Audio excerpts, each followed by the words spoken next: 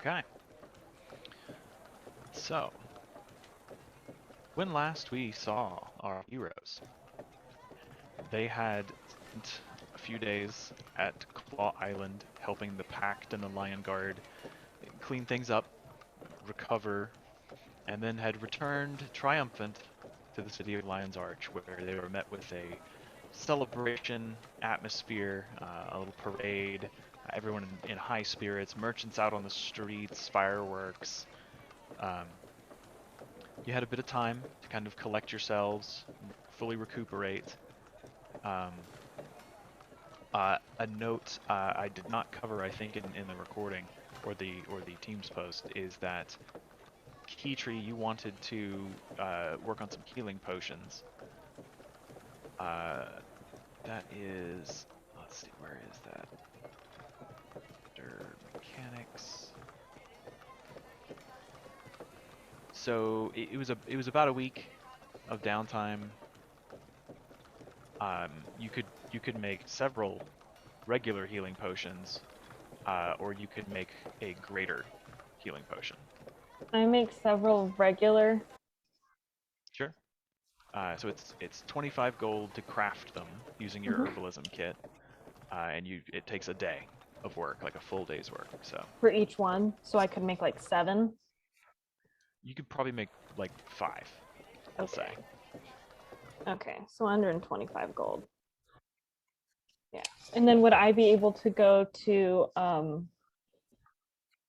not Melody Marshgrass? Why am I forgetting her name? Farron, Melendra's Grace. Yes, there we go. Would she have any like extras for sale? Let me look at what her inventory states.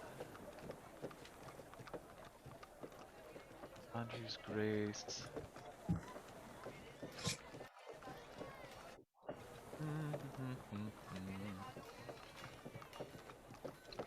Yeah, she would have a couple of regular healing potions, if you were looking for them, up to 4 of them. If you would How like to many purchase. would that be for hers? For hers, they're 50 gold each. Okay, I will clear her out. We are stocking up, my friends. Okay, so that's so It's gonna be a Final 525. Fantasy up in here. We have potions we'll never use. You I never think know. you guys have quite a few already. You never know. Okay. Yeah, and just bear in mind like where you're storing those. You know, like are they all in your backpack? Do you have belts or pouches or things you're carrying them in? I think so. How many slots are on that harness, like potion harness, essentially that Kala gave us? I would say like 3 or 4. Okay, I'll probably like fully pack that, and then everything else I'll just like shove in my bag. Okay, we'll say 4. Okay. All right, and I might distribute these further at another point. I still need to like put all this in. Okay. So you all spent some time recuperating and moving among your many friends and acquaintances and the people of the city, enjoying your brief respite from the horrors of war. Brina and Bertie finagled their way into a high-stakes evening of gambling and illicit activity at Greystone Manor, It's deeply terrifying. where the newly minted head of the Greystone household, Thomasine, was holding a sort of eyes wide shut secret adult party. Sex party. Bertie managed to make quite a bit of profit at the poker table, and while he went to entertain himself with Joban Seacrest, the merchant prince in charge of exotic animals trade in the city, he gave Brina 100 gold pieces to try her hand at the gambling tables, and she didn't do as well. ended up in a little bit of debt, but that was rapidly taken care of by Birdie. I lost all the money. It's lost all the money she had and then lost more. It's not important. Downtime activity tables. I love them. It's not important. Minor detail. And yeah, I believe we adjourned with the group having decided to travel to Ebonhawke in an attempt to discover the fate of Penumbra, a rival guild in the city of Lion's Arch that you had fought once in an alley one dark and stormy night, and have not heard from in quite some time. They seem Get to our have second gone chance. incommunicado in about, or for several weeks now. Yes, in order to get there, you can. This is available group knowledge between all of you. You can travel weeks over the Shiver Peak Mountains, down through Charr territory, and across the Dragon Brand, or you can take an Asurigate to from Lion's Arch to Divinity's Reach, and then get permission to use the Asurigate in Divinity's Reach that goes directly to Ebonhawke. And the table is yours. How would you guys like to proceed? Before going to Ebonhawke, does everybody want to do or plan for an exhibition match in the arena? Right. Oh my god, I yes. thought you were never going to ask again. This is amazing and we should do it. Alexa brought it up at the end of the last session, I think. Who should we schedule to fight Penumbra on the chance that we save them? Oh, that would be awesome. That just seems mean. Not fucking rules. So Welcome we'll back do to like the- in Divinity's Reach, they have like a mixed martial arts kind of thing, and sometimes they'll have like people scheduled in case the main opponent can't fight. So we'll just, we could like back schedule somebody else. I'm gonna do like a cage fight I in will Divinity's say Reach. that as you discuss this matter with the priesthood of Balthazar that run the arena, the human god of war, the priests there, the acolytes, tell you that they can't schedule and hype a game if they don't know if there's going to be an opponent, but they Okay. will happily schedule a match to challenge you. Yeah, I was thinking like some dangerous monsters. And I was Oh, thinking just some, maybe like, we could do beasts? it as a fundraiser. Help Oh, for- rebuild Claw Island. Oh, that's really sweet. I think that would be great. It's really nice of you, Kala. I mean, that's very random, but sure. So we wouldn't get anything. So how would Well, we we get a lot of like attention, promote the brand. Do you like attention? Yeah. Oh, that just reminded me we didn't roll for the bar. Ooh. I don't know why. Oh, Like yeah. thinking of attention for the bar made me think of that. Yeah, So, maybe we can advertise for the bar during the fight. Oh yeah, like Trollskull pub Oh, and that would be great. snacks like you t-shirts. can also bet on yourselves Oh, Oh, great! gambling at the arena.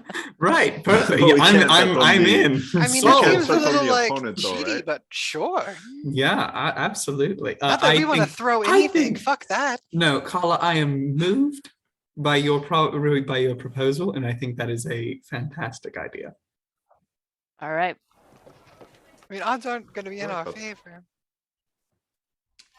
So My sword. would we Market. just like raise money through ticket prices, or are we also going to somehow like, I don't know, raise money for the charity based on like our gambling winnings? Like we give a certain percentage, or Do we have merch? I mean, I- probably ticket sales. Vendors might come sales. and sell stuff and Yeah, donate profits, good.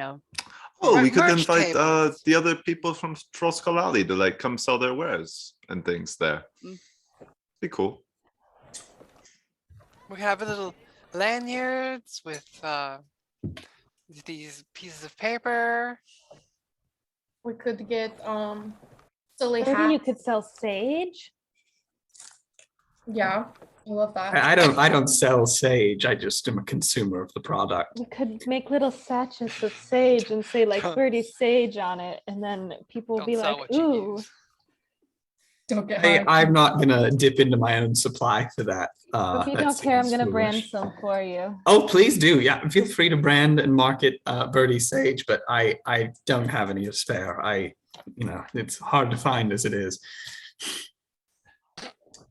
Bricks that he has in his room, I'm sure. Kilos and Oh yeah, it's like yeah, he's got plenty, but he doesn't have enough. Yeah, I've been thinking it would be good for Tim to get some additional experience too. This might be a good opportunity for him to learn a few things. I'm really trying to get him to his eventual like farming dream. Bro, are we So I going think to make like him fight? no, we're trying to like put him in charge of some of the sales and like selling our merchandise, that type of stuff. I think it'll be good for him to get into a little bit of economics. I would like to see Tim fight. I would too, but He I might also wanna don't watch want to the see fight. Tim die. So it's kind of like He'll be fine. The acolytes of Balthazar, the Zaishen as they are called, tell you that you guys are unknown quantity now. You're pretty well known, especially after the retake of Claw Island. Like your heroics are being discussed on the streets, and you are no longer an obscure entity in this town. So the crowd at the arena is expected to be massive. And kind of working with them on the idea of a fundraiser, what they'll do is normally admission to the arena is free. Like people can just come and watch the fights, and mostly the house gets funded on gambling and little things like that. Because it's also a temple. But this time they'll charge sort of like a museum. Like you walk in, you just put a donation in the box, and all those profits will go to the reconstruction of the island, the soldiers' families who've lost people, and things like that. So the question that will determine the potential profits if you gamble on yourselves is the difficulty of the fight that you would like them to schedule. There are three options. You can schedule a fight against a creature or a group of creatures that will be kind of on par with you, kind of equal to your capabilities. You can choose a fight that will challenge you, kind of push you to your limits, or you can choose a fight that is absolutely deadly. Yeah. Potentially impossible to overcome. Bring on the Trask. question about these fights. What are Old Trask. Let's odds do it. for each fight? Like, is the first one like kind of 1.5 to 1? The challenging's like 2 or 3 to 1, and then deadly's like 10 to 1. Or So the first one is 2 to 1 in your favor. okay, Double. The second is 1 to 1, and then the second is 1 to 2 against. oh great. Or I guess 2 to 1 against. No, Well, you it's think you fucking get cute. better like gambling odds for a really deadly encounter? Wait a second. Well, I mean, yeah, if you Simple choose as something tough, poor man. to bet on, then it's gonna pay out really well if you win. No wonder this temple's so well funded. They're tough. Let's Well, go. they don't let you die though. The idea is the Okay. priest would rush in and save your life if you're gonna actually die. So the like potentially deadly one would be just we would have to play it almost perfectly in order to have a shot at victory. So at the Good dice level rolls. at the level of skill and power that you guys display, Mm-hmm. the acolytes explain that it's very difficult to gauge because it's not necessarily about having to do everything with precision and efficacy. It's more about well, a lot of it's quite frankly up to fate. If you get hit and just don't manage to dodge something, like yeah, you could be taken out because it's got to be strong enough to present a credible threat. But then also, you have abilities that can completely negate a lot of those types of attacks. So it could go either way. The deadliness of the encounter is more the level of threat of bodily harm that these creatures could inflict. These are creatures or entities or people that could potentially wipe out most of the arena if they were to not be contained. I was gonna say, so asking the acolyte, historically, what have been some of the creatures? Well, they tell you that once they were very fortunate, a group of Norn hunters managed to capture a massive jungle worm and bring that in. They had I'm to wondering that get again. some wizards involved to ring the arena so that it couldn't burrow out into the city. That was a rather entertaining fight. They've had a group of land guard once managed during a raid on their ship to defeat the Risen and capture a massive hulking abomination. You know, it was 15 feet high. It's very strong, very capable. They brought that back for some folks to fight. There's also a history of golems and other Asuran Magitech creations that are also pretty strong that people have gone up against. Well, if we're going to do it for charity, I mean, my goal would be let's do the deadly fight to really make it worth the people's time. Yeah. I mean, could it'd be I think more we fun can that handle way it. too. Plus, Are we starting with this like No. today? Okay, we're No. planning You're for just this. planning Okay. it. Yeah. You got to give me time for that. No, I we're was going gonna to. say- For a deadly fight, it takes about 8 days to set up everything and like advertise it and prepare. And So get we'll go everything in find place. Penumbra and come back and then get our shit kicked in. Sounds good. also, I'm gonna need 7th level spells to survive. Yeah. Yeah, I But got yeah. a very hot one at 7th as well. Yeah. So do we don't need to place our bets now. We just have to do it at the time of the fight before it actually happens. Okay. Yeah, Cool. it I'm would gonna be- wager like 4,000 gold, guys. Let's not lose. There will be a maximum of 1,000 gold. Ah, come on, man. I'm It's putting my life basically on That was one. that was uh, the that's the gambling gambling downtime Yeah, limit. that's how much I Oh. bet at whenever downtime as well. How much you actually win last time, Alex? So I bet 1,000 gold, and I kept that 1,000 gold, and then I made 1,500 on top of that. Ooh, I did the nice. opposite. Your profit is 1.5 with Yeah. 2 successes on that particular downtime activity. If you got 3 successes, it's 2 times, so you would have got 2,000 gold. Okay, nice.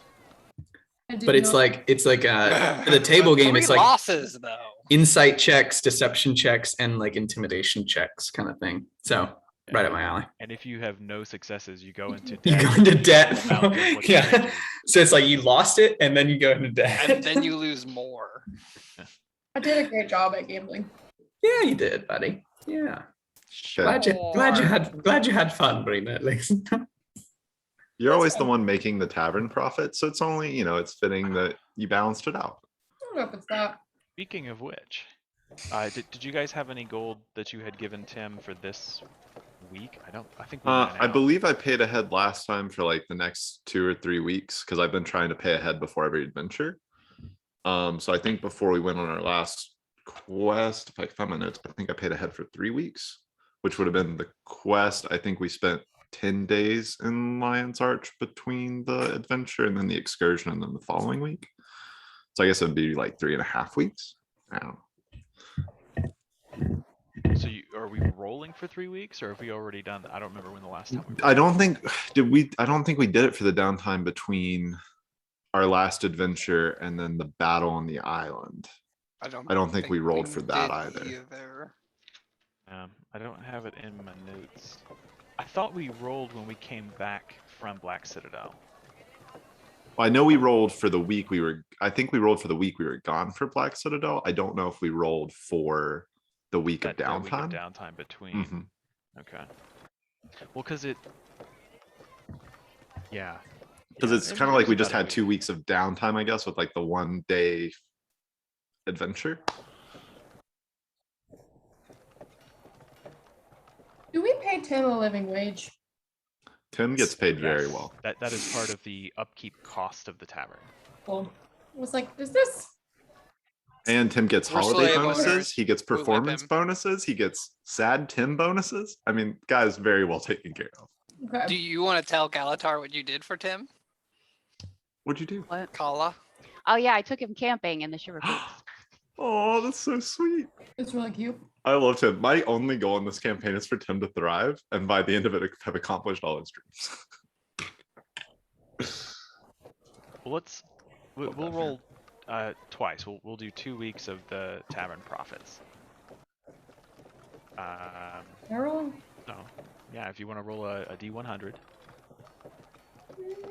it's a D100 plus 10 plus I'm rolling 30 in. gold.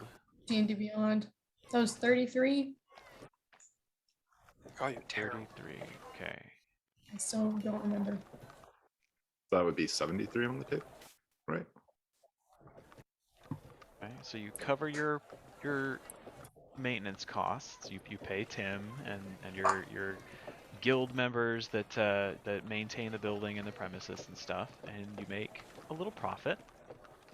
Number 2 is 62, which Oh, that's better. So the first one you make 10 gold profit. big money. We're waiting. So that's like 92. So that is different dice. I think the 62 would be 102, wouldn't it? Plus 40. Well, if it's over 90, it's Oh, it's all the same. Damn, you should get a bonus for getting 100. Should be a scale that goes up to like 150. D&D Beyond does not, or D&D 5th edition does not believe in businesses. They are not so pro-capitalism. you make 60 gold profit on the second week. You Oh. clean house. That's pretty damn good. Well, that was after Claw Island, so that makes sense.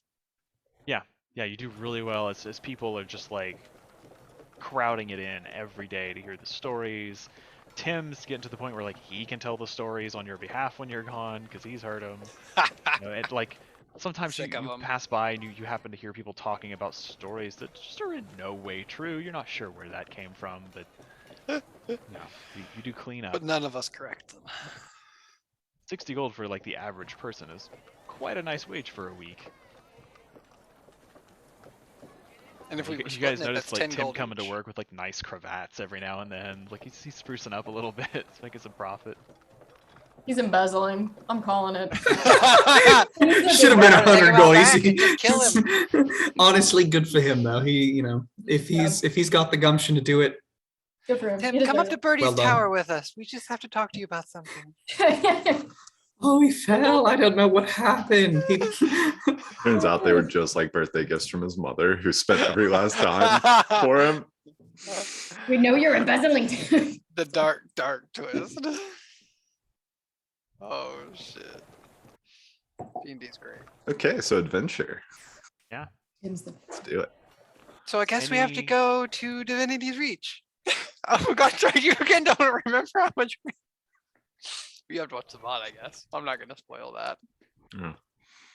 I don't remember. There was Is a lot there- that happened at the very end. Yeah. Is there any maintenance or business you guys need to take care of before you leave the city? I'm just gonna Oh, go ahead. let Kolinar know that we're gonna be gone for a while. That's it. You tell them where you're going. Yeah. Complain a lot. He just says, "Wow, just be careful, especially if your business takes you anywhere near the Dragon Brand. I hear it's a very dangerous place." Yeah, it is, but I think we'll be okay. I'm sure you'll be fine. And good luck. I hope you're able to find your acquaintances. They seems like they hate them. I don't really know why we're going to look for them, but whatever. Well, it's a noble thing, I'm sure. Yeah. Good hunting. And what did Kitri want to do? She wanted to go buy some spell components, but in order to do that, she first needs to go to the bank and take out some money. Okay. So I'm gonna take out. Why do I not have this on? Oh, I had it in a different. Okay. I'm gonna take out 300 Okay. gold. and I would like to go to the Penta Market and see if I can find diamond dust. I need 100 gold pieces worth for like one We- spell. We smashed a diamond for you. Last time we did, in the moment.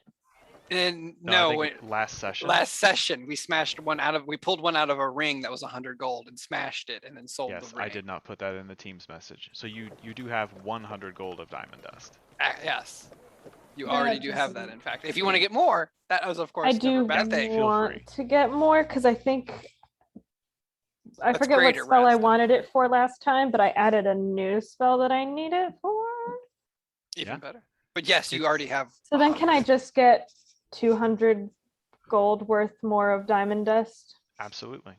Yeah, the jewel market, which is just in the same area as like the Grand Souk and the Black Lion Trading Post, very well appointed market in this town, easy enough to get spell components that you need. Okay. I imagine that there's some poor jeweler crying over how much diamonds they're grinding up for me, but also very happy with their money. Oh, very Okay. much. So I'm just I'm putting that one diamond worth in my inventory that you guys Okay. had previously. Is that okay? All right. Sounds good. Thank you for remembering that, Jimmy, because I had forgotten. It just popped in my head when she said she was going to look for it. It's like, oh, you've already got some. Yeah, y'all need to watch the last like 10 minutes of the recording. There's some bangers in there. It goes Definitely will. downhill real fast. Also, before we set out, can I go ahead and just re-up with my like the day before we set out contingency spell? Just do the exact same thing as last time, same trigger. So I think What was it's it? resilient sphere, I believe, was the spell, and the trigger was saying, "Oh shit." Okay. Yeah. Yep, resilient sphere. Gets really Okay. good at saying "aw shit" and not "oh shit." You know, he's a grammar Nazi. He is advocating for the Oxford comma everywhere across Tyria. Doing the Lord's work. There's been Okay. lawsuits over that. So, you guys gather your things, make your way to the Asura Gate Hub, where you are acknowledged by all the various guards that are standing around it, who now are familiar enough with you traveling through this hub that they can nod and acknowledge your presence. It is 10 gold to travel to Divinity's Reach. We don't get any sort of hero discount yet. Like, can we get a like a bus wealthiest people in the pass world? kind of No. thing? Frequent flyer miles here. Right. Also, you don't need to take 10 Serious. gold out of your things. We could just pay with the 60 gold we made this week. Okay. I can do thought that. that was going into the group fund. I mean, this Right. is a group endeavor. It's a group Okay, activity. I'll put my gold back. Yeah. I'm down with that idea. We never use it anyways. Let's see.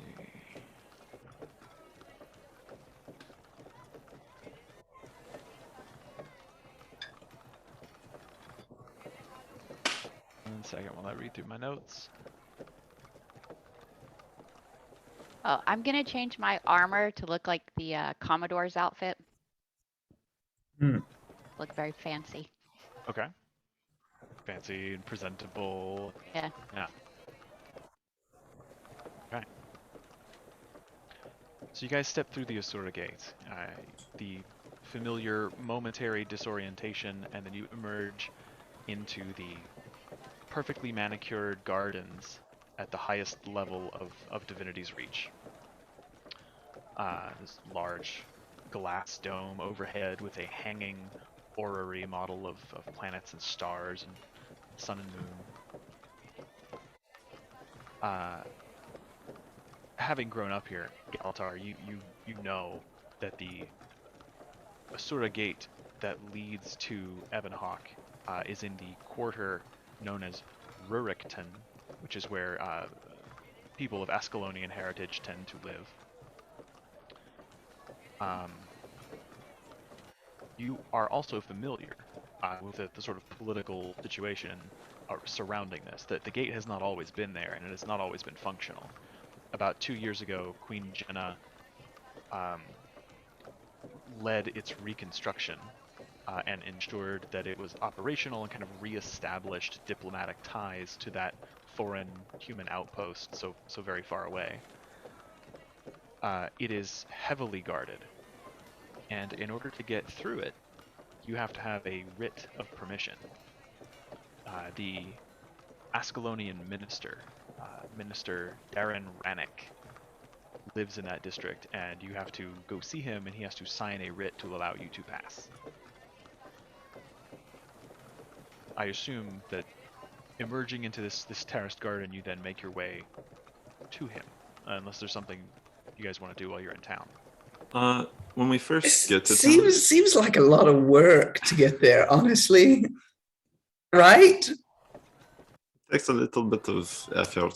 Diplomacy is always kind of a pain in the butt. Nothing easy is Yeah. worth doing.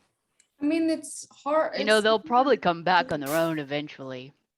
Yeah. Yeah. Like, I mean, you know, humans don't always get along with other humans. There's a whole kind of historical They context. could just go ask nicely.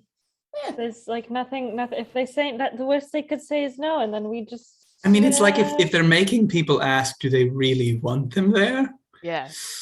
I don't They know. probably just want to make sure that who's going through isn't like. Birdie, this I is don't someone know. else to make a new connection with.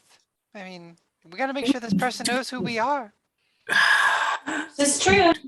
Do we want this connection? No, I don't think it Of would be bad to Ascalonian have. Connection. Also, Ryan, do I know, like, is this a well thought of guy? Is this kind of like a pain in the ass kind of minister?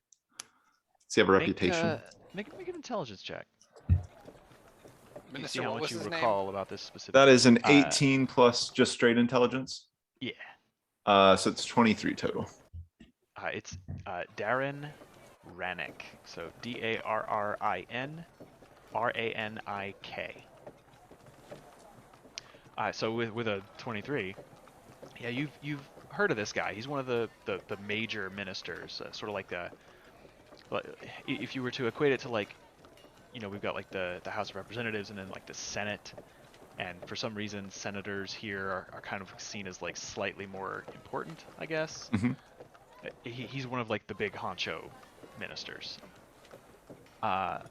You've seen him once or twice. You know, you've been to various events throughout your life in the city where ministers were present. You know that he's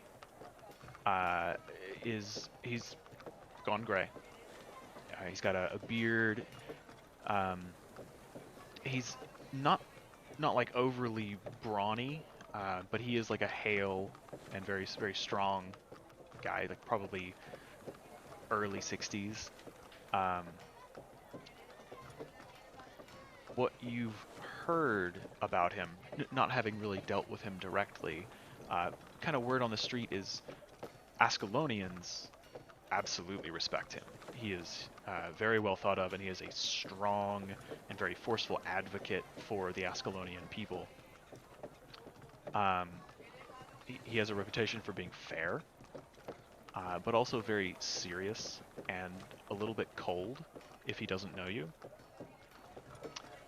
He does not, like many other ministers in power, he does not suffer fools lightly. And is he known to be like good friends with the legate minister or previously ministers Amond, or is he kind of Not particularly. okay? Cool. Yeah, on good then- speaking terms with all ministers. Like he doesn't really have like rivals or Yeah. A opponents. faction. He Like has other a- Ascalonians vying for power in the political structure.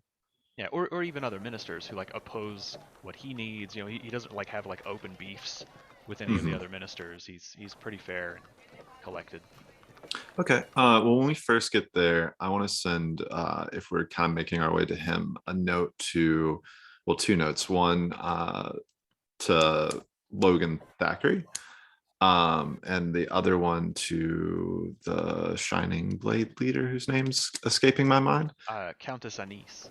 Just to give them a heads up that we're getting ready to head to Ebonhawke, and also to So we if have to ask permission. things to go to Ebonhawke, poorly, right? if they could intercede on our behalf, like if we would need them to.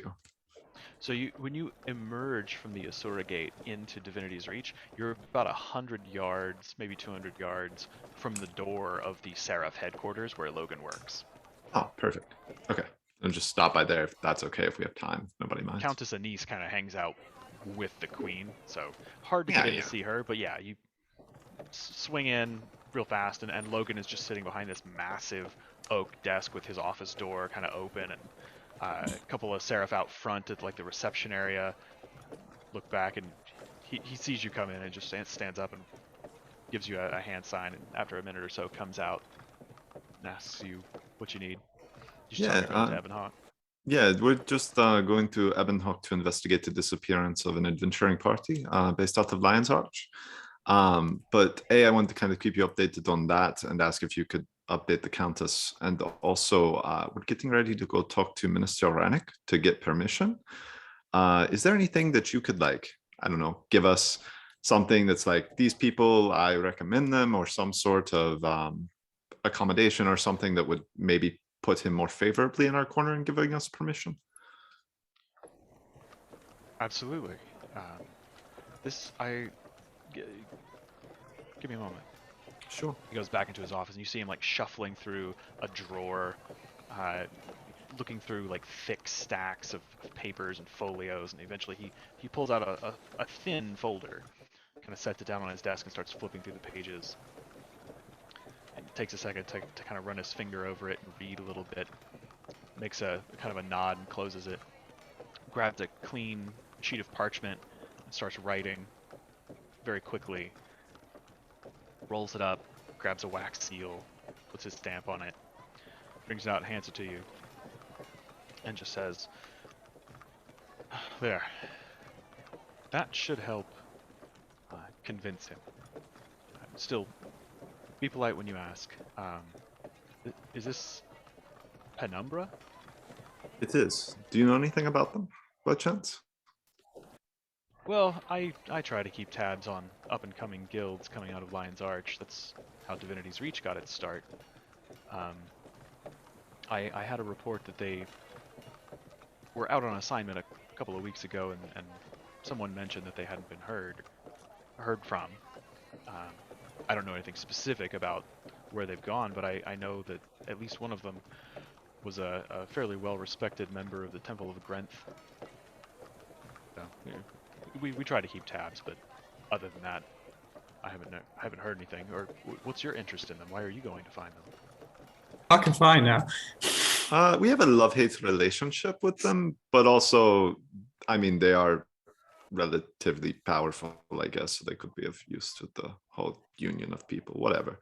We'll rescue their dumbasses and bring them back. So. Okay. Well, just give that to the minister, and I hope it'll be enough. No, thank you so much for your help. We really appreciate it. And I'll keep you apprised of anything we find to kind of keep you in the loop. Thank you. Yeah, of course. Rena kind of leans down to Birdie. Is it just me, or is he looking even more handsome than usual? I tap that. as we kind of walk away. He waves goodbye to you all, his glistening chestnut hair falling and waves over his shoulders as shiny plate armor. You don't think he's like too clean, like too moral? Oh no, it is like the knight in the shining armor, like in the. No. It's like, does he know how to get freaky though? It's like, Looks like he's never been in a fight. I mean, he It's doesn't even have a scar or. Maybe. Yeah. Perfect silver I mean, he is known as, white like, you know, tabard, a member of one of the greatest adventuring parties of all steel time. collars that shape Did he like stand in the angel back all wings. the time? I'm pretty sure he fought on the front lines, except for that friggin' one battle roasted against the boom. dragon. I don't know. You do know I'm that, just saying. no, he did leave the big fight, though, didn't he? Yeah, he did leave before the big fight. Yeah. Yeah, he's a nice guy. Avatar, Though. His don't Nice fault. you, guy. Really crush on stand- your stand-up lady guy. friend? Everyone roll a d10. Oh no, I Everyone roll already the sent side our ones. letter We got letting her Snap know died. that we were got Snap heading out. killed. Yeah, but you're not even gonna say hi. Well, I assumed we were in a rush. I mean, I feel like it's kind of awkward to stop things for little We romantic stopped moments. by for this man. Hello. Yeah, but Is he he gave more us- important than your girlfriend? He gave us a Ooh. letter of recommendation and is also the head of the Seraph. And She could give us treats to bring to this minister man. Just say Baked hello, goods, Galley. baked goods never go over poorly. okay, let's She's- all she's awkwardly right. walk over to my girlfriend's bakery and see if she's got some treats we can give to a minister. It does feel I was very just saying that weird. to convince you. Yeah. I just wanted you to go say hi, but you know. Like, we don't have to be there. We can wait outside. Like, Oh no, we're gonna make this Hey. awkward. No, I want to see what When have you happens guys here. ever just waited outside? I mean, 110%. come We on. did that one time. We waited outside. For like 5 minutes, then didn't you peer through the window and then like come in? Maybe. through the window Outside. all the time. I was gonna say you guys make your way down to the bakery where Elise works, and as Galtar makes his way in, you step in the door and you see like the light streaming through the window, and then all of a sudden, just like 5 shadows. As you step forward and like you just turn over your shoulders, like there's all your people's faces pressed against the window. Really? It's about right, yeah. Elise I is mean, doing I am. well. The folks who she works with and works for I can read are lips now. treating her well. She says hello. She got your letter. And if you have like a gold piece, she'll give you like a stack of pastries you can take to this guy. Yeah, Oh. I'll give her 10 gold pieces. But just for like 1 gold piece worth of pastries. So you guys see this Are you exchange, and paying it plops your down like a girlfriend large stack of No, all my coins money's in on the platinum, counter. so I don't really have a choice. All my money's in platinum. Oh my You see god. her like And I'm not put her gonna ask hands for on her change. hips and settle into that familiar kind of attitude pose. Oh, well, look who's just deciding to throw around his money. Oh, you think you're better than all of us, do you? Oh god, this happens every time I come in here. I just wanted a pastry. She's All my just money's in giving you, like, platinum. a The bank was really far away. playful I can do all grin. kinds of magic, but I can't convert money. I don't know. Why I can't, I don't know. Magic's weird. You see like the Extender! older gentleman who runs the place is just like sitting behind her going. It's like trying to keep himself from openly laughing. But yeah, you guys make a quick pass and then head down to the minister's estate, laden with fresh baked goods, bits of blueberry and blackberry mixed in. It's like these delicious little pastries, like a weird cross between a donut and a scone. It is easy enough to find the minister's estate once you reach the Rurikton district. It's a very large, like palatial estate. Most of the buildings in this district are of a similar architecture. It's sort of like a theme in each of the districts as different cultures kind of center in their own little sconces within the city. There's a lot of white stone and stucco buildings with sort of like red tile roofs. But you find your way to the minister's estate. His servants wait at the door or come to the door and allow you into a sort of antechamber. They tell you that he is working within, then they will announce you, and a couple of minutes go by and you're sort of sitting in this very beautifully appointed interior area with large, dome-topped windows that look out over a slight hill to the lower portions of the section of town. Eventually you are allowed in, and you see early 60s man, close-cropped, gray beard. He looks strong and hale, but he's not a large man, just average human size. But what strikes you is as he looks at you, as he stands from his desk, is his eyes are deep set and they're very darkly colored, and they are cold and haunted. He is very much a serious man. And as you are ushered something into crashed the room, upstairs. he says, "I am told you wish to travel through our Asura Gate to Ebonhawke. There is a price for this access, which all must pay. To be allowed within the hallowed walls of that distant fortress is to be entrusted with the very survival of my people. If you would pass through the gate, what value would you bring to those beleaguered souls?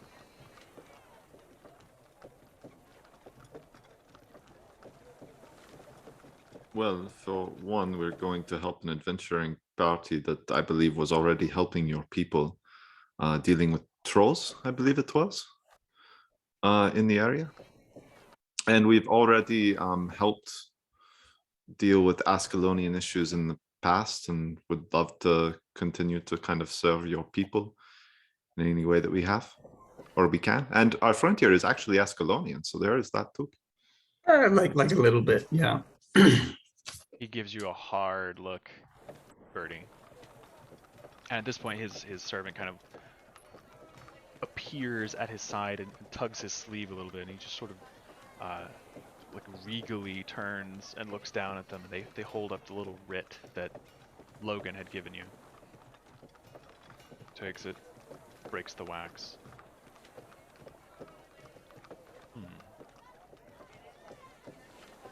Recommendation from the captain of the Seraph. One does not see such endorsements every day. Impressive. Galatar, make a persuasion check. With advantage.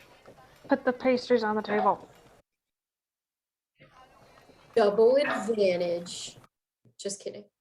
I already ate all the pastries. Well, that would be a 14. The first one was a nat 1, but the second one was a 15. My -1. I was really hoping you would just let us do it. My dad said I could come through the gate. Please, my girlfriend's really mad at me. Okay, that is actually exactly what you needed.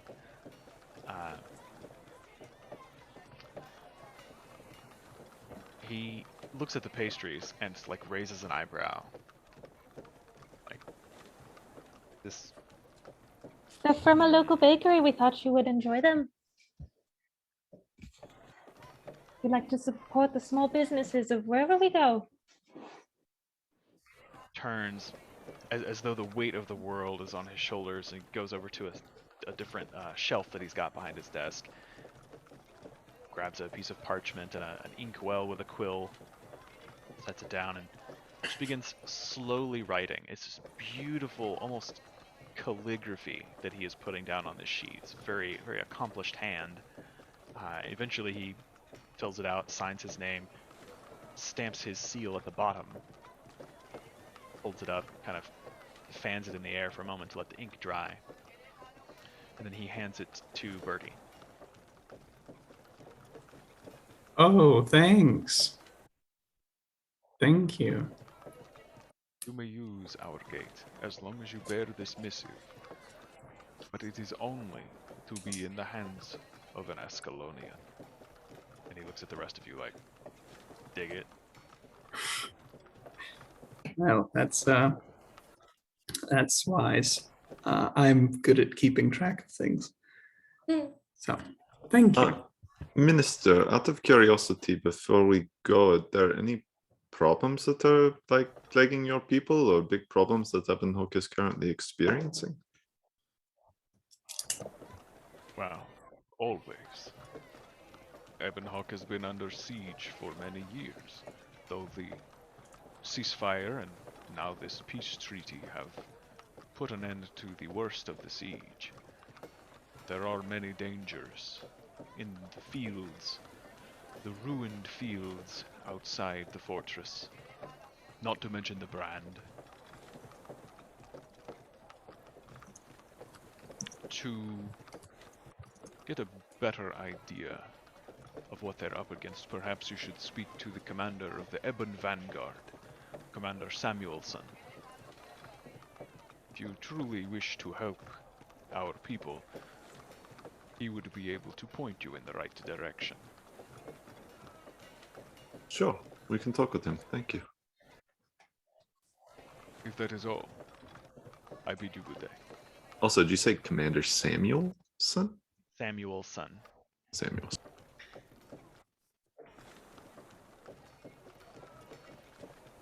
Of the Ebon Guard? Ebon Vanguard.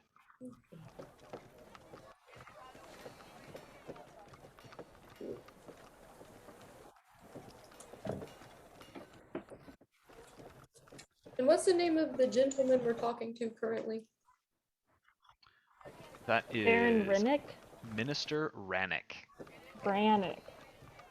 R-A-N-I-K.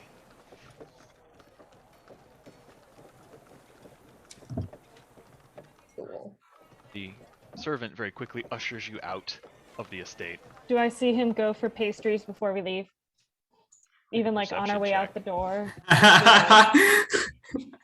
My favorite kind of checks. Roll for pastries. Well, it's a 19 plus 9, so 28. You kind of hang back at the end, and just as the servant is pushing out the door, they reach back and grab the door handle, and as they pull it shut, you see Minister Rannick doesn't really like look at the pastries. He's looking like out the window behind his desk, but you see his hand like stealth down and pick one up. Brings it up to his mouth just as the door pulls shut. I really think it's the pastries that sealed the deal, you guys. Always is. It's been my secret for years.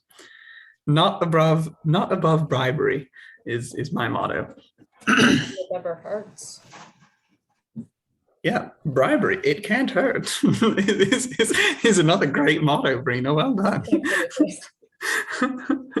I'm terrified a tree branch is going to come through my window, so if I'm looking behind me, it's because it's very windy and very rainy. So that's all. So you guys make your way out of the estate, and it's very clear, standing on this slightly elevated hill where this estate sits, you can see the archway that stands kind of over this Asura gate. It is marked by two massive statues of winged humans, armed for battle with swords pointed forward, massive shields in hand. As you kind of make your way down, like winding to the lower levels and approach these, they are even larger than you thought at such a distance. And at the base of each statue, there is a bronze pedestal or a placard that sits at the bottom. One of them says bravery.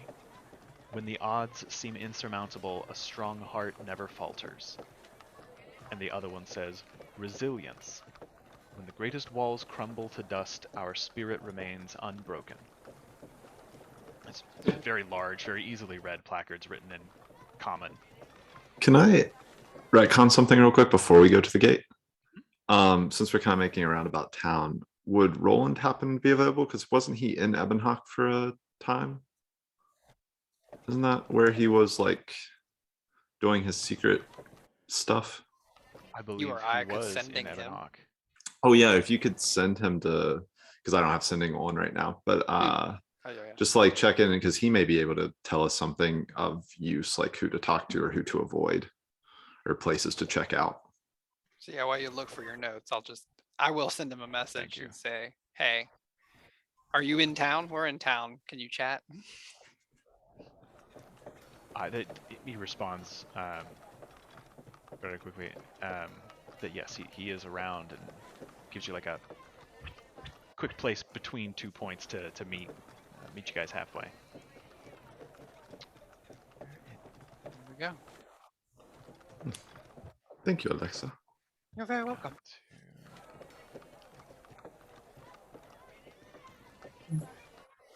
So many notes. That's the thing.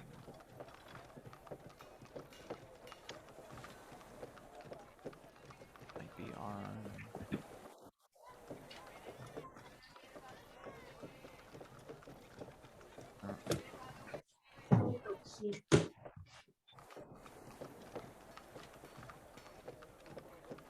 Okay.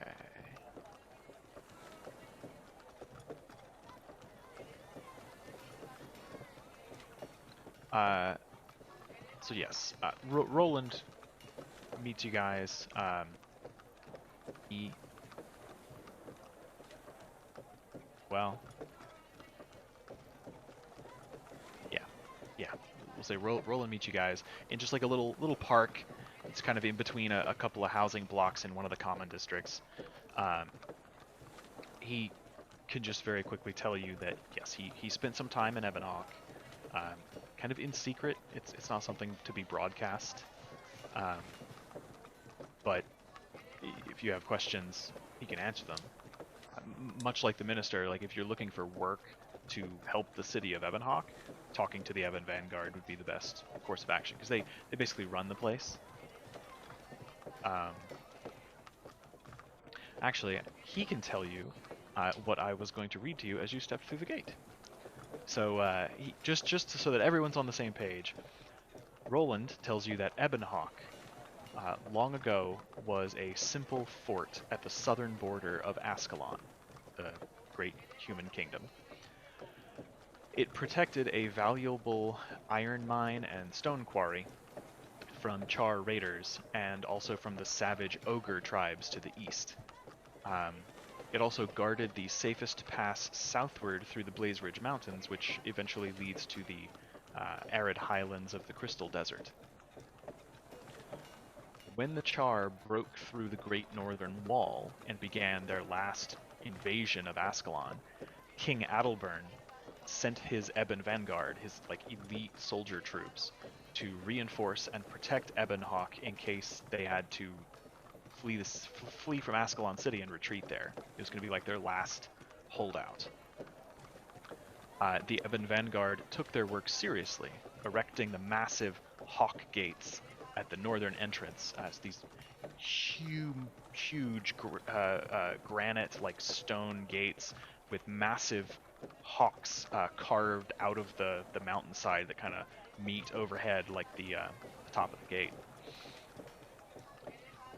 They expanded the mining operations, delving ever deeper into a kind of natural cleft in the hills, quarrying stone and iron, even as they built into the tiered slopes around it. It's like a surface mine.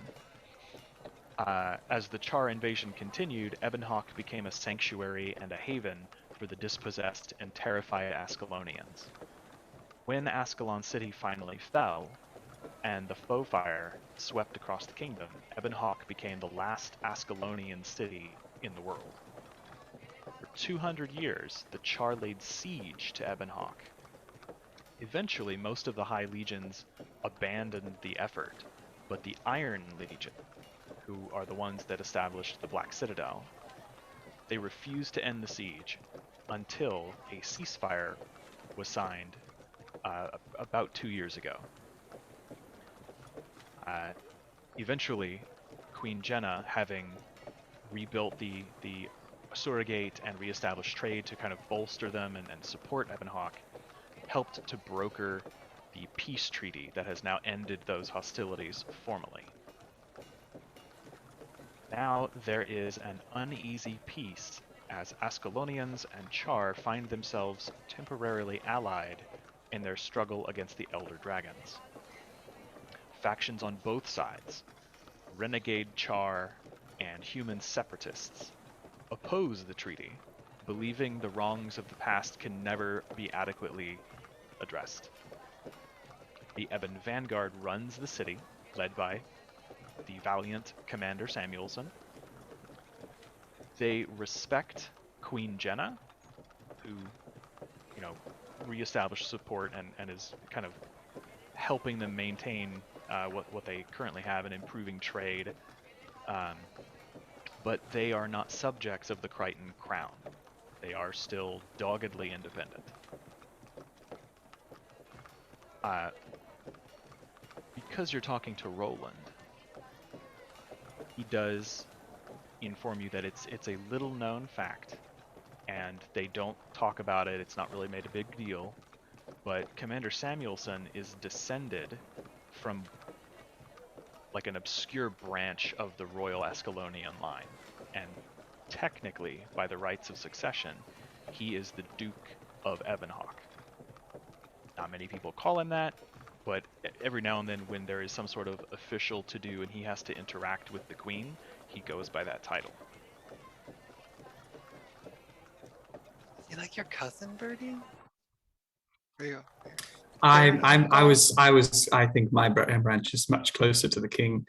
You know, I don't want to, lower myself. No, thank you, Roland. That's very good information to have. Is there anybody that we should like avoid? I know that you kind of went there to, spy or do the queen's work. Is there anything we should be like aware of as a danger within Ebonhawke itself? Well, you may always keep an eye out for the separatists. They present the most credible threat within the city walls. I did not spend much time within the city myself. Most of my work took place outside. But aside from that, in the city is fairly safe.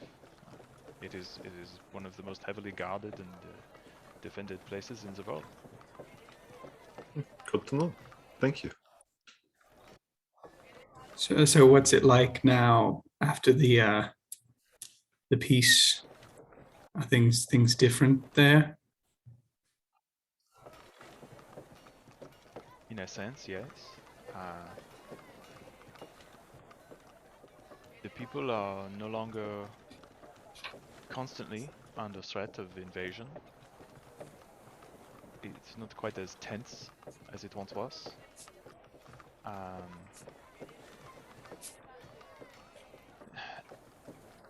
When I was there, a little bit of color was being brought back into the city through trade. It was a very bleak, very dull, colorless town for a very long time. They had no outside trade, so they only have what they can make, and bright colors, fine goods were very difficult to come by. Getting better, but it will take a great deal of time, I think. It's certainly nothing like this wondrous city we have here. I would caution you, Kala, be very cautious. There are a great many people in Ebonhawke who do not take kindly to Charr. It would be very easy to find yourself in some of the darker parts of the city and find yourself perhaps threatened by separatists or even just angry citizens. You must understand, for 200 years, no Charr set foot inside the city walls. But now, because of the treaty, there are a great many. And members of the various orders of Tyria, the Priory, the Vigil, especially being founded by the Charr, is allowed within the walls, but they are mostly limited to the Vanguard garrison, being military types, heavily armed and armored. To have them walking freely through the city would be problematic. I'm just hearing rain hitting my window now. We haven't been getting that, but yeah, it's coming down. Bet it's Wow. gonna be hitting me next. Gnarly. But yes, other than that, nothing in particular to watch out for. Cool. Yeah, We thank you, could Papa. still change our minds and We, go somewhere else. it's a big world. Yeah. Seems like such a small, dull place. But What about Bertie, these are your people. You're their potential king. I mean, you might have to fight Samuel's son, but Are they my people? We'll see. I mean, They could be your people. Don't you They want them could. to be They your could people? be. They could be. Are you greedy, Birdie? Me? No, never. That's such a crass word, Alexa. I mean, you are the Ascalonian who ended the faux fire and could potentially bring about peace with the Charr. I think we're getting ahead of ourselves Is here. Ebonhawke? They're probably not happy that the faux fire ended. Well, because now the Charr don't have to fight the faux fire ghost, so probably not happy about it. Is that like big international news, or did the Charr kind of keep Huge. that? Okay, BBC Yeah, no, coverage. it's big time news. Oh, Yeah. seriously? gotcha. Was Roland there after we did that, or before? He was there before. Oh, Well, Before yeah. he was there, right before we went to Divinity's Reach, because he was there when we were first in Divinity's Reach. Roland, have you heard how people are taking that? Because I recall the Charr were pretty jazzed. Yeah. well, I mean, that is to be expected, of course. I have not returned to the stronghold since you did this great thing, but Right. generally speaking, the full fire was a sort of curse, Right. damning the souls to an eternity of conflict and rage. I think most people are satisfied at the resolution. Cool. Cool. Well, I'm sure that'll go down in history or something. We'll be sure to lead with that. Also, speaking of, I guess, like branding in that situation, is it public that the Trollskull Six helped in that, or has that been kind of kept under wraps by the Charr and they just sort of take credit for ending? Like, what's the? Oh no, it's common knowledge. Okay, so we would be great. Cool. Okay, Cool. Our Makes sense, hopefully, yeah. We'll see what our reputation and Yeah. whether my it future as a suits us. spy is just going down the toilet. You guys have told that story several times in your tavern. Yeah.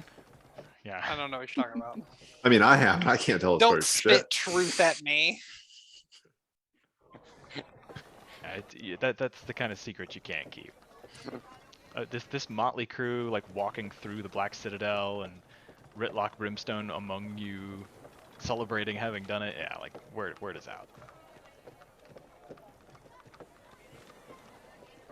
Okay. Do you guys have anything else you want to do before you leave town? Okay. So you see these two massive winged human statues flanking either side of a staircase that rises up to the massive stone and metal wheel that is the Asura Gate. And currently the gate is inactive. There is no glowing field of magical energy within it. As you approach, there is a... Oh no, the gate's broken. Oh, Can't go. shit. No, that's Darn. okay. I'm pretty sure they just Wow. haven't turned it on. Yeah, I think we'll be fine. Yeah. two I human don't think guards. that's how these worries, work. guys. They feel like they're always on. Yeah, they're always on. Yeah, I think it is broken. There are two human guards in shining, like gleaming plate mail, white scapulars hanging down with the emblem of the Seraph Guard, and a pair of little Asura that are kind of standing next to a series of apparatus that are connected to the gate. One of the soldiers steps forward and puts his hand out to stop you guys as you're walking and just says, "Hold. I was like, Who how approaches? easily can we high five it? I'm sorry. What What business do you have in Ebonhawke?" I will hand out my writ of passage here. Takes it, holds it out, reads it for a moment, rolls it back up, hands it to you, looks at his compatriot, and just says, "It's all in order. Very well. Just mind your manners. Remember, everything you do will reflect on people who come from this town." Well, thankfully, I'm not from this town, so Right, that's a I heavy. just give him a burden. wink. It's a joke. It's just a joke. Yeah, there's like he's wearing a metal helmet that just has like the nose guard, so you Yeah. can see his eyes and like the lower half of his face, and he's just like stone, no expression. He steps back out of your way and he just nods, and one of the Asura starts flipping levers and pulling its finger across this like crystalline screen that then starts to display strange arcane sigils. And they punch in a little sequence, and then all of a sudden there's a flash of energy as a swirling cloudy vortex, now very familiar to you guys, fills the circle of the gate. You guys are not very funny. No, every Ascalonian we've met, but Bertie seems very serious. Yeah. And I mean, like, the king was a super angry guy. Oof. Yeah, he was not happy, but he'd been undead for like a long time, so can you blame him? No, that was rough for him. Yeah. All right, who's going first? Not me.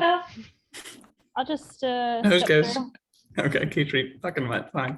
I don't care. I'm I'm volunteering. just. It's all good. They just told us to mind our manners. You guys are all picking your noses. Not supposed to do that in public. Carl, it's a game. It's a game. You touch your nose, you touch it. You just don't have to you don't have to go inside. That's not. That's not What? how. Brina, did you? I'm going. Walk through the I walk through the gate. So, you guys all find your way to. I didn't think my chair was going to be directly in the way. New That's background. Yeah, so that's the Hawk Gate. Oh, You fucking emerge cool. into, like, you almost can't really tell where you are, because as you emerge on the other side of this gate, you're on a high stone platform with familiar steps that lead kind of down onto the more uneven earth. But you are surrounded by high fortress walls, like 40 feet overhead. You can just make out over them, even higher, sort of circling around you, these spired stone mountain peaks that form almost like a caldera of a volcano, and you are kind of down ensconced in this place, surrounded by these peaks. You're in what looks like a good-sized courtyard, and there are a great many soldiers marching around in black steel armor with black cloaks, the inside of which is a sort of dark yellowish color. Several of them bear shields on their arms as they march in formation. The shields themselves shaped like open hawk wings. You can see there's hawk stylizations everywhere. The crossbars of their swords are like a pair of outspread wings. Their helmets hanging over the front part of the forehead is a sort of beak-like artistic shape.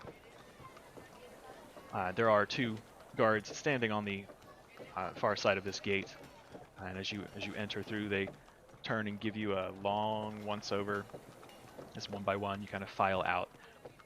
Kala, as you make your way through, they look at you, and even without high perception, it is clear that they are suspicious and very wary. Like, hands move to grips of swords. They don't draw, but they are very keenly watching. As you guys make your way down into the courtyard, one of these people in what looks like black half plate and chain armor strides up, shield on one hand, a spear in another, and from the spear is blowing a little pennant in the wind. And they just say,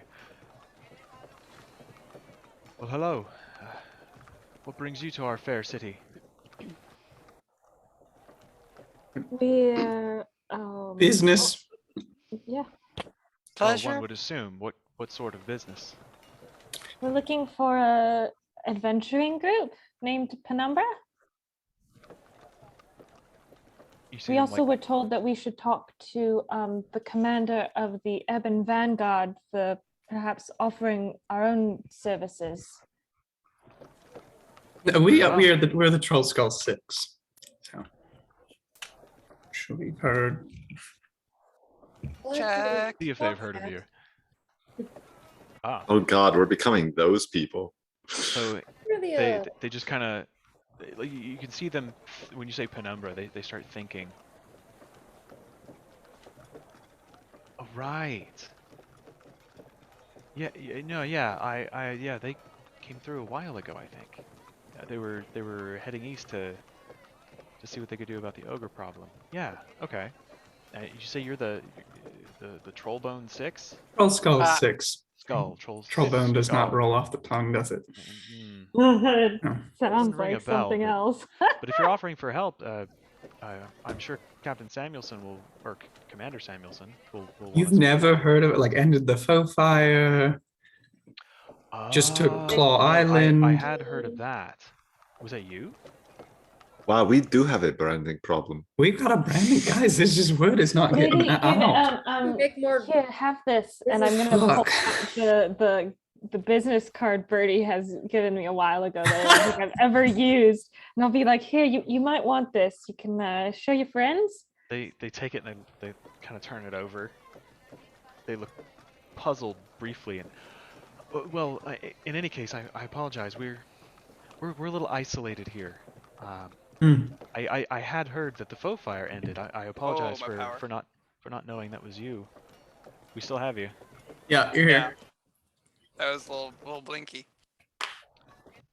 One of my Um, windows keeps banging shut. It's good It stuff. is so wild that you guys are sharing like collective weather, and Chandler and I are just like, it's just very peaceful snow. Beautiful snow day. Yeah, there's nothing here. It's like, a little cloudy, but You know, if other we than that- play long enough, we might get to where Alex is getting hit by the same storm you guys are. it's supposed to come along like 7 or 8, I think, for me. Kind of gravy. So they kind of turn and lead you across this courtyard and out one gate and into a different area, but it's still these high fortress walls that kind of surround you on each side. And it's mostly like rough stone, but it's all very bland. It's all like gray granite. There's very little color or variation. The guards are all in like black, and underneath the cloaks is just like a dark yellow. It's not vibrant and not bright. But you are eventually led to a sort of high keep within this fortified area. And once again, you find yourselves kind of waiting for 5 minutes or so in a little antechamber with some seats, and you can see out these narrow, foot and a half wide windows. They're about 5 feet tall, but they're very narrow. But you can just kind of put your face up to it and see out from this upper level of this keep over the fortress wall, just barely. And you see what looks like a massive stone quarry. I don't know if you guys have seen pictures of like surface mines where they dig it out in ever increasingly smaller layers. That's what this city looks like. And it looks like a stone quarry. It's all shades of gray and grayish brown. Every now and then you get like this sort of white powdery dust from stone and gravel that's just kind of like sprayed over everything. Bits of metal that you see are coated in it. Some of them quite a bit rusty. Every now and then you catch like water towers where rainwater and stuff is collected and kind of channeled, but the wood is dull and worn and dark, and there's the word that comes to mind is monochromatic. Like there is no color here. There are no purples, no blues, no greens, no reds. It's all just earth tones, shades of gray and brown.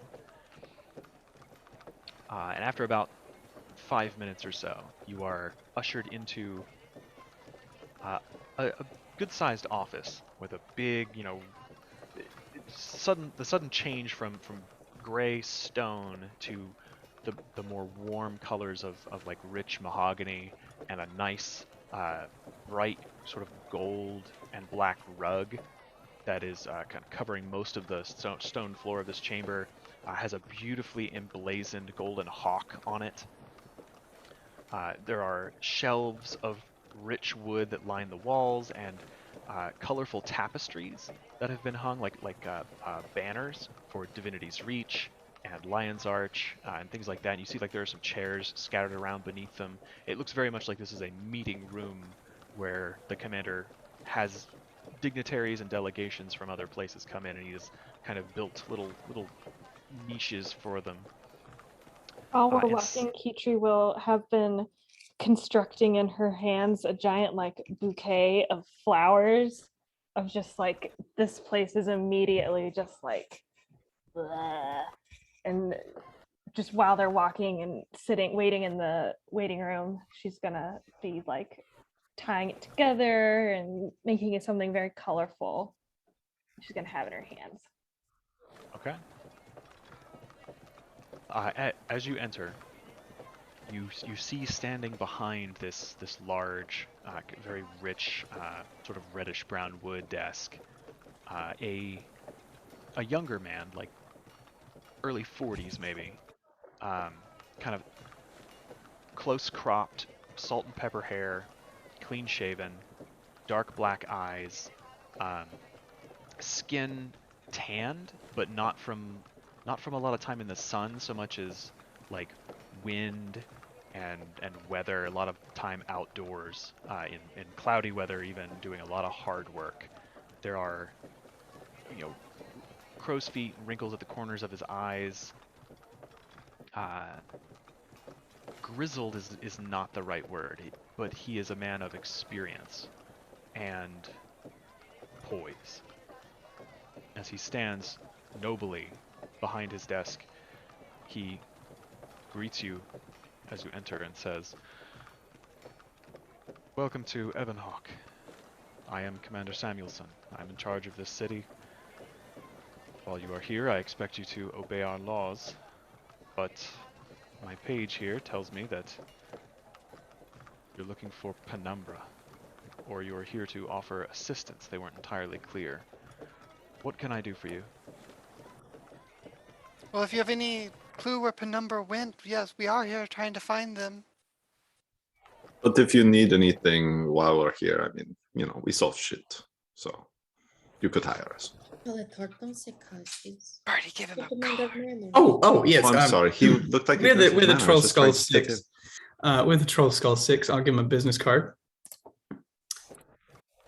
And I will, Kitri will, I guess she's not going to hand him the bouquet of flowers she's been working on, but she's going to just like gently lay it on the desk and say, to brighten your day, maybe a little bit. It's a little gray outside. So as Birdie, as you approach and start withdrawing this card, he reaches down to his desk, and out from under a piece of paper, he pulls the card you gave his page and says, "Thank you." Oh, I'm glad to see where it's getting around now. I'll put it back. And as you say this, Kitri, as you put the bouquet down, he says, "Yes, it's always gray here, but we're working on that."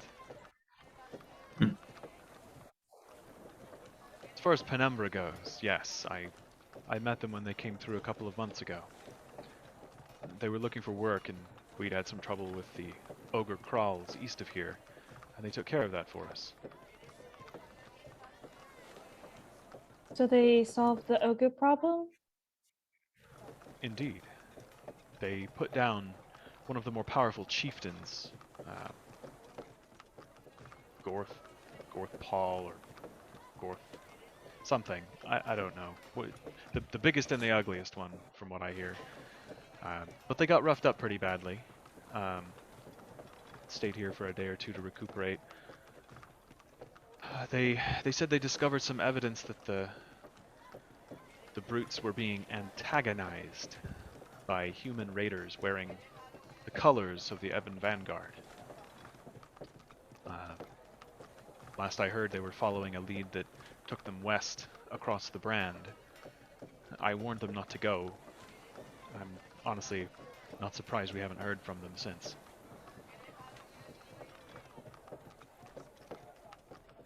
Not great.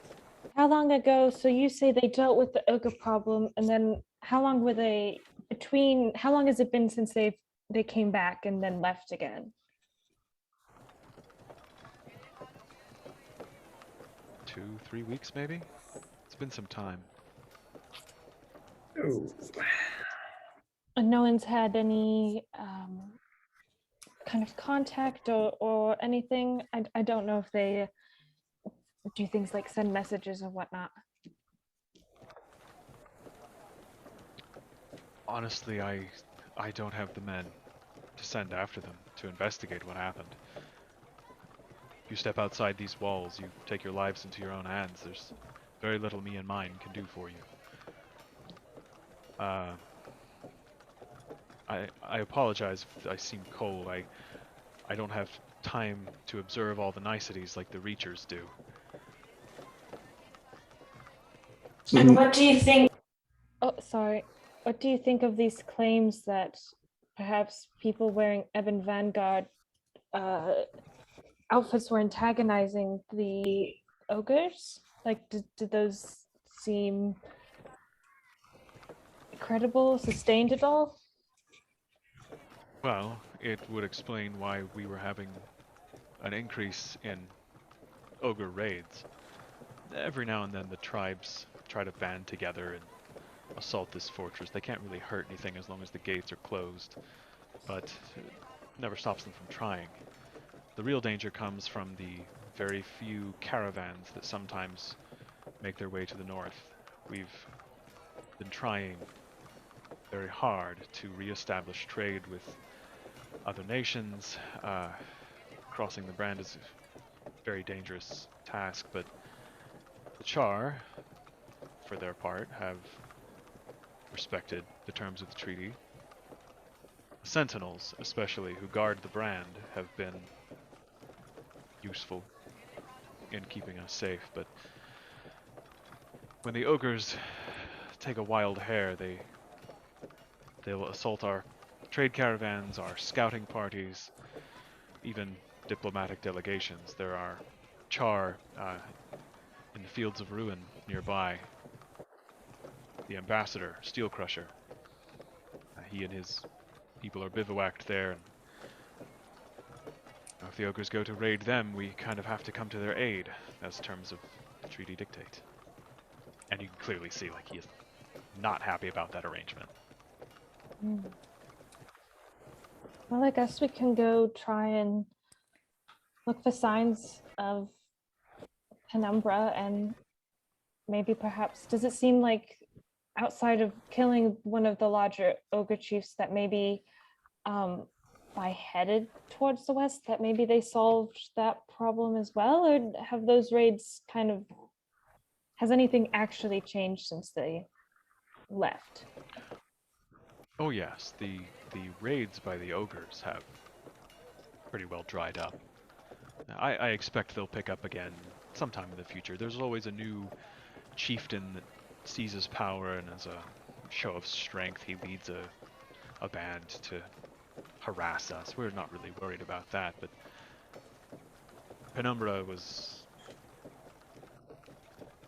very effective. They took care of one of the stronger chiefs that I've heard reports about. He was said to be gathering a rather large contingency, and they seem to have handled that. They didn't say exactly what they were looking for, but it seemed like people were dressing up like my men and harassing the ogres to sort of provoke them into attacking us. I'm not sure who, but of course if I had to guess, I would say it was those separatist scum. My counterpart among the Charr, Ambassador Steel Crusher, he is handling the renegade Charr fighters that oppose the treaty, but it's up to me and mine to handle the human separatists. They're insane, quite frankly, doing all they can, from posting propaganda all around my city to violent acts of terrorism, trying to undermine faith in Queen Jenna and the treaty, making my life as difficult as possible.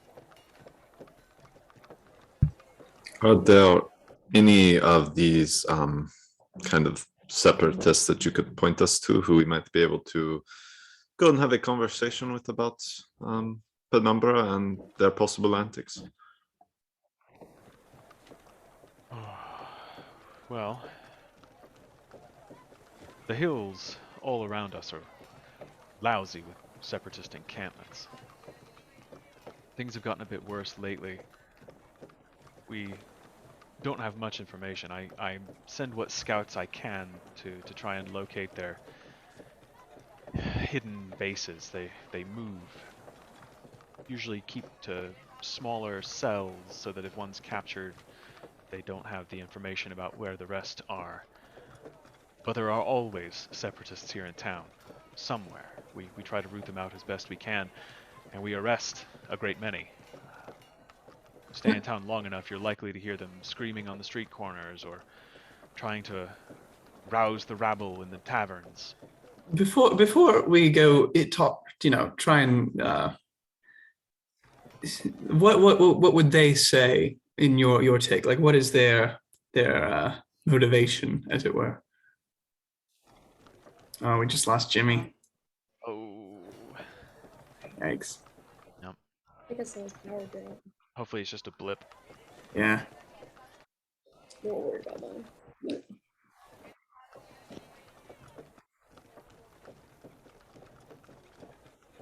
Oh, my mom and dad just got power back.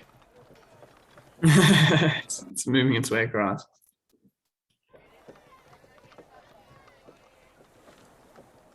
While we're on a moment of, I guess, kind of down right here, are you guys open to possibly having like an in-person game while we are home over the holidays? We will be, Chandler and I will be there for at least in Huntington itself, like maybe a week and a half. Oh yeah? Yes. Yeah, I can imagine Okay. that would be arranged. Have to ask the mistress of the house. We've also been like boosted and don't really see many people, so Maybe we easier can to have it definitely at keep. the room we used to use, the conference room at work, Ooh. because it's a nice big table. Yeah. That'd be super cool. Yeah, I'll be in town a little bit before Christmas and a little bit after Christmas. I could make a trip to Huntington after Christmas. I'll be in town. I'll be in Huntington for like Sunday, Monday, Tuesday, Wednesday before. Before Christmas? Yes. Okay. And then after Christmas, I'll be in Charleston, I think, but I could easily make a trip down. Yeah. I think we're supposed to work the Monday and Tuesday of that week of Christmas, but I'm probably going to take those days off anyway. There's really no point in being there. Yeah. Okay. So yeah, we can, hopefully Jimmy will be able to rejoin us and we can schedule that at the end of the session. That'd be pretty fun. We're kind of waiting. Ah, on he is joined on Foundry, so Okay. There he is. Jimmy, All right, like we'll take a Penumbra. little bio break, maybe. Oh, yeah, okay. take 5, get a drink, grab a snack. Are we sure Jimmy just didn't join Penumbra? Yeah, Just gone for pause him. the recording. Yeah. Okay. So what would the separatist point of view be? Samuelson thinks for a moment and just says, well, I mean, they're insane. They're warmongers, full of hate and rage. More than a little racist, they hate Charr. They're not too keen on Norn and Asura either. Hey. Yeah, I know, but nevertheless, here we are. I don't understand them, but they feel like signing a peace treaty with the Charr betrayed the sacrifices our ancestors made to defend this fortress. 200 years, countless generations we have been here protecting this place, and to have a foreign queen sign a peace treaty that allows these Charr, and he nods at Kala, to walk our streets bothers a great many who live here. Personally, I am of the opinion that an end to the fighting is in everyone's best interest. I am tired of fighting. I'm tired of killing. I'm tired of war and sieges and famine and sickness. So, I support the treaty. I'm not a fan of some of the terms, but we do the best we can. And apparently diplomacy is all about compromise, or Yeah. so the How you Countess know tells me. it's a good treaty is nobody's happy. Yes, I like that. That seems to be the case. Honestly, I've heard of the faux fire being stopped. I didn't realize it was you. I have very little time to consider external matters. The Pact and the Lion Guard have my sympathy. They've approached me to offer volunteers from the Vanguard, but I have a sacred duty to defend this city before all others. When and if they turn their attention to Kralkatorrik and the Brand, maybe then I can spare a few men, but until that time I have my own problems to deal with. the damned separatists mostly. Of course, that is when the branded monstrosities aren't trying to crawl over or burrow under our very walls.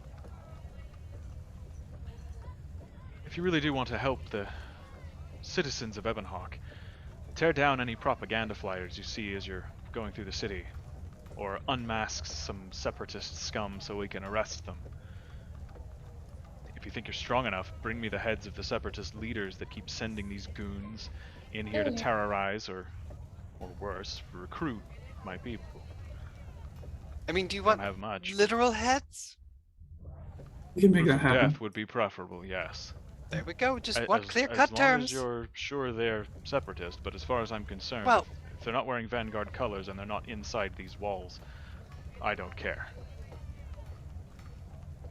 Okay. Little Do you harsh. have any what I am. leads At the moment, like no. on the encampments or I- places that they've been in the past? I feel like it's gonna be pretty easy to find some separatists. We just go hang out in a tavern. You'll be They're gonna very come at likely me. to hear someone. Yeah. They'll if not they'll a find separatist, us, I guess. you'll Yeah. be Yeah. likely to encounter sympathizers, if not actual separatists. We're rife with them. They're like rats in this city. Everyone we throw in prison or execute, 2 more seem to rise up and take its place. Well, it could be, I guess, a plan to have like Bertie go undercover and you 3 in particular, pressure. since apparently the separatists are racist, could try to draw their ire. I don't know, to get them out of the woodwork. I don't think it's Well, gonna just take that much. Well, it just You seems like watch they're as, kind of as cells. Birdie's clothes kind of go to like drab, like brown shirt. It's still, if you look closely, it's still like very fine silk, but and like kind of like black pants, and it's like a brown Couple silk rebel shirt with a vibes. hood. Yeah, it's got like a little hood on it. He's It's like- like a millionaire's idea of what a poor man looks like. It's like, of course I'll go undercover. I love a good reason to get dressed up. But this is low thread count silk. I mean, come on. Yes. Samuelson sees that illusion take place and kind of taken aback for a moment. He just says, "Well, yes, that's actually quite good. You look very much like one of our citizens." In answer to your question, sir, we know that they have many encampments in the nearby hills. As to where, we just don't know. We don't have the people to send out on patrol. I do have scouts that attempt to locate them, but they're mobile. They move day to day, week to week, and it's difficult to pin them down. We have occasionally found some camps, but mounting a full offensive, by the time we arm ourselves and arrive, they've scattered. And did Kill you say on they sight. Got it. tend to operate in like 3-4 man cells? Small cells between 20 and 30. Oh, okay, so bigger. Oh, shit ball. Well, I'm So good you with can- numbers. Yeah, I It's mean, gonna be fine. They're always Okay. recruiting people from town, so if you can sweet talk them into believing you're part of their cause, then Yeah, who Bertie, knows what just might say a happen, bunch but of slurs. You'll be fine. it would be very difficult considering many of you are not human. Yeah, this might. We We've got might our have ways. to. Yeah, we might have to take some humans to try and suss out where the rats are. Do they not care As it about the were. green people? And I kind of notion towards Petrie. No, I include the Silvari people as well. Oh, I must If have missed that. if they are not human, the separatists hold no love for them. Let me ask this: Is there Wish they like hate a equally. is there like a leader of the separatists who you'd like to see on a pike, or I would like very much for you to discover that. Oh. Clearly, they have some form of leadership. okay? Things have intensified, shall we say, in the last month and a half, maybe 2 months. Okay. It's hard to I tell mean- exactly, but we Right. noticed things getting worse. is that Yeah. around the timeline of like Zamon's death and that whole plot being discovered? Near then, Okay. as you're Good to thinking of know. it, it's kind of in that ballpark. Yeah. Okay. Interesting. Yeah, intrigue. Oh, interesting. Yikes, yikes, yikes, guys. Oh, So God, we've- what are we We've never stumbling managed into? to capture any of their leaders. The people we have arrested and interrogated have provided very little in the way of information. They have an isolated cell network. Yes, they're very dedicated. And you say Almost cells say of fanatical. Yeah. and you say cells of like 20 to 30. How many like cells or like people? I don't even know how many people there are here in Ebonhawke. So would it be, do you think maybe like a few hundred or just like 3 or 4 cells are in the city? Do you have any? I honestly, I hope that there are no cells within the city.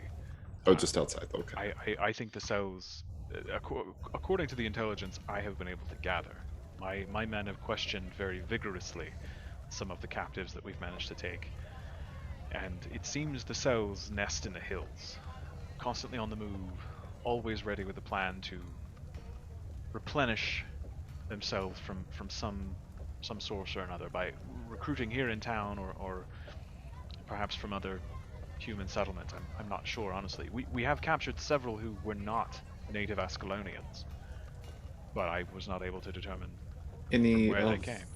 whom are still alive that we could possibly talk to? We have some ways of getting people to cooperate. Not at the moment. Although if you could flush 1 or 2 of them out and we could arrest them, Sure. or you could subdue them, we could absolutely question them. Okay. We'll take care of it. Very well. And you can see, like, there's this dawning realization as he has like a sort of moment, and he puts a finger to his lips.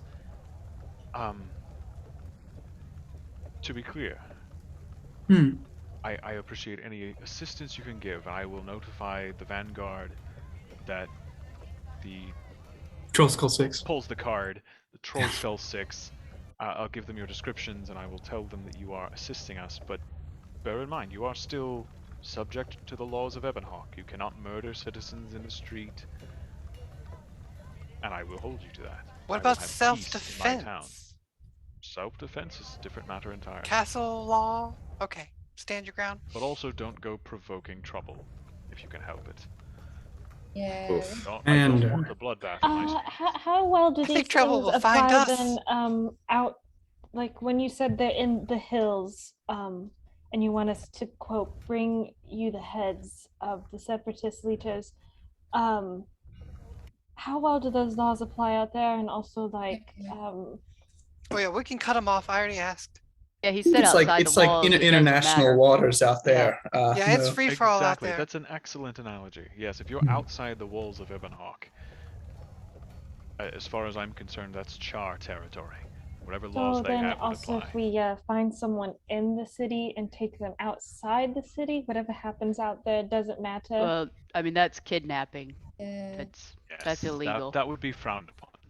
If you manage to subdue a separatist terrorist within the city walls, you should bring them to an officer of the watch. Makes Yes. sense. Noted. We need teleport. Yeah, Galatar just sort of like looks at Keytree and just kind of thinks to himself, she's getting a little darker. It's like, so, Okay. Killer I need to be instinct. clear on the technicalities, okay? All right. Well, thank you for your help, Commander. Executed the lease. Thank you for Oh, yours. What's a good city tavern where we could go find these kinds of people? Any recommendations? Seedy taverns. Well, there is a tavern in the market district. It's just not seedy, I wouldn't say. It's about average. Bastion. Quite a few people frequent that. It's a fairly popular area. We have had to arrest some insurgents there before. And he goes and digs through a pile of loose papers on a bookshelf, brings a stack of them over to the table and starts thumbing through the top right corners like he's looking at dates. Eventually, he finds what he's looking for, and he pulls it out. Kind of plays trombone with it a little bit, focusing. As you see, he's squinting, and he says, "If you descend into the lower levels of the city, the more residential areas, things get a bit grittier. The more well-to-do citizens tend to live at the upper levels. At the lowest level, what we call the Hawk's Heart, you can find a tavern named the Falcon's Cry. It's run by a man named Morgan. A good man, from what I can tell, but he has suffered greatly at the hands of the Charr, and is sympathetic to the Separatist cause. As far as I'm aware, he's never committed a crime, and so we've never had to bring him in, but if I had to bet money, I would say that's probably the quickest way to find a Separatist. Assuming you don't look like a vanguard. When we show up, it tends to go ominously quiet. People tend to leave. Wonder why. Little side hustle over here, guys. Well, we could talk about that afterwards. We'll talk about it later. He looks at Kala. Says, "No, you, miss. Yeah. If I were you, I would not go to that level of the city. I'm sure you could handle yourself, but as I said, I would prefer to avoid bloodshed in my city." I think it'll be. I understand. I think I can take care of it all. We'll talk. But the shirt, just can apply elsewhere. Very well. We will be keeping an eye out. And he looks at each of you understand we are watching. We do love attention, so look forward to it. Very well. If there's nothing else, I wish you luck. Oh, Thank and you. as a heads up, if we need to communicate with you, you may hear the voice of our smallest servant friend here. She's got some great abilities to, communicate telepathically. So I'll just telepathically say hi in his head. Wow. That's interesting. just as a warning. I have received similar messages from the Countess in the past. It's a little unsettling, but if you need to contact me in that manner, it's fine. Got all sorts of neat tricks. All right, shall we go? Tally ho! Yeah. All right. Alright, so you guys make your way out of the fortified keep, and you are once again... I will say, once we exit that, office, I will kind of, turn to everybody. Good start. Do we want, before we kind of disperse into the city, I can try to make everybody look human, might lower the attention profile if we're trying to suss out. I feel like we want attention, right? We want to find separatists. I Yeah. feel like if we just walk around the city, We're gonna find people trouble. will come to us. We could Yeah. also pretend that But we're if we trying to. wanted to try to have someone pretend to be wanting to join the separatists, they could kind of Right. publicly Right. maybe be kind of rude or berate us. Yeah, You point at know. Kala and be like, ooh, Oh, we stage a fake thing. Yeah. yeah. And then maybe that'd get some other people's attention. Oh, we could. I wonder if there's not a more subtle way to go about this. I As was much as I thinking like drawing subtlety, attention to myself. if we talk to that Morgan guy, we could suggest he help us with some certain kinds of information. I don't know if he's gonna know. I mean, I don't think it's gonna be that hard to draw somebody out. I kind of think that like the tavern's a good staging place to thing now that start. I think about it. We could also try just I don't know. if we want to be a bit more subtle, but still maybe stage something. Some of us could loiter, and maybe Galatar or you, Bertie, could try and go not directly towards us, right? But if we stand at a distance and maybe you're in the bar or you're like somewhere where we're within view, you could like say something very exasperated and loudly, and maybe that would get like someone else to comment, or maybe they would think like, oh, maybe like I'm a separatist and maybe I can recruit them. Yeah. We Then could you do don't have to, something. like get us like beat up in the streets. If Are we we go, walking through the town as we're talking about this, or are we? no, Now we're we right would be, like, outside this chilling office. Right Yeah. outside the office. Okay. I feel like if we go down to kind of a seedy place, and Kala, you just walk in, have a drink, and then leave. I think I could bring. I think I can mean, use you said that I to. shouldn't go to that place. That's You what I'm literally saying. just said don't do that. I don't think Kala is going to be able to sit down and have a drink's the problem. I do not think we need to draw much attention to I do think this. I think it's you gonna just- be pretty reasonable to try and suss one of these Maybe folks we out. don't I even need think to go we'll- to the like the seedy level. Maybe it's just like a bar here on this level, or I don't think it would be safe to go down that far, right? But we could still like he said they're all throughout the city. Powerful Right. ones won't be in the seedy bars. We want someone who's higher up the food chain. Yeah. Yeah. I feel like I we'll don't- get in trouble before we even make it to the seedy bar. And I don't think that we have to like stage something. I mean, I feel like if you just complain, Bertie, I feel like people Yeah. will immediately like. I don't think you need some sort of big grand thing. I think you just need to be like, oh, I was walking up there and saw this stupid Charr, and like why have they done? Because I think they want people to join their cause, right? They're actively Right. recruiting, so I don't think it's going to be hard for you to get in. Yeah, that's what I'm saying. I don't think Or we could It's gonna be hard. try to What find I'm a poster offering, and though, for, stare like, at it.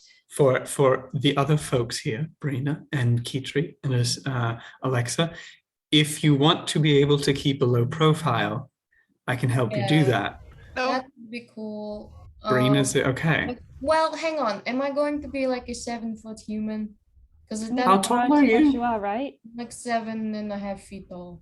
You'll be like 6.5 feet. So like you'll be tall, but not like freakishly tall.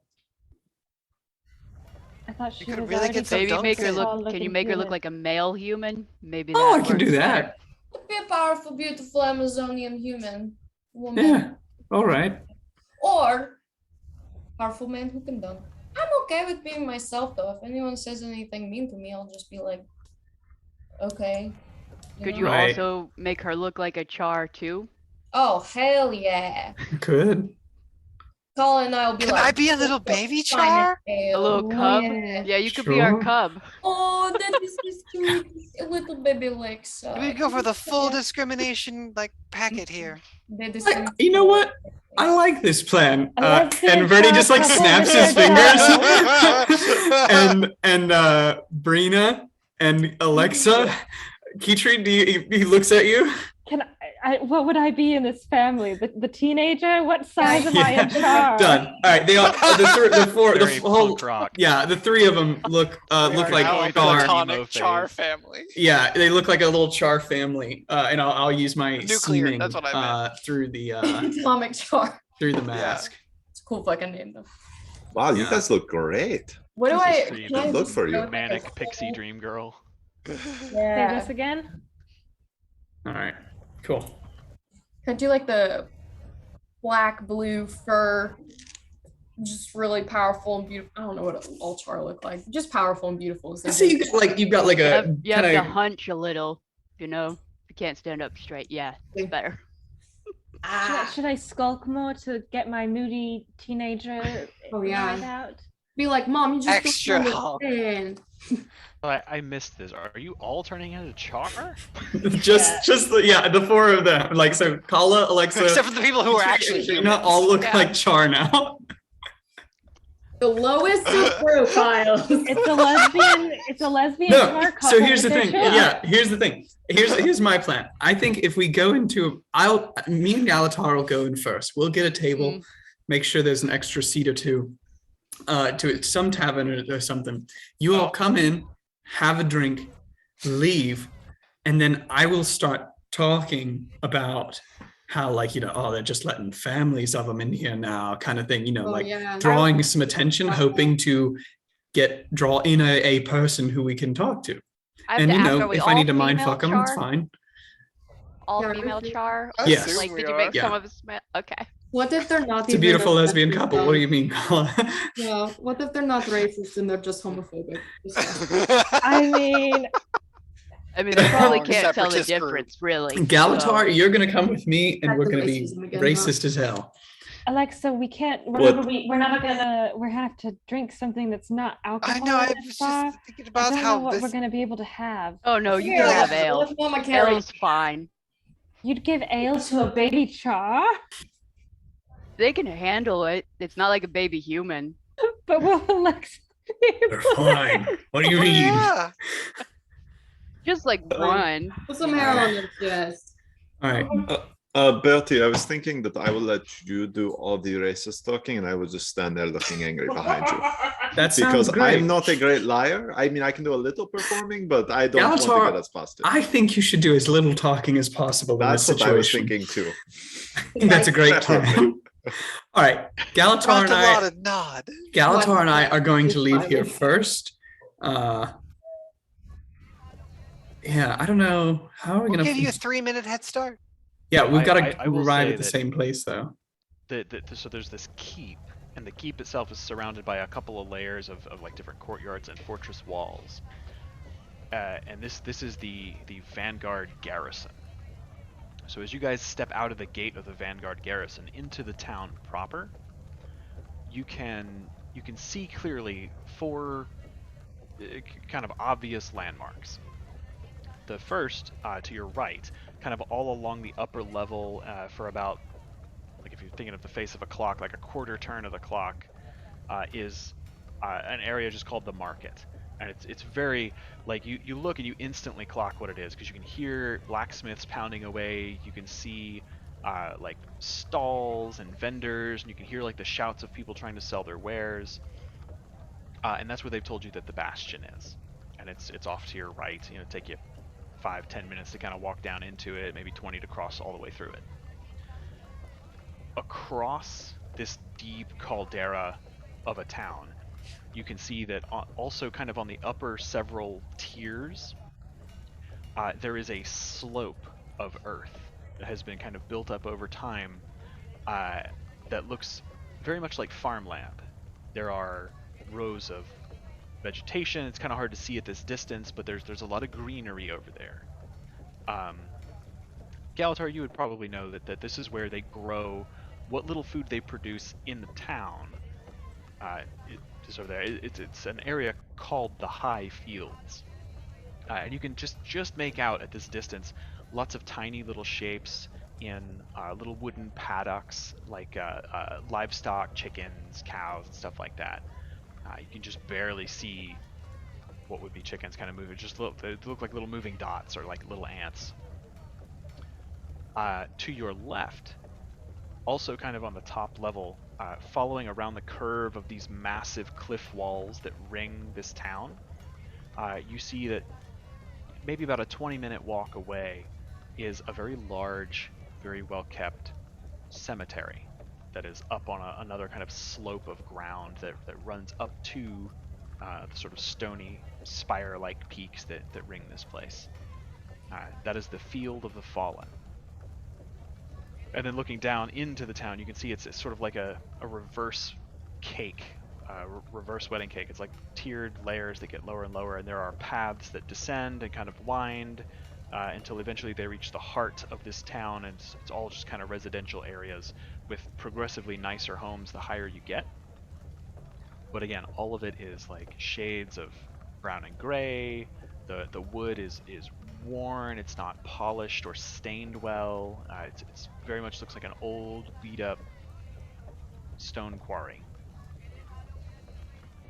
But the wealthier houses at the upper echelons, they kind of give away their status by how large they are, how many wings they have, and like the ornate carvings of the stone. Even though it's kind of bland in color, you can see that there is like an artistry there if you take the time to look.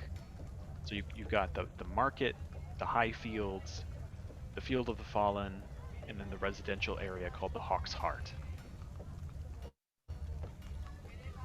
I honestly don't think we want to go too high class for this. I think if you go too high at high society, they're not going to want to talk. You Yeah, want they'll somebody know who's better. there. You want, yeah, you'll want somebody who's eager enough to let some stuff A middle slide. manager kind of level. Like upper Yeah. middle class. Like we're distinguished Charr They're fans. looking to We're looking impress for somebody, so they want to bring extra in. Yeah. I like it. When you go too low, we'll just get stabbed. So why don't we, Galatar and I, leave here first, and you all follow behind. Just keep an eye out, and we'll Is there, like- turn. Okay. You mentioned it's like a big fortress. Is there not like multiple exits? Can we go different ways? Well, we got to end up at the same tavern, right? Well, we don't want to be walking side by side. No, that's what I'm saying. Is we'll leave first. You behind all them. follow us. Like, keep an eye out. Follow us at a distance. Watch for where we turn in, and then wait a couple minutes and follow us in. You hear in your mind, because we can't talk telepathically? Well, I can't. So, but we've got to be there. Like, I think we should be there first, and then after you all leave, or something. I don't know. I guess we could follow you if you want. If you just want to We walk could, into a we tavern. could, you guys could go in before us, and then we'll follow a few minutes later, have a drink, and then when we leave, you guys can hang around after. Yeah, that's what I'm thinking. So you Yeah. all would have to follow us then. How That's fine. inconspicuous are we right now? Again? Very You're not conspicuous. inconspicuous at all. Okay. You are the No, most as you conspicuous. step out onto the street, there are immediate. We're supposed to be like, low profile. We Well, are yeah, here small profile. groups of Having- people that Asked. just I hush. asked. I'm just for the reference. We're having a conversation about the plan. We're gonna break up and be like, You're not in like a heavy crowd. Okay. Yeah. No, you're just outside the gate, so there are like a couple of guards nearby who are giving you guys this look like, the fuck did a family of Charr just walk out of our fortress for? Yeah, that's what I'm saying. Yeah. Galatar and I will leave first, and then you all follow at a distance. Okay. All right, we'll keep. All right. So leaning. Galatar and I head out, in a direction, Okay. and You kind head, of towards which landmark? Are you going right towards the market, left towards the cemetery? Which way's the bastion? The bastion is in the market to your right.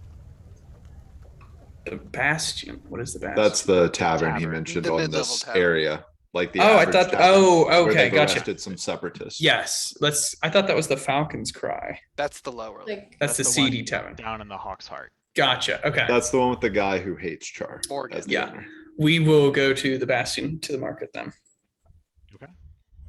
So you guys wait a couple minutes. You watch as Birdie and Galatar make their way along this upper ring, and it's not like a perfect circle, but you guys are on a level that kind of rings the top level of this fortress and kind of follows the uneven cliff walls. I'd say it's easy enough for me to keep eyes on Birdie. Would it Absolutely. be useful for us? I just say this to the other three Charr.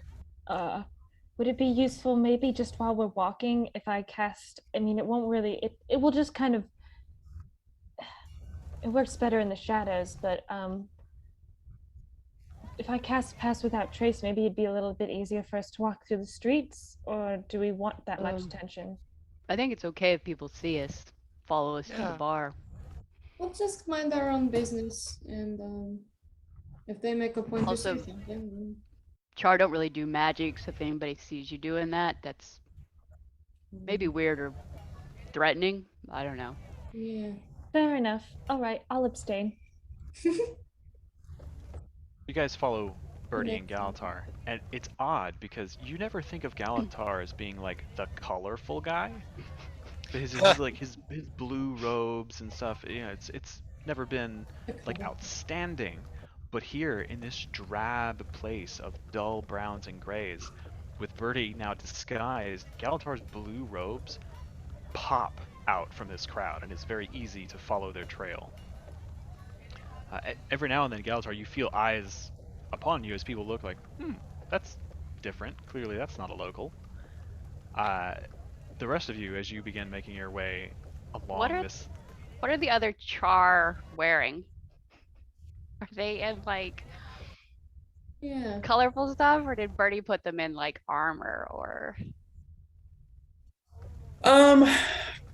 Brina probably like akin to Kala a little bit in terms of like some leather armor, perhaps.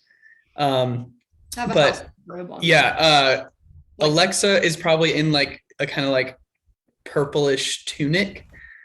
And Keytree definitely got like a kind of some green like robes on. Okay. I will also say, as part of this, hold on, give me a sec.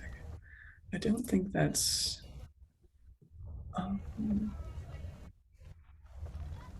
don't believe that's concentration. Yeah, I'll as we're walking, like as we start out, and I kind of notice that Galatar is drawing eyes.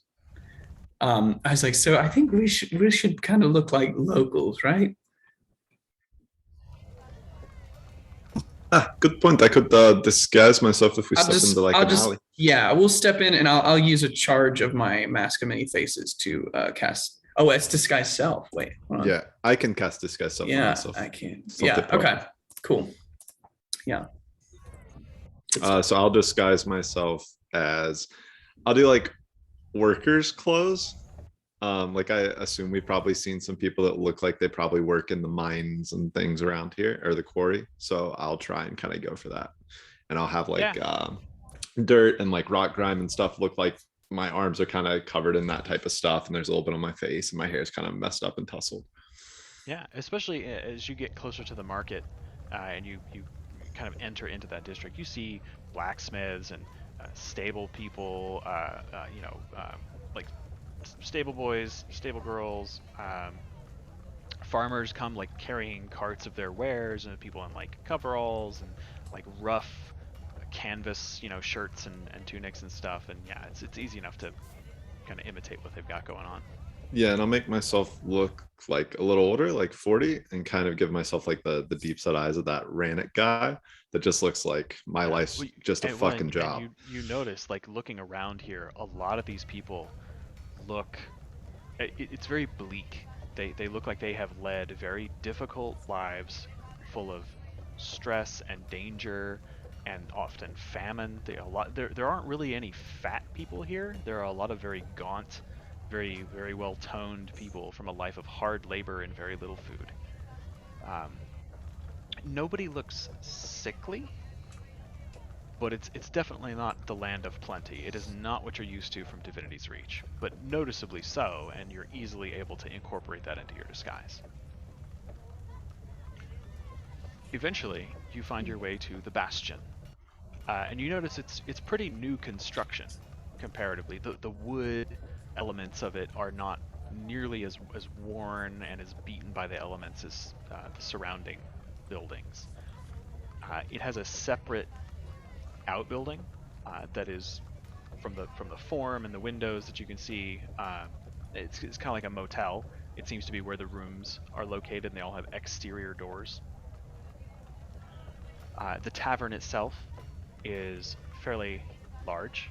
The sign hanging out from it is still freshly stained and not too worn by the weather. As you enter, it's pretty bustling. You see several members of the Vanguard just kind of scattered around, like two sitting at one table, one kind of standing at the bar talking to someone else, another one just sort of sitting off alone, legs crossed over one another, reading what looks like a small book, sipping on an ale. But mostly it's common folk, but you don't see any laborers. Like there aren't a lot of people who are dirty or look like they've just come from a market stall. They look like their clothes are drab, but they're well made, decent quality materials. Some of them have like a little bit of embroidery with like hawk-shaped thematic elements on them. A couple of them wear kind of understated jewelry, which is something you didn't see a lot of out in the street. But standing behind the bar is a tall woman with dark black hair, kind of pulled back into a loose bunch kind of behind her head. Is sort of the loose ponytail kind of trails down her back. She's got like a brown apron on, tied around her waist, leather material. She's standing at the bar, passing out drinks to people, gesturing, taking coin. As you guys walk in, she clocks you. Just raises her eyebrows. Hi, what can I get you? I'm Melinda. Hi, Melinda. I think we'll just take 2 ales and maybe some bread. And I'd like to look for, kind of scan the room. You said there are Vanguard here? A couple. Yeah, like maybe 3 or 4. Huh. They have their helmets removed and like some of Right. their tighter buttons are like undone. They appear to be off duty. Okay. I would like to just like scan the room, take note of who's here, and find a place that's like, I want to take the shit table where it's surrounded by tons of people kind of thing. Where like, you know, if I said something a little too loudly, I could easily be overheard. Okay. So as you order your ale, Melinda says, well, what do you want? I got ale and then I got good ale. I got some specialty items we just been picking up. If you look back here, she points and there are a couple of taps.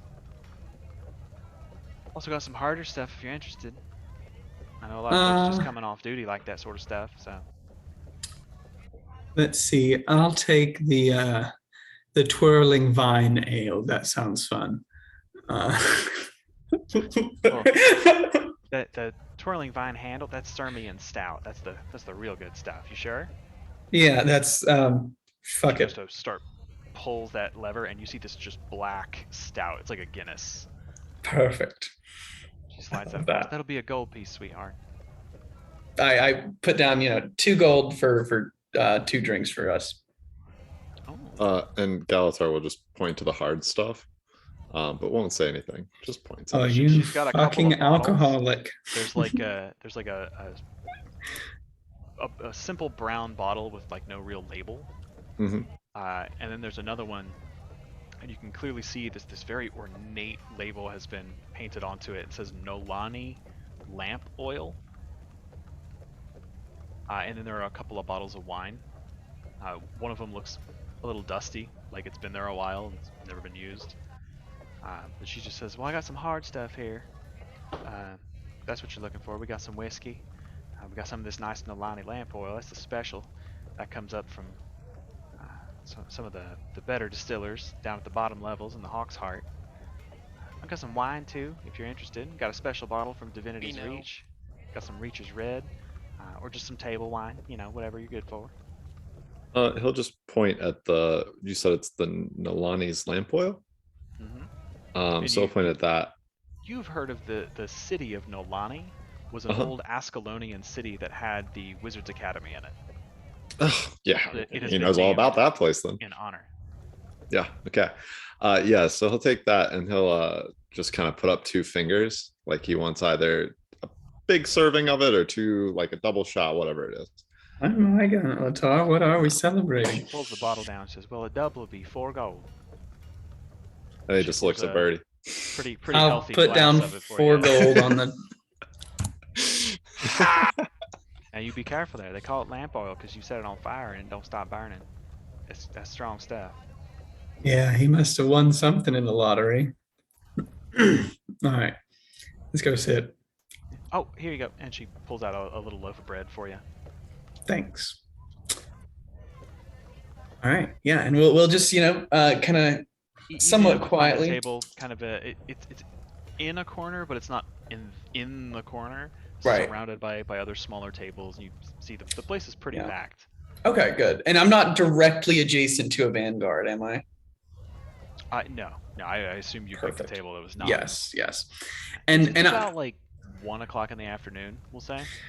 yeah, and what Birdie will do is as soon as we sit down, he will start talking in like vague racist terms, where he's like, I'm not racist, but he was like, well, I saw one of them the other day, near work, and the wife and kids were terrified, needless to say. And he'll start that. But anyway, I shouldn't say that here. I shouldn't say that here. And he'll be talking just loudly enough that perhaps some other tables, if the conversation were at a lull, would hear this. Yeah, and this Um, is his like slightly racist story. Like when he gets to kind of the pinnacle, that's when Galatar will do like the glass clink or whatever, and like the deep drink. Like that was good stuff. Okay. Do we walk Yeah. in now? Couple minutes later, we walk 5 in. minutes, yeah. Yeah. Yeah. A couple of minutes later, a lesbian Charr couple and their 2 children walk in. Yeah. And To a bar. The room goes quiet. Yeah, Just Birdie set will up. will say like again, just wide enough to cast, but not so far that it reaches the door. Oh well, fuck me. So, Kitri and Kala, you hear that. Kitri, Kala, and Birdie, you guys can just barely hear this under the breath whisper. One of the vanguard, the one sitting alone reading a book. Shit. And you see that they kind of sit up a little bit, pull their helmet a little closer, and like loosen their Aw, sword in their sheath. he's a goody. I'm just gonna go sit at a table. If there's one kind of out of the way, just go sit down. Do you want to Yeah, meet The Nice. only seating left at this point is like one table, just big enough for 4 Charr, that is right like in the middle of the room, about 20 feet from the bar, Yeah, all right. That's Fair the only enough. table. Yeah, Sit and down. like directly under a chandelier, yeah. like with like with candles burning. Yeah. yeah. Yeah. Birdie will keep it going. He'll kind of like as things start to slowly pick back up, he'll kind of keep going on a little louder, just like, I guess they're letting just families of them in here now. Come on, Birdie's too Ooh. good at this. Like, where does it end? I'll go to the bar and get 2 ales. Mama B, can you get me a peanut butter sandwich? I'll get you a peanut butter sandwich, baby. Hold still. Be nice to your, Char- be nice to your it's mom. Meat. You only eat meat. Oh, Surprised they're not taking. They're a progressive bunch. Did you hear that, guy? I want the 3 of you to make deception checks. Oh God Almighty!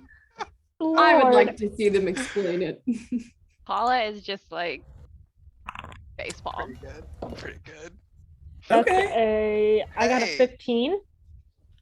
that's pretty good. It's all I right. have +0 to deception, so Okay. I have negative. Yeah, Birdie will continue with the comments. He's like, "What do you think they're eating? Our children?" Fuck, Birdie. Goddamn. So, Brina approaches the bar. Sure. All right. So you go up and you see much the same outlay of booze. There doesn't appear to be like a source of soft drinks around here. And the lady offers you so like she turns around and she sees this hulking Charr, and there's a moment of like oh well, hi how are you? Hello, I'm well. How are you? I'm okay. Are you all right? I'm great. I'm so sorry. My voice has just been. We had a brief cold. Huh.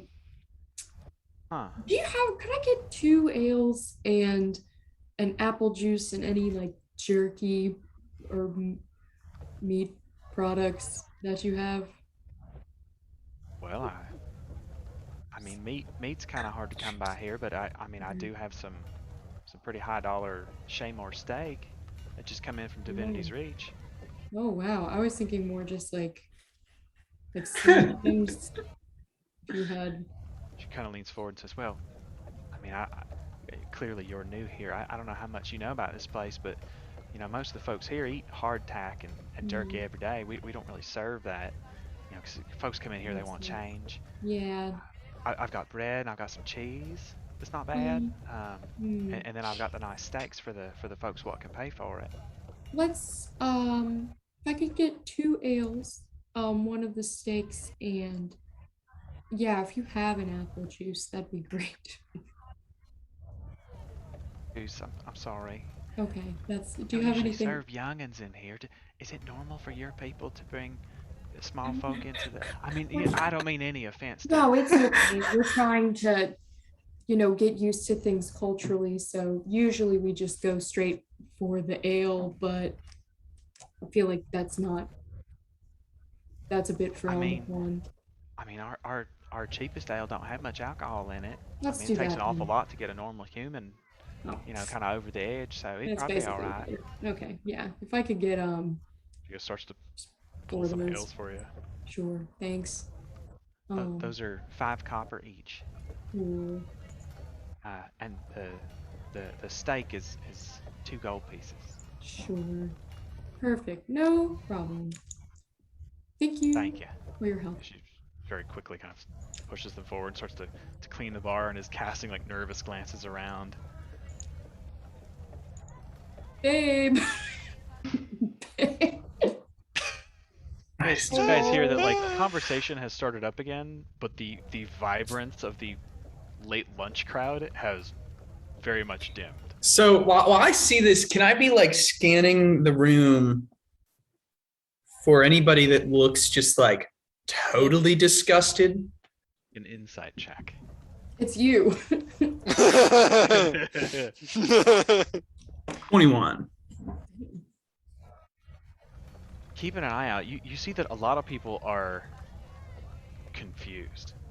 There are a handful for of sure. people that are showing fear, Mm-hmm. including like not necessarily like some very much fear that like they're about to be attacked, but some of them, like the Vanguard soldier, fear that something unpleasant is about to happen. Like they're anxious and sort of on edge. You do notice one person that's kind of sat at a corner table near the bar, but kind of off in a sort of shaded area away from most of the lights, just wearing a loose cloak. They kind of make some gestures of like almost pouting, getting their stuff ready, and they very quickly walk out of the bar, tossing their hood up as they leave the door, and they step out into the street. I'm gonna get up and follow that guy. Whoops. So we're just having dinner. Yeah, Galatar, you see Birdie just like get up and beeline for the door. Yeah, after he gets outside. And as I step outside, I like spit on the ground and just be like, I swear they're just letting anyone in here now. Make a persuasion check. Yeah, just within an earshot of him. 20. It's good because they rolled very high on their insight check. You see this person, they're a little ways ahead of you because they had a slight head start, and they're walking quickly. You see like they're trying not to draw attention to themselves, but they're looking around kind of furtively. And as you say that, they slow their pace and come to a stop. Turn around, step back up against a merchant stall, and just kind of like, you can see that like they're looking at you, but they're not staring at you. Right. And then I'll Look around and like, see you. And do I, with my passive perception, like get a read on that in terms of like they're trying to like nonchalantly take me in? you gather that they are trying to look at you without you knowing that they're looking at you. Right. So I will kind of like, just like I'm on my way to wherever's next, make my way down the street and like kind of try to closely pass by them.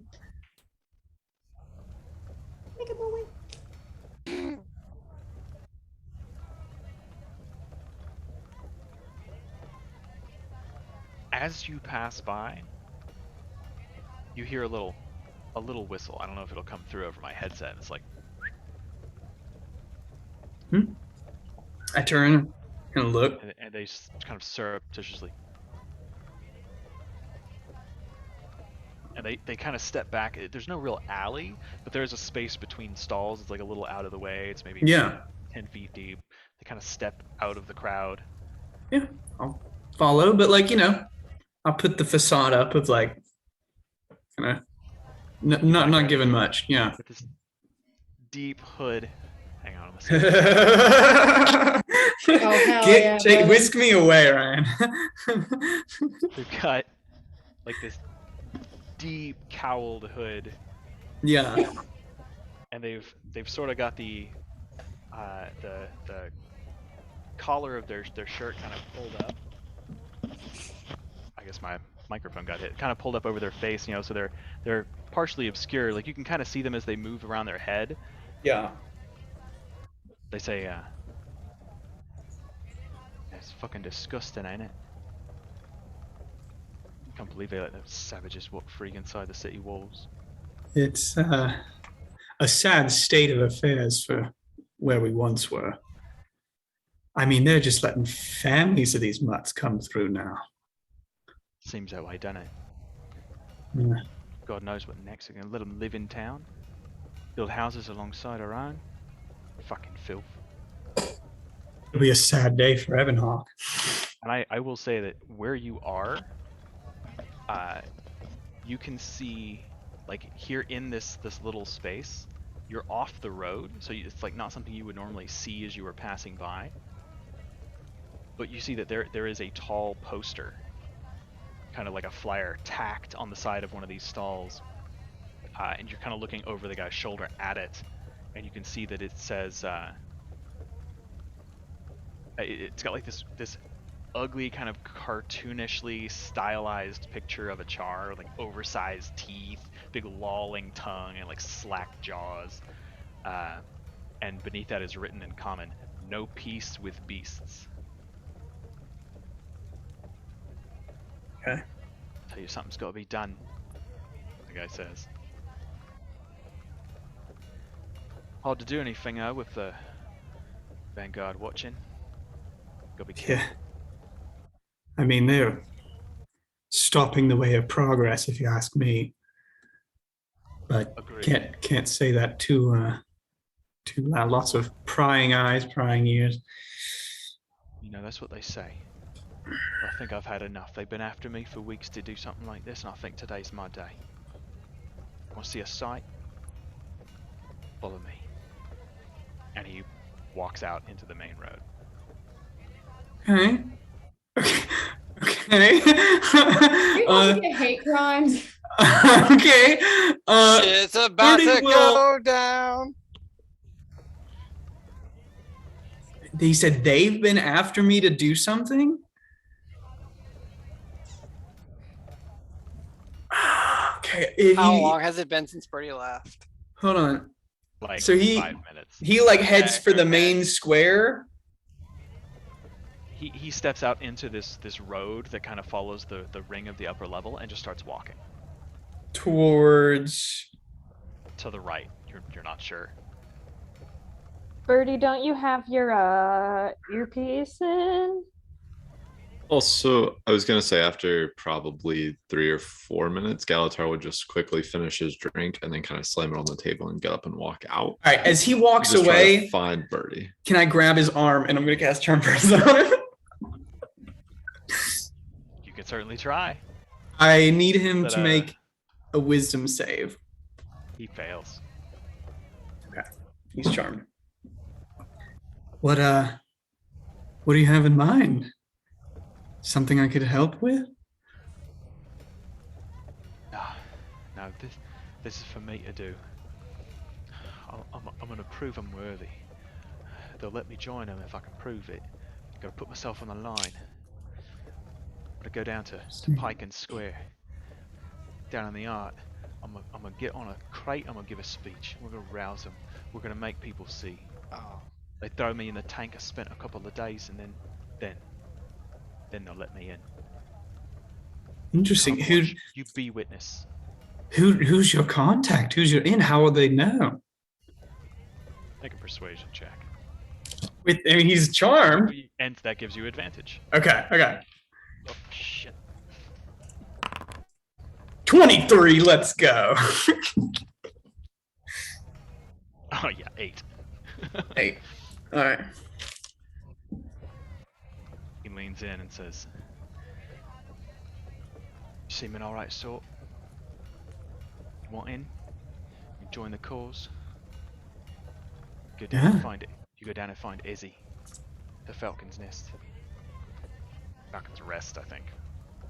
Don't have my note. Falcon's Cry. Falcon's Cry. Thank you.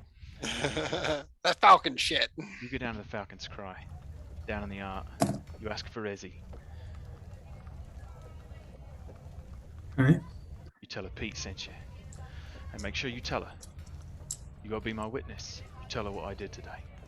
He turns around and starts. What's to your walk. name? What? Pete. He just said his name was Pete. Oh, Pete. Okay, so tell Izzy what Pete did. Okay, hold on. Hold on 1 sec.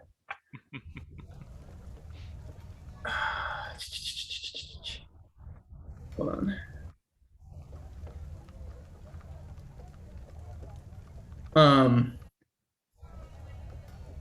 Hold on 1 sec. I'm reading. We are gonna get hate. It's still here. We're Okay. gonna get crimed. I need him to make another wisdom save. Okay. I will say at this point, like you're talking to this guy, and as he turns around to step out of this little. I'm gonna grab his arm again. I need him to stay in Got the. him, Galatar. You see the guy like start to emerge and then stop and turn. You can't quite see Birdie yet, but this is about where you are. Need him to make another wisdom save. That is an 18. Oh fuck ass! Damn You it! do it. And modify his memory. Oh shit. Yeah, Well, that's an that 18 was on the die. Burned. Woof. Cause he's gonna know. I'm gonna cast it again. I need to make another Flash wisdom thinking save. him. Okay. 16. All right. Hey, and before you go, you've never seen me before, and we've never talked. Give him a gentle kiss on the forehead. See, like his eyes kind of cross a little bit and then unfocus and then focus back. Excuse me, sir. Get And off I just kind of walk past him. And you Galatar, you see Birdie like. I walk sprint towards out of here, Galatar, like, very yeah. quickly walking towards you. You see this other guy looking very confused and then startled. He pulls his cowled hood up deep over his face and then starts to almost run, like a very, very spirited walk in the other direction. Yeah. So that's the only thing on part of his memory that I affected, but he still should have his like mindset of Just like the last 10 minutes, yeah. yeah. He So remembers Good. leaving the bar and then all of a sudden he was stopped being held by someone and he's really freaked out, but he's determined to go do what he's gonna do. yeah. And I walk towards Galatar. I was like, we go now. We walk this way. Just walk with me. And I like kind of grab him by the arm type thing. Yeah. He doesn't say where, he just walks with you. 10 The rest of minutes. you, Nice you family saw dinner. these guys get up and leave one after the other. You know, it's just been maybe 10 minutes since Birdie left. 5 since Has our Galatar food left. even arrived yet? No. You've got a bit of bread, but the steak is not ready yet. We gotta sit here for the I'll thing. send in Galatar and be like, is everything okay? I think we're going to something. I'll follow up with you later. Alexa, my phone's at the table. I feel like we should go now. I think so too. Yeah, Is just there- a second. Just I walk up to the bar. Oh no, the angry My- mommy's at the bar now. My mate had already had like some to drink. We don't have time to wait for a steak. And I just give her like a couple of gold coins. Just give it to a vanguard. And I just like walk away. See this like utterly perplexed expression, and when you say that about the vendors, you're like, well, that's very nice of you. I'm sorry, we didn't do anything to offend you, did? No one said anything awful or anything like that. No, she just needs to go home and sleep it off. You know, we should get out of here. Babe. Oh, it's only a day. It's a little early, isn't it? Oh, but I'm sorry. She's that's got a bit of a it's a human problem. custom. I should have You known. know, it's fine. It's all right. Y'all have a lovely day. I'll be sure to give that Thanks. steak to somebody what needs it. Mama I B, think you splashed Alexa some stuff would- all over yourself. I pick up Alexa and put her on my hip and carry her. Come on, kids. Let's go. You guys make your way out, and Birdie and Galatar, he was heading the other direction, so you're actually heading back towards the bar. Yeah. As you kind of approach that area, you see the Charr family exit the establishment. And I will give him like a little thumbs up, like nonchalant thumbs up. And I'll use, does anybody on their end have a Whisper Stone in? I do. I do. Yeah. Okay, I'll tap the Whisper Stone. It's like, I have information, and I'll just keep walking like I don't know them. I have information. We should get somewhere private to discuss it. Yeah, Okay. Hey, that shit you said was really fucked up. I know. Yeah. Just saying, and that was rude. Where are we going? I know. Yes, that was the point. You, We you are. guys turn and start to follow Bertie and Galatar, who are walking at seemingly random. There are several points around this wheel where stairs, almost like spokes, go down towards the center, and some of them are winding and kind of switch back as they descend through the various tiers of the residential area. If I could find like an alley to pull everybody Easy enough to into. find like a shady alley to pull folks to. Yeah. Okay. Yeah, I'll dip in there and we can have a chat. But you guys are all pulled into sort of like a quiet little alcove between two actual buildings, not stalls, but like a good deep dark alley. So did that actually work? Yeah, It was a bit of a disaster, really, but No, it worked really well actually. Good. It was fun. I had a blast. yeah, Right couple, Gala. it's good these people don't really know anything about Charr. Yeah, we did Right. it a couple times. We're all in the same boat. Right. It took a lot out of me actually, but I was able to get a name. That's good. We should talk to Izzy at the Falcon's Cry Tavern, and they are apparently an inn with the Separatists. Ooh. So we all show up like Can't go this, there right? as a No. Charr family, can we? No, absolutely not. I charmed the guy and I wiped his memory of me, so we should be clean. Should we go see what he said he was gonna do, so we can at least say that? That might be wise, but he said he's going to go give a speech.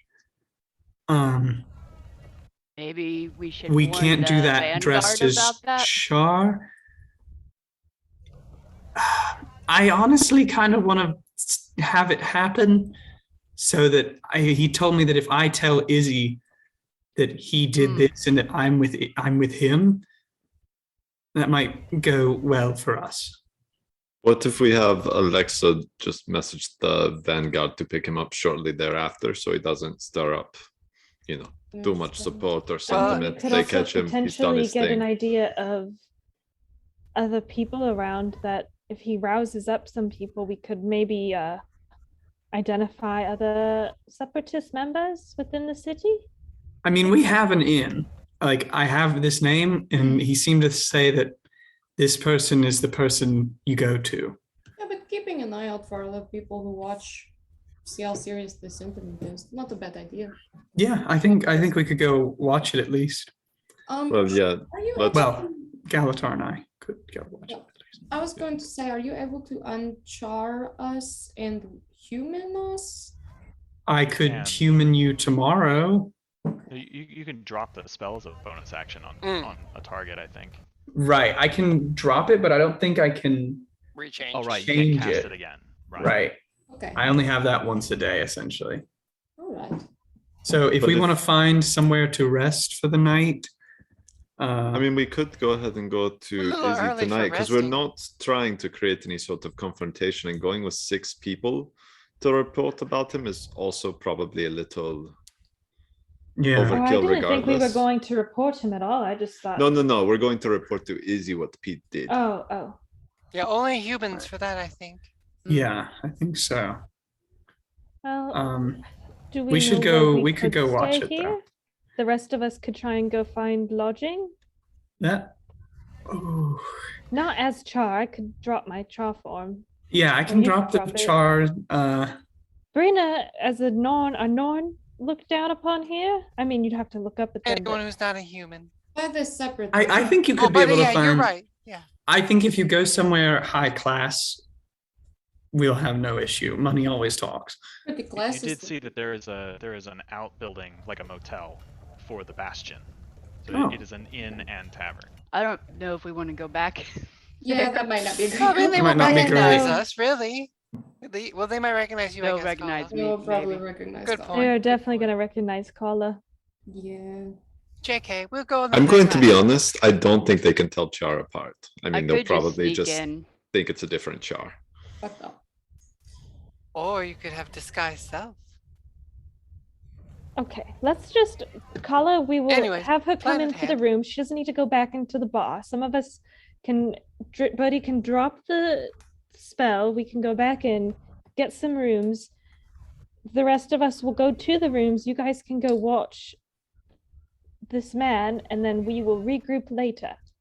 Yeah, could take a Okay. nap or something. Or if you Yeah. want, we could. The rest of us could try to maybe do a little bit of scouting outside the city in the meantime. Do you Outside the actually city? need to watch this guy, or can you just go say? I think I'm just gonna go say I don't really need to That watch he- him. I mean, you We could should go straight probably to make the sure Falcon, right? what he did happen before we go like report it, so that we could, just make sure that we're not like reporting it. You might have some like too early. key words that you want to interject into your conversation. Oh, that's true. He may have talking Ellie or points. whoever. I feel Yeah, like you all could also try and tear down some of those posters. I know the commander said that was something they needed done. Yeah, but I Feel don't think you bad. should leave the city because Yeah, don't leave the like city. it's That's really very dangerous dangerous. out there. Okay. I don't want you to drop my seeming. I'm Sure. enjoying this. Yeah. Hey, I think this spell says you can dismiss the spell as an action. So it's the whole spell. Oh. Yeah, it's one or all. I'll say Okay. no. No, everyone can drop it. That's fine. Okay, I dropped seeming. Damn it. I mean, the image of a bunch of angry Char just walking around ripping down flyers does Am seem. I pretty still creepy. holding a lecture on my head? Yeah, right. At Don't this talk point, to as me or y'all my are- son. as you're standing in this narrow alleyway, the sky has been just kind of like dull gray, overcast. It really is just a very drab city, but a light rain starts to fall. It's not heavy enough that you're really worried about it, but it's sprinkling around. Well, Galatar, let's go listen to Pete, and then we can go talk to Izzy. Yeah, I think that's good. I'll just continue to let you do all the talking, and then I've got my spells ready if we need to make a quick escape. Sounds good. All right, You you guys quickly start to make your way back towards where you left him.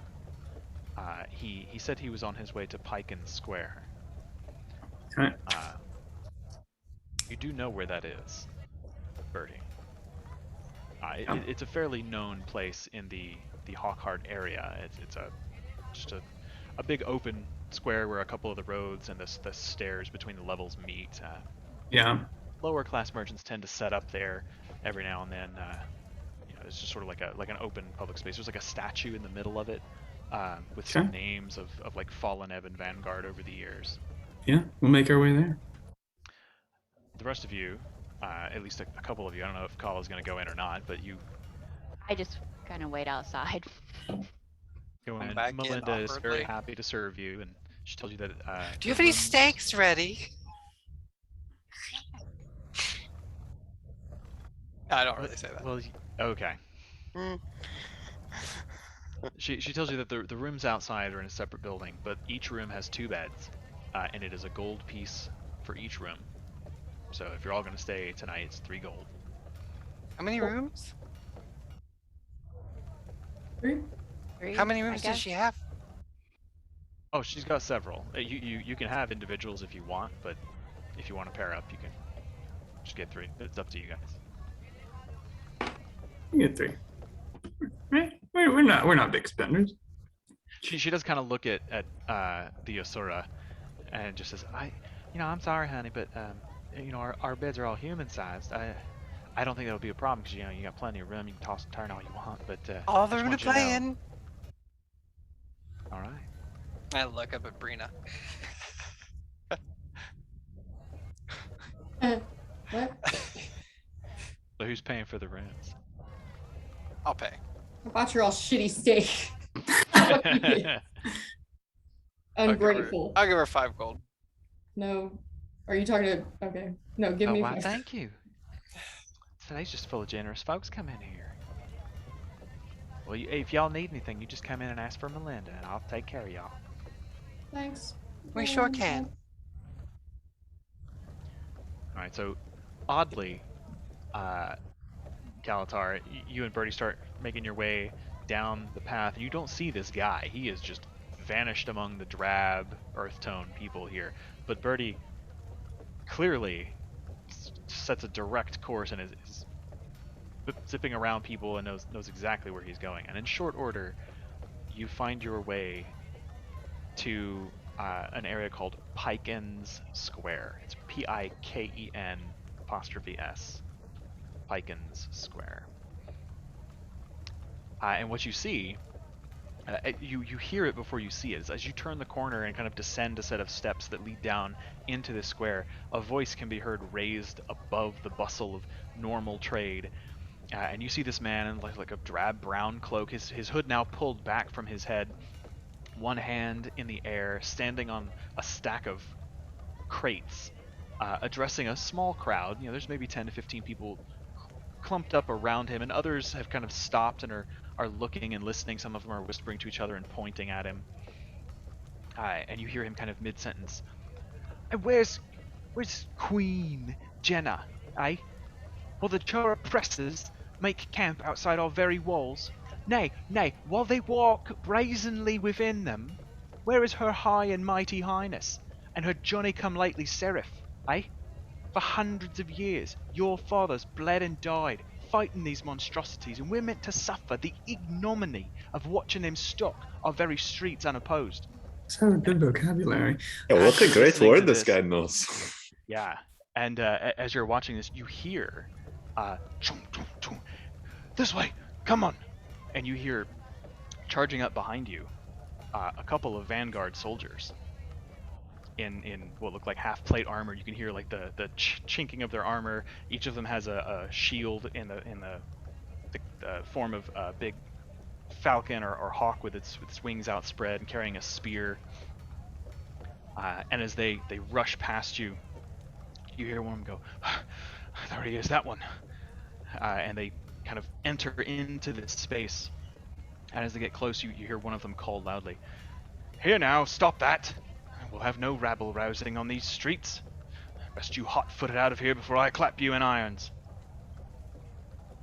And then the guy just like stops mid-sentence and points down to them and starts, like, his face flushes and the veins stand out on his neck. It's like, You see there? The hand of the Crichton throne at work.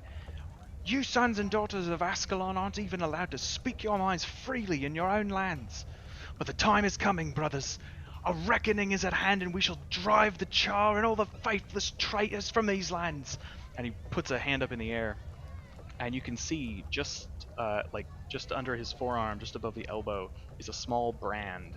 It's very clearly not a birthmark. It's hard to make out what exactly it is, but he's continuing, and the guards like grab him by the ankles and jerk his feet out from under him. You hear a pop and a crack as the crate kind of snaps from his weight, and they drag him off, and he's struggling, and they clap his ass in manacles, lift him up, start hauling him out of the street. And you see like a couple of people gathered around are sort of yelling at the seraph, and a couple of them throw like wilty lettuce at them. You see other people like putting their hands down like, stop that. And the guy struggles about and then like gets his head over his shoulders. You see like the cloak is kind of half obscuring his face, and he's trying to move it with his face as he shouts one last line. "Where will you stand, brothers? With your people or with their oppressors?" And then his like hair is grabbed and his head is kind of forced down as they drag him bodily from the square. I will say that while he's talking, Galtar's hand is very angrily clenched towards his blade, especially when he insulted the queen and Divinity's Reach. Well, should we get on with it then? Yeah, we should. Very well. Lead the way, I guess, to the Falcon's Cry. Also, have you been here before? You seem to know your way to this place very well. No, I just kind of figured where it was. I'm very impressed. Oh. It's just one city you've seen one, you've seen them all. Insight check I wish I could. from a distance. Right, from a different room in a different district. All right. You guys, Yeah, so I guess. Well, what time is it? Is I guess my question. it's like 1:30 ish. Maybe we should wait till this evening. Let word get around about what happened first. This has just happened. It's still a little fresh. Yeah, I mean, you could also, I mean, this crowd seems like a good group of people to particularly, I don't know, maybe talk with. I don't really just want to talk to anyone, you know? It's Okay. just like, these are just randos. What if we go scope out then the Falcon's Cry? I can make us invisible for a little bit, and then we could get dinner, but then we could kind of survey the surrounding area.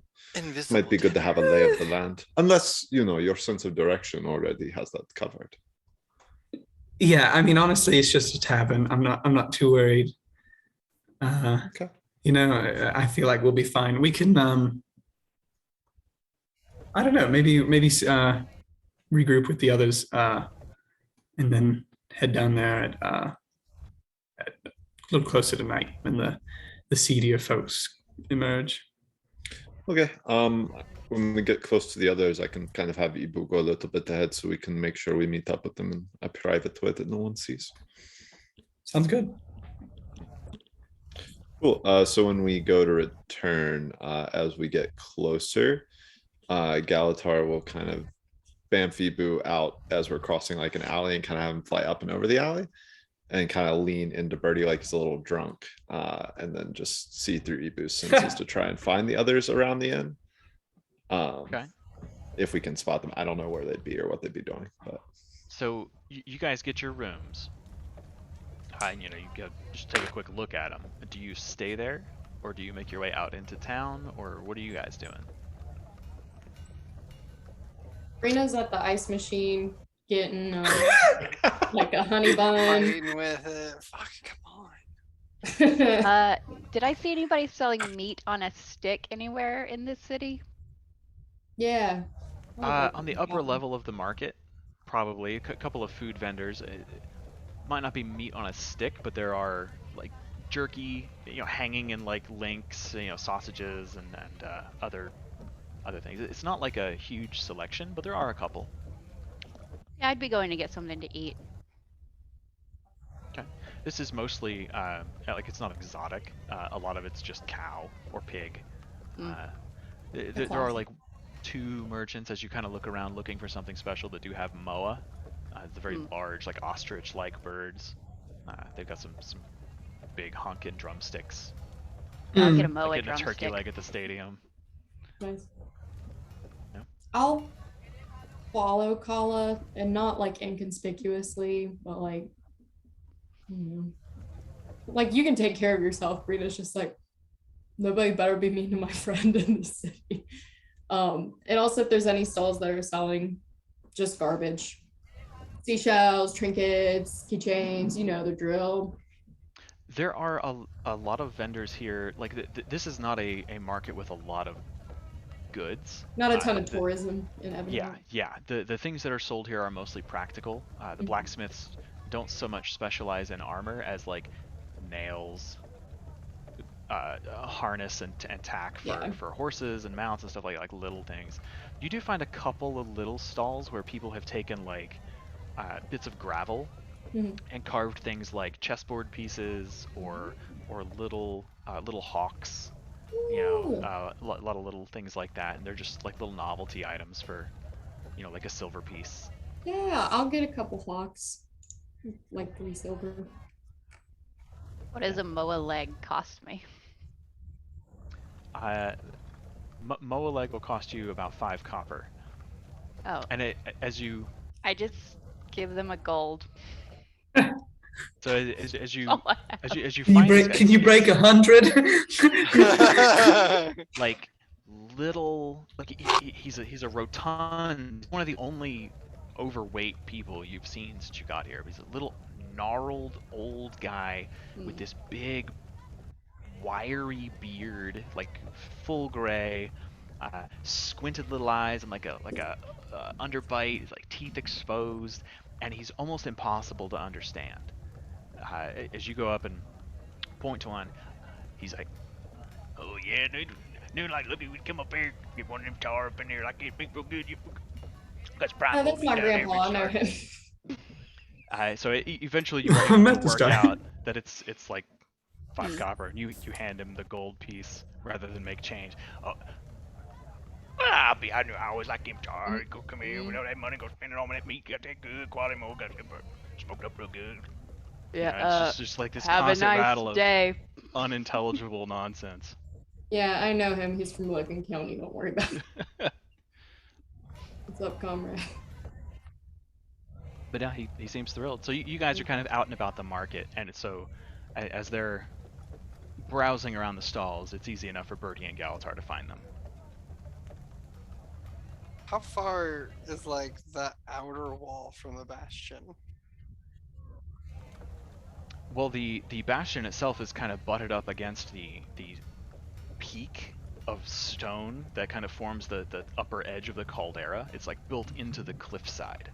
The cliff itself has kind of been mined to be slightly leaning backward so that, like, you know, it's not overhanging. Falling rock isn't going to fall down on the establishment, but it's a fairly steep wall. But you are on the upper level. The fortress wall exists only in the places where there's a gap in the outer hill, like where the Hawk Gate is located, and that's probably about a 20-minute walk from here.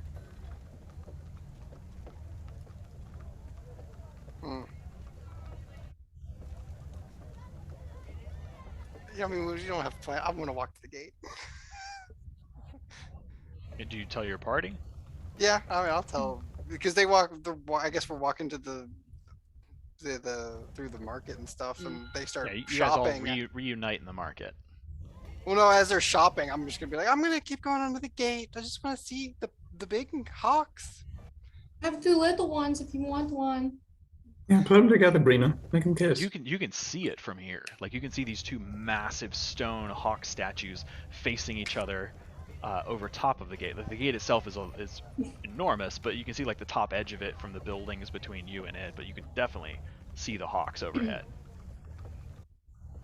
Do you want somebody to go with you, or you Well, want if to you go want to, I alone? just kind of want to see them up close. I'll go. I'll Alright. go with Alexa. Yeah. Yeah, let's get out of the market. Yeah. We're really Yeah. reigniting the tourism industry in Ebonhawke. You thought it was Yeah. done? We're back. So you guys make your way over there. It doesn't take very long going along the upper level of this city. You do notice that as you approach the gate, you pass by the main gates of the garrison, and as you kind of follow that interior fortress wall around and get closer to the gates, there are more and more vanguards stationed. You know, people are way up, like 40-foot high walls. There are people stationed up there with crossbows, looking, just marking every step you take. But eventually, yeah, you make it. You're about 100 feet away, you know, and there are vanguard who won't allow you to go forward unless you state your business. But you can see these just massive gates that have been carved into and hung upon the cliff walls. They are freaking gigantic.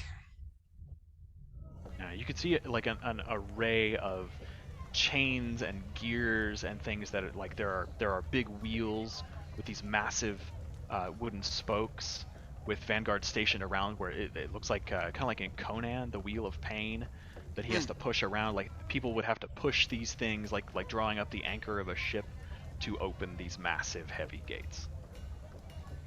And currently So they are they're even closed. closed, right? Yeah. Okay. I guess there's no really sneaking in and out of the town. That's fair. Yeah. Unless you're a bird or something. A hawk or something. You know, wink, wink. Yay. Although, I will say, I think, I don't think the separatists use the front door to get in and out. They may know of some ways to get out of the city. I mean, if they look just like any of the other people here, why wouldn't they? I mean, do they? I guess. I mean, they're Why not they don't really say, "Hi, I'm ambushing Joe people the in the city. Separatist"? They're just kind of rabble-rousing. Yeah. Yeah, fair point. And if they don't consider anyone outside the city like their business. Like anyone could leave and do whatever they want. Yeah, As pretty has been much. previously discussed, kidnapping is okay. Just Well, as long as you're on the other How do side you of the do it? wall. Yeah. Well, anyway, we saw kind of like make sure there's nobody like directly in earshot of us, but yeah. So we heard Pete, you know, usual propaganda fare. But we're gonna go, you know, give it a little time for word to get out of you know, kind of what went down. And this evening, I'll go, I guess, with Galatar down to the Falcon's Cry and talk to Izzy. Are we looking to? Let me ask this: are we looking to like get an invite? Are we looking for just? I mean, because that was kind of my approach. Is if we can get invited, I can. Well, if you can get invited, I don't think they're gonna, you know, want us Yeah. there. Well, not you I looking think we like need that, a location. right? You know, like the location of a separatist camp. So I guess if they invite you to join, Okay. they gotta tell you where they are, right? Right. Right. Okay. Yeah. Then we I'll, just- Bust up the place. okay. Fair enough. Especially if it's on the other side of the wall, then they're really just out Yep. of luck. Mm-hmm. Yeah. All right. Easily done. Paula, are you good? Being hate crime just sucks. Yeah. Sorry, guys. I did not mean Fine. anything I said in there. That was, you know, More the, like the I don't know, visage. it's just, you know, really good acting. yeah, it Well, was it just, felt really like rolled virtually off the true. tongue. Yeah. Yeah. Yeah. Like you didn't hesitate at all, and I was like, Well, "Ooh." you can't. You know, you got to really sell it, or it's just going to come off as But acting. sometimes they say the best acting is real life. Yeah. Well, Alexa, what are you insinuating? Paula is a dear friend. I believe I was the one who brought her into this group. So Oh, that is a fair So point. you I have suppose. Charr friends, so it's okay, is what you're saying. I know a Charr, all right? She's very delightful. I was also spent time in the Black Citadel. Like you forget the I forget what his Yeah. title is, but you know, Grand So- Poobah of Your argument, I knew Sabrina, is that just we- that you have more than one Char friend? I am well regarded in Charr society, I'll have Oh you know. god, it's just getting worse. Did they say that you're their Charr? Miss the grand leader Brimstone said I was not bad. So It's Tribune Brimstone. Tribune Brimstone He's- said I was not Wow, bad. maybe you You're should try literally respecting beefing Char it culture a so little bit more. I don't know. I spent We quite had some time Bark face studying in one episode, Char. and now Char face in the other. Yeah. Yeah, you're beefing it pretty bad, buddy. I did exactly what I needed to happen today. I don't know what's going on with this. Is Yeah, We're just saying the that rest you were of you very know, good at it. like, I'm not even sure what jelly is, and Char definitely don't eat peanut butter. And Yeah, okay. Yeah, Brina, where Char don't did that say come from? babe. I don't know. That's not. Did I hear you ask thing. for apple juice at one point? Yeah, That came that's from also not. Yeah, Char cubs don't drink apple juice. you're not wrong. I did beef it there a little bit. I just got caught up in the roleplay portion. I was like, this is my Right. cool Char wife and my cool Char children. And Alexa Yeah. wanted peanut butter. I'm not gonna say no to that. Oh. I'm not a great parent.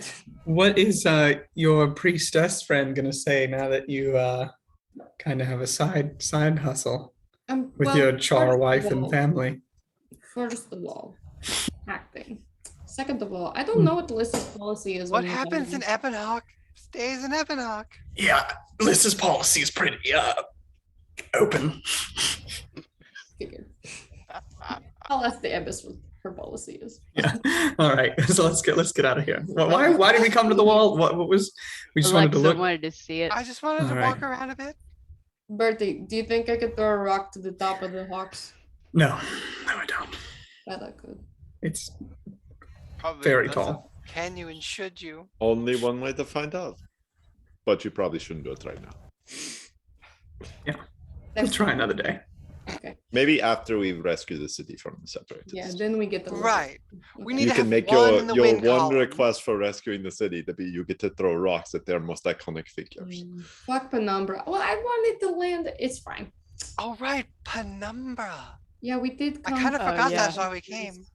We got caught up with this separatist shit and Birdie being racist. Yeah. I feel okay. Well, I'll To never be fair, get though, okay. he is Ascalonian and he fit in perfectly. You know, like he really adopted the culture the moment he got here. Very well done. Your acting, phenomenal. Thank you. Perhaps I have a feeling from what the commander said that if we find an inn with the separatists, we may end up getting some information about Penumbra. So I think we should keep Maybe pulling they that poked thread. around the wrong places. I think so. All right. Yeah. Do we want to give ourselves like a time limit on getting the information from the separatists? Like we don't get in 3 to 4 days, that we just go ahead and try and go with what information we have, because we probably don't want to leave Penumbra. Like if they've already survived this long, it's pretty amazing. I don't know if they'll hold out another week from what everyone's saying about the brand. Yeah, we'll I mean, work all it. we know about Penumbra is go west. That's not really. It's not a lot to go on. Yeah. No, we'll get the info as fast as we can, but you know, social tact takes a smidge of time. We could take these fucks out in an afternoon, in my opinion. Right. Well, gotta With find them Bryce. first. So. Yeah, if we knew who we were taking out. Well, once we get there. Or where? I feel like the vibe is off. Birthday, I'm sorry for calling you a racist. Forgiven? My hands are clean. All right. Where are you guys going now? I guess fucking Back to the Back to the- hotel. tower. I don't know what I'm saying. Yeah, I think. Rooms in the inn. Aimlessly. You can Yeah, let's- explore. My power just flickered. So you've got rooms in the inn. You can go hang out there, kill some time. You can go explore other parts of the city. You can just hang out in the tavern. Like, yeah, just whatever you guys want to do. Might be able if- to get the ice machine to work. If we got a little bit of time, I think I'll head back to the garrison where he first came in, and see if he has like scouting reports on where people have been in the past, like when they went to go send troop movements, and see if I can, I don't know, investigate to try and determine like patterns of movement or different areas where they're more likely to be like pockets of space, so that if we did have to go out there, we have like an idea of a general vicinity a little bit better, if that makes sense. Okay. You can do some research. How about the rest of you? Adri's gonna go find some macaroni and cheese. Hell yeah. Okay.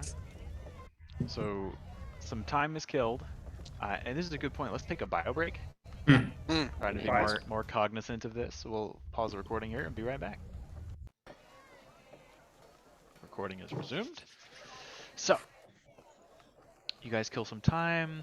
The sun begins to wester behind the hills, and it gets a little dark here early. Like the sky above is still kind of lit, but it's a little overcast. It's still kind of drizzling rain. West Virginia Um, winter. But it's past behind the hills, so you're in the shadow of the hills. Yeah, so it's a little dark, kind of clammy. It is the end of winter. It's the beginning, early part of spring, so it's kind of chilly. Excuse me for a moment. Yeah, you guys are all sitting at in your rooms or in the tavern, and you notice that it is about that time. All right. Table is yours. Galatar, shall we? Let's do it. Yeah. Do we want to take anyone else with us in terms of like not necessarily with us, but just kind of in the vicinity? Kala, I don't think that's super I could wise. make somebody or multiple people invisible, I could probably but it hide would only be an hour. outside the tavern or on the roof. I've got my Follow with- remote with eye. your- I can be in the room with you. With your least passive see. perception, you notice that as you were looking over the city earlier, there is a sort of striking feature of Ebonhawke, and that's that there aren't a lot of like really high buildings. They're mostly only like 2-3 stories at most, and it's kind of a uniformity of building height. Now there are different tiers of construction, but even between those, a lot of times like the roofs of one building will kind of be within 10 feet or so of the walking level of the higher tier, so it would be feasible for you to bounce around the roofs as you used to in Lion's Arch. Yeah, I can definitely hide up on the roof in case you get into trouble. Okay. Yeah, that would be good. If we could go down there, maybe everybody kind of hangs out around the bar and then I can go in. And then Galatar, I actually, maybe you don't come in because I'm afraid if somebody looks at you the right way, they will know that you are doing something you shouldn't be. Cool. So yeah, I can go in, talk to this Izzy person, see if I can get a location for Ezzy. E-Z-Z-Y. Oh. Also, was I able to, during that research, like come up with any sort of patterns or anything? I forgot. So yeah, easy enough to get in. The page that you met before with the little banner on his spear takes you. They don't so much have a library as they have like a war room where things are kind of planned and strategies and tactics are discussed. A guard is left in the room with you to kind of keep an eye on you, chaperone you, make sure things aren't messed with. But the page kind of helps you pull some records and reports from field scouts and things like that. And make an investigation check.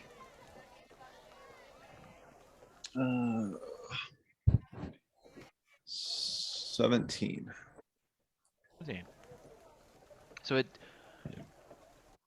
seems pretty random at first, just at first glance.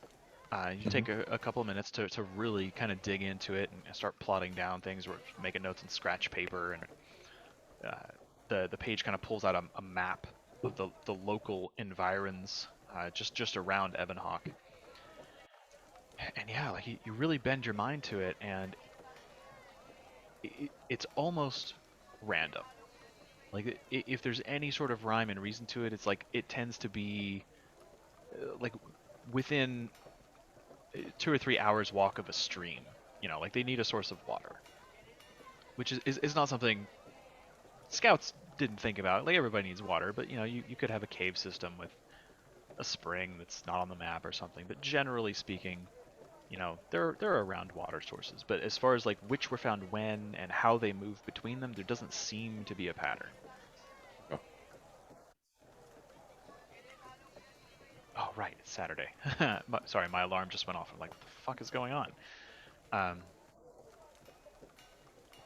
But yeah, there doesn't seem to be an obvious pattern of why they move, where they seem to move. Like, there are notes specifically that, like, when Camp X was found, it was obliterated. Like, we burned it to the ground, we buried most of the scraps, like, there was nothing left. And new camps were found, but there's no real clear timetable for, you know, the survivors of this camp moved here. They have not been able to determine that. They just know, you know, there are 10 or so locations throughout the hills nearby within like a 2 days ride that places have been found, but there's no clear indication of how long they'd been established or patterns of migration or anything. And by chance, have any of those like groups ever been back at the same site? Like, do they ever reuse sites?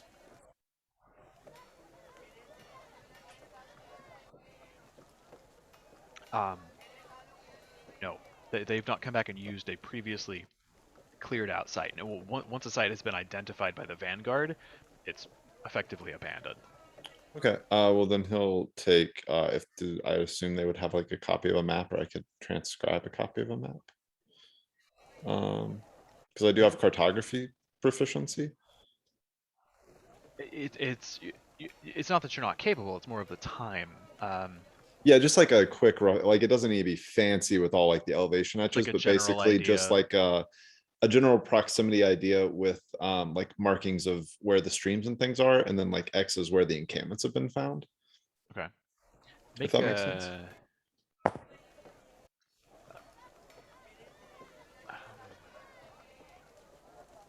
Make a dexterity check, and you can add your proficiency with your cartographer's tools. That's a 15. My dex bonus is +3, and then proficiency would be +4, so that would be 22. Yeah, you're able to very quickly transcribe a sort of hasty map of the area and where these resources are. Sure.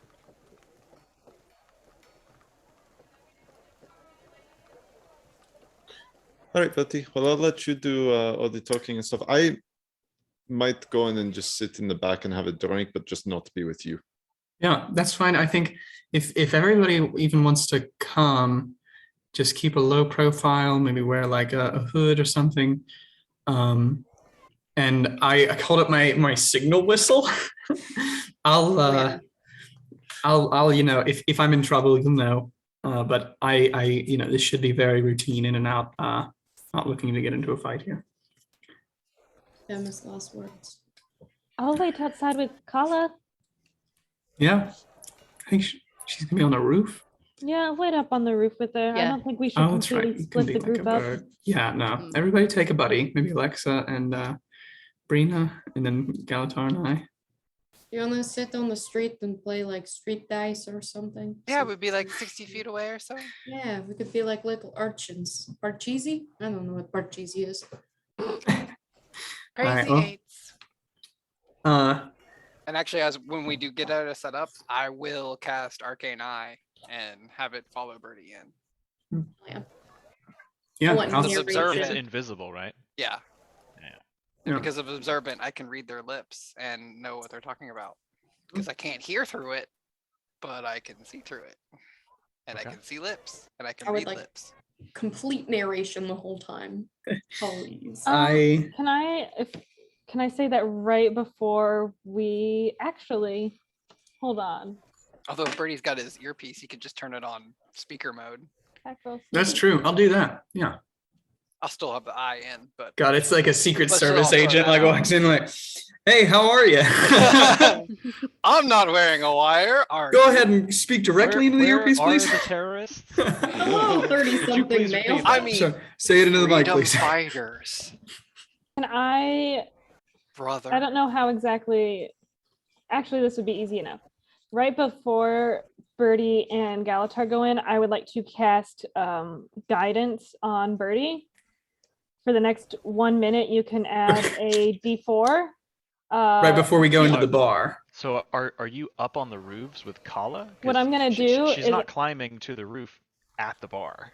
No, I know. I was going to, if he was like step into an alley, I can like cast guidance on him and then turn into a bird and fly up and find Kala. Ah, Just Fucking because druids.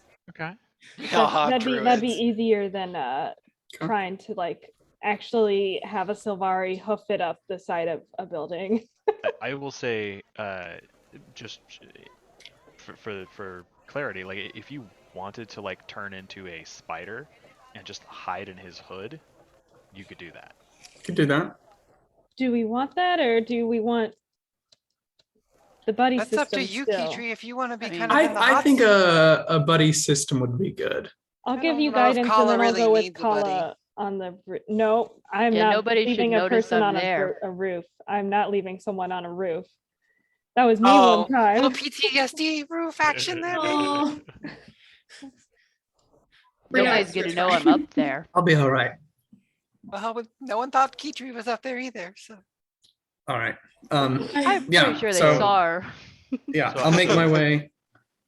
Bertie and Galatar are gonna walk down into this lowest level, find the bar. Kala's up on the roof. I would like to be on the roof, like across the street from the bar, so I can see the see it? entrance. Okay. What are Brina and Alexa doing? Maybe like 60 feet before the bar. Because then I can just send the eye up. Can we just like sit in the street? Yeah, but what Like, is like there? Is looking- there any place to inconspicuously just relax? In the shadows. So the plan that I'm getting at is that you two are gonna walk with Bertie and Galatar on the street, down the steps into the lowest level, and then find a place to hide near the bar. Not with Birdie, no. Yeah. No, No. we'll Walk all, like 60 feet behind them. yes. Yeah, Birdie and Galatar are even separate. It's like Okay. Birdie, Galatar, That's what I'm. and then those wondering. two are Okay. following Galatar. So there's this 7.5 foot tall person and like a 3.5 foot tall person walking together. Nobody into the knows. level of the We're city. low profile. Because Oh, I and was I'm gonna gonna, be Sammy, we keep invisible. it low profile. Okay. and I was gonna suggest your- that Rosary thing. I can make Brina and Alexa invisible if they would want to be, because I'm not using my concentration for anything. But mean, also I we was were- gonna say that Galatar could go ahead of Birdie and sit in that way when Birdie comes in and immediately is looking for Ezzy. Galatar's just already doing his own thing and not paying attention, but is there just in case shit goes bad. Why don't you come in second? Because I will have been hopefully seated, and then you can position yourself like around me, Advantageous. you know, because like I don't know where Ezzy's gonna be. So I can go sit and then you can put yourself where you want to be in relation to that. Okay. Yeah, I guess if you go into a back room, I'll just figure it out later. But do you guys want to be invisible? Brina and We're Alexa? not super well loved in the Yeah, I guess that wouldn't be a bad idea. Okay, I'll burn a 3rd level then to make Before them he, both yeah, before he invisible. does invisible, if I will pull out the eye. Because can't cast while I'm invisible. Oh, that's true. So yes. So both of those spells last for an hour, right? Yes. Mm-hmm. They're both concentration. So you guys leave the inn, right? And you start making your way down towards the lower levels of the city. You get about halfway. You're kind of in the middling tier. There are no more like well-to-do merchants. Even the wealthy here, like wealthy is in quotes. You know, this is not Divinity's Reach. But you get to kind of like the average middle class level of the city, and people start giving you looks, because there's a Charr, there's a Norn, there's an Asura.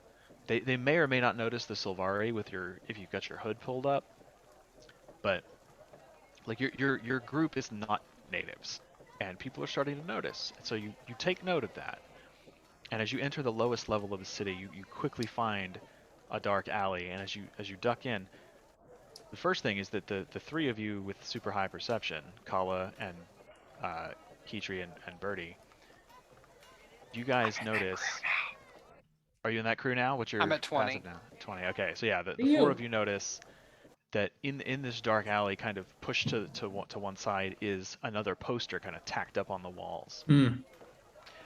This one bears a strange silvery white symbol,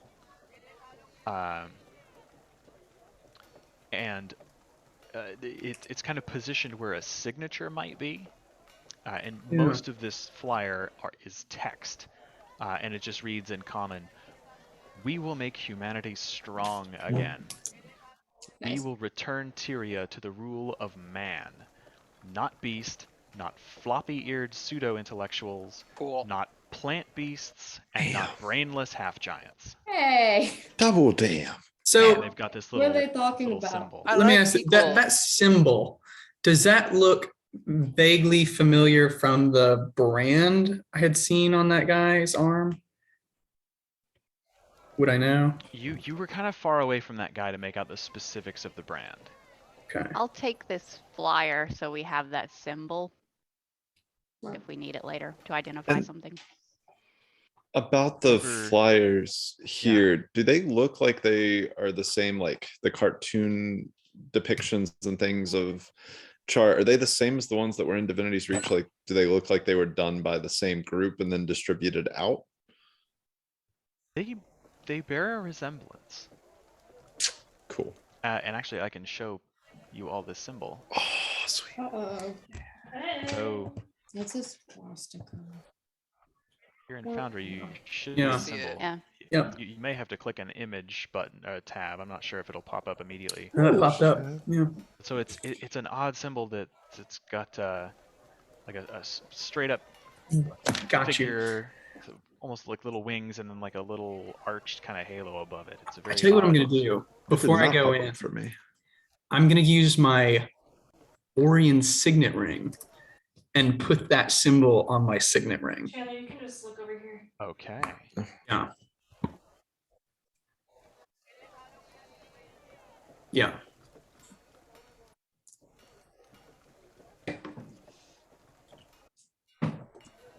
What are they talking about with the brainless half giant? I don't know, Brain. I think they're just yeah. being hateful. Not very nice. Not very nice at all. I'm mostly joking, but also like that was really mean. Yeah, it is. So Alexa conjures her arcane Pull off eye. one of the eyes from my robe. Yeah. Let's kick off. Galatar reaches out and you watch as Brina's tall form and then Alexa's smaller stature form both wink out of existence. Kala, at this point, takes a step back into the shadows of the alley and just disappears. You guys hear like the scrabbling of claws and like a little piece of tile kind of breaks off and hits the ground. And Keytree reaches out and blesses or casts guidance on Birdie. Mini And then bless.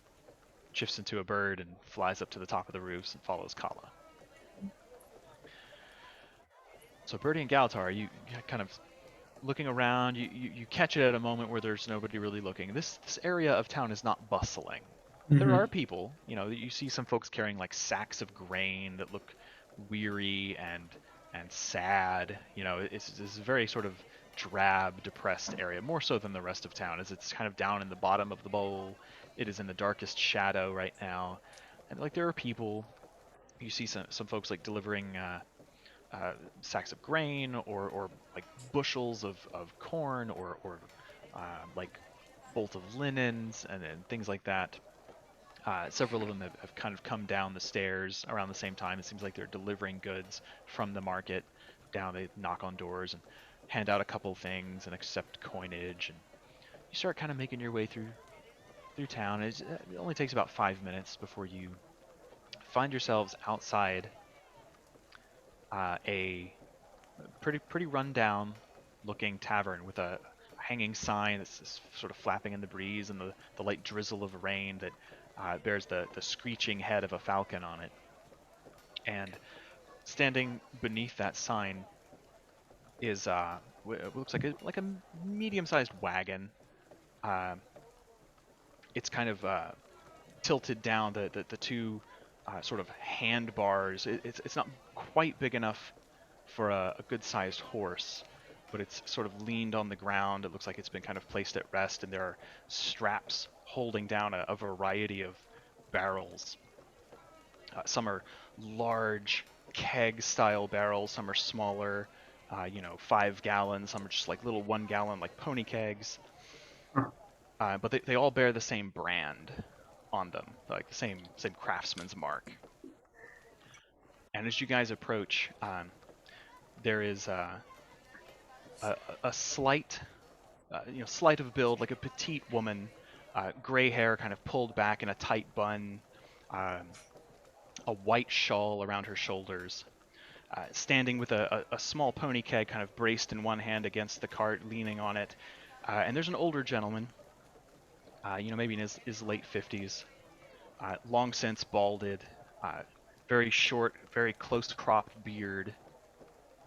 And he is currently kind of rolling one of these large kegs down from the wagon and kind of getting it situated on the ground. He turns, this older gentleman, pushes open the door of the Falcon's Cry, and you hear him call out, "Morgan, I've got your order for this evening. Come on out here." And as he turns back, he lets the door go, and it kind of clangs to, crudely, there's like a loud bang.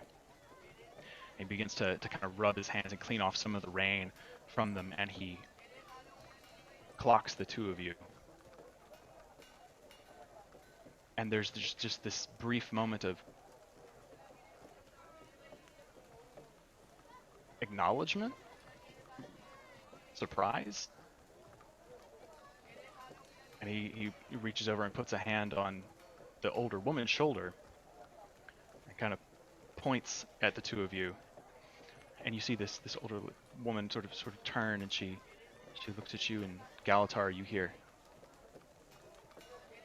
Bobby?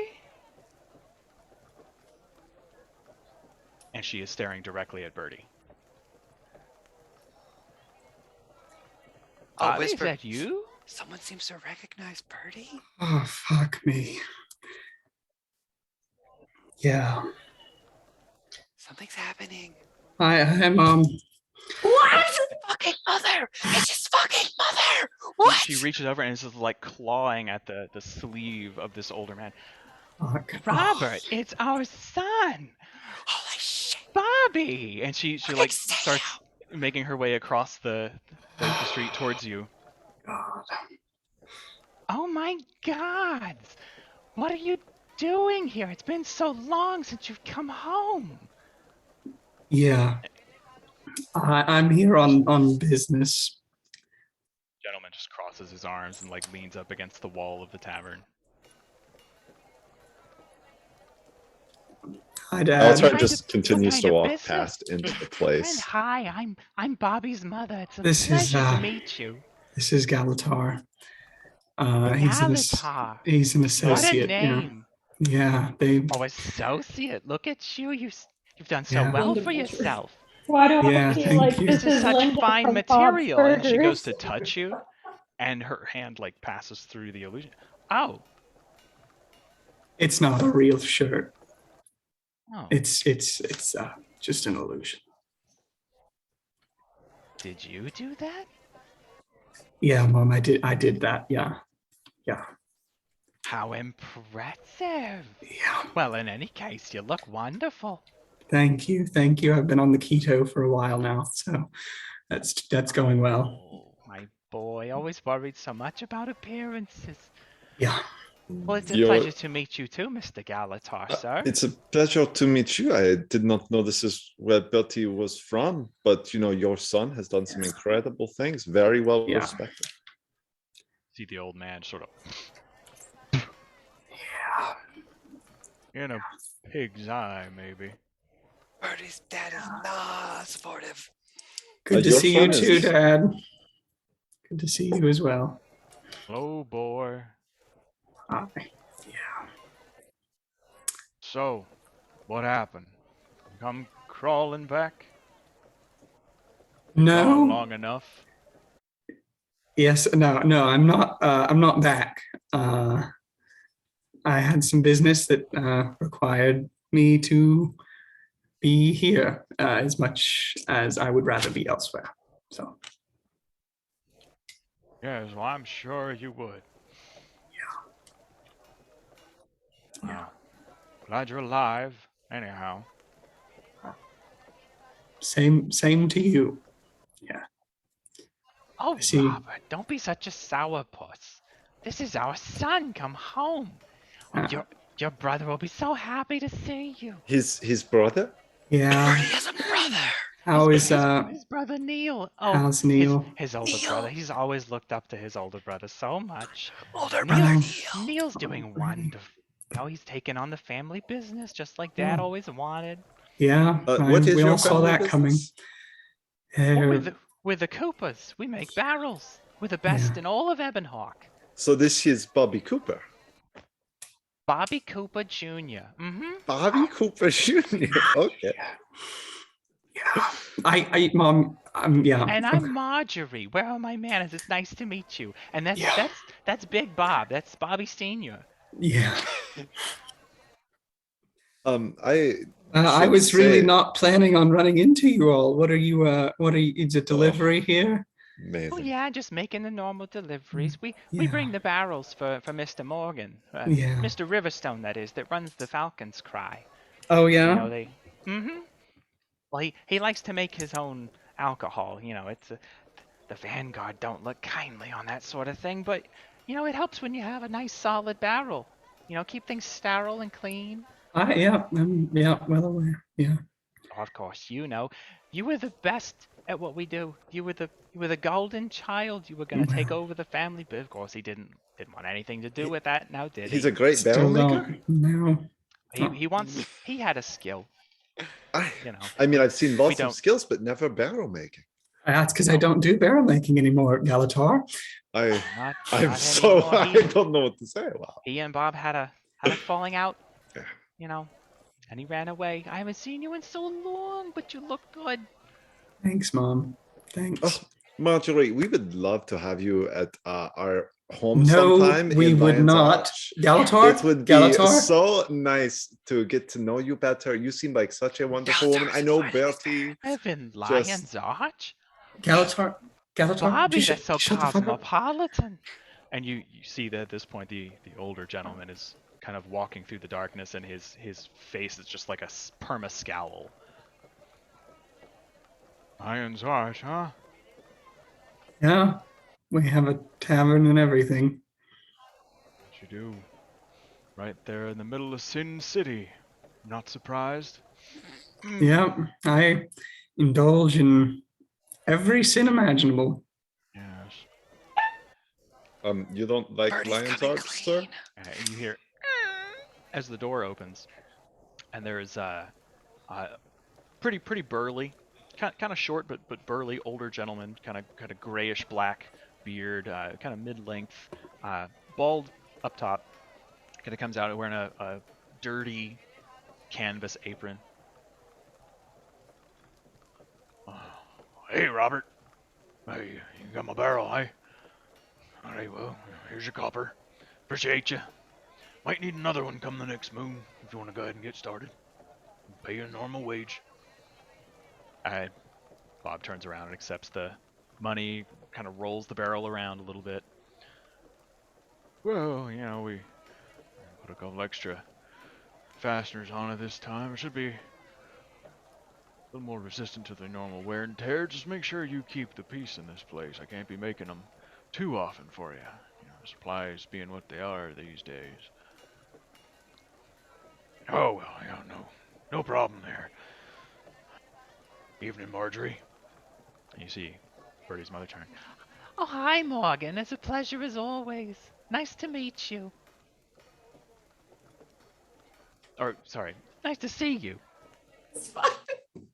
I'm so stressed out. And Morgan I don't just think any of kind us of nods his were head, and prepared. he looks at the two of you, Bertie and Galtar, gives you an appraising look, nods and turns around, and you see him like wheel this empty barrel into the place, and door shuts again. Mm, Oh my! It's just so I'm nice sure you to all meet have you. more deliveries to make. I do. I think this And plan's fucked. I don't think we'll be going to Lion's Arch, Marjorie. Be appropriate. I want to consort with the folks that live in such a city. I'm It's sorry. just What do you it's- have against Lion's Oh, Arch, sir? let's hey, Something Galatar, would you please stop that? I'm just Thanks. curious. No, I just don't know. please stop. Please. Bunch of inhuman folk. I Out can that way. throw a Bunch ball of bearing at him if you want. immoral, godless folks. Yeah, they're pretty bad, Dad. What They're- god Here do yeah. you we serve? worship the Six. Yeah. And which one do you worship, sir? Like, which is All your six, preferred the god? human gods. Oh, you just worship all. See, I'm more of a Cormier guy myself, but you know, I love the others too. But Well, Can don't we play all hear favorites here. this We through the? rely on. You Graces of probably all six. Alexa sees it. Probably. Right, I've been Well, giving you at least Alexa the sees word it, and play by have you play. opened your earpiece? I had not. No, Okay, no. so I- yeah. I can. I assumed I could still give hear you it play because by I'm play. looking at the bar. Make a perception check, because you're on the other side of the street on a roof, and it's raining. Yeah, Brina knows everything. Oh, 31. Yes, you Fuck hear every off. fucking word. So is Colin. Gala is there. She is standing with us. Well, it is Right. there. Fuck. I'm getting the, Yeah. the play-by-play. She said she's going on the roof, which she meant was on your shoulder. Yeah, she's right behind you. yeah, well, Marjorie, I can't. You know, we probably do have to get going, but I just want you to know your son is not only a successful businessman, he's been a leader in the community, done a lot of great things, even got a commendation from the Seraph in Divinity's Reach. You can see that she blushes, but she also is like she's not facing her husband, so she's sort of like casting brief glances to the side and, oh, well, that's nice. Yes, it's very prestigious. And you see Big Bob Cooper cross his arms and again. That's not a good Well. those Seraph have ever done for us. All right. I'm sorry, you want to say that again? What was that? Yeah, Galatar. He gets Galatar, shut shut the close fuck to you. up. Like he's please. not a short man, but he, you know, he's older. He's not terribly big. But he gets within about 10 feet, kind of comes up behind Marjorie and puts an arm around her shoulder. Yeah. And she says, I said, Yeah, that's we'll come not out a and grab it good in a second. those folks have ever done for us. Hey, Galatar. Just Galatar kind of clenches his fist, Just- but he bites his tongue. But he Yeah. definitely gives him a stare like, you don't, like, I will fight you. If Dalatar you get starting me to start closer. shit now too. Oh Yeah. my god. Dad, yeah, I work with the people I work with don't really care. So yeah, and neither do I, frankly. So Well, that doesn't surprise me. I know. Always were a bit of a disappointment.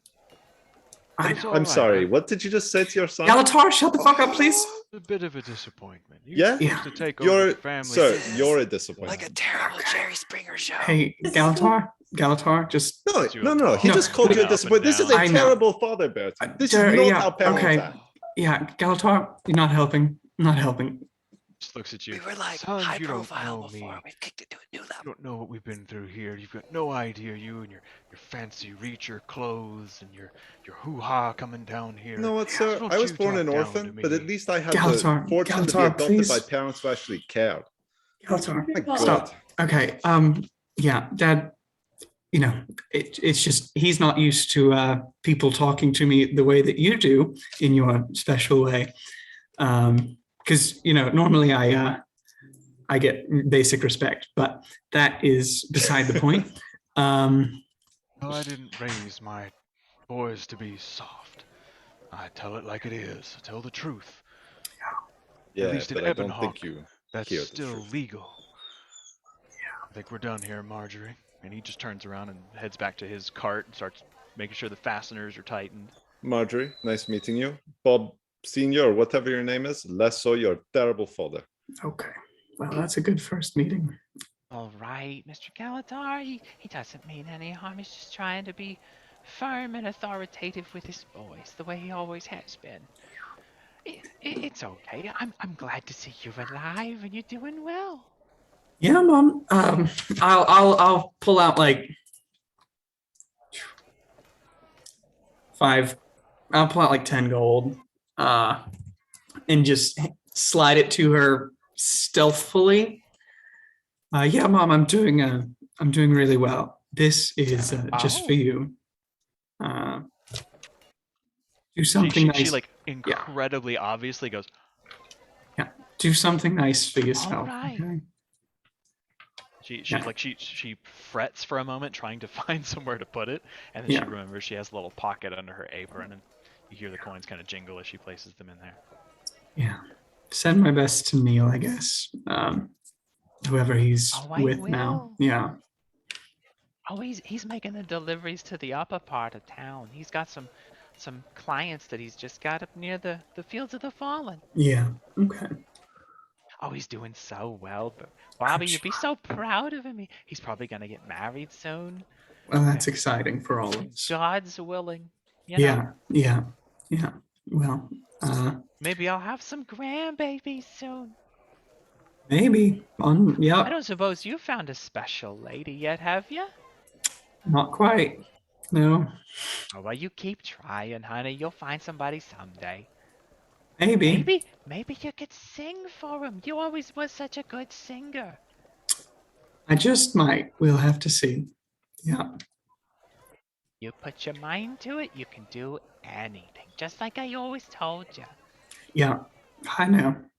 Yeah. This is a Well, good look. It's fake, but it's a good look. Just remember, no bright colors. We're not Well, sinners in this family. Yeah. Suddenly things I make a tell lot of you, Mom, sense. they do wear a little bit of color in Lion's Arch. It's quite Oh, God forbid! I know, it's so scandalous. All those Yeah. pirates, those those ruffians. Oh, There are a number they've of got them. the tree people out there, and Yes, the little yes, ones the with the sharp Silvari. teeth, the Asuras. Now we see Yeah. where he got You it be from. careful out there. You don't let those folks corrupt you. You're my I good will boy. do my best. You all probably, I've put you behind schedule. I'll give you like an awkward quick hug. And then I don't want to, put you all behind schedule. I know it's a She tight gives ship. you like a tight hug around the waist, Yeah. and then like puts her shawl over her head to kind of keep the rain off. And Well, it's very nice to meet you, Mr. Galatar. It was so nice meeting you too, Marjorie. she turns around and skitters over to the cart and kind of helps fasten the last of the straps. And then you see Big Bob Cooper kind of pick up the handles like a rickshaw. He picks up this cart and starts wheeling it away. Just his boots like slapping into the thick mud that kind of coats this layer of the road. Belter like Heading away. waits a bit and then he's like, Belty, I'm sorry, I did not mean to get riled up with your parents, but I am very glad that you made your way out of here because you deserve to be treated much better than that. Yeah, not me how parents should too. be. Well, that's the family. The Coopers. Just one happy bunch.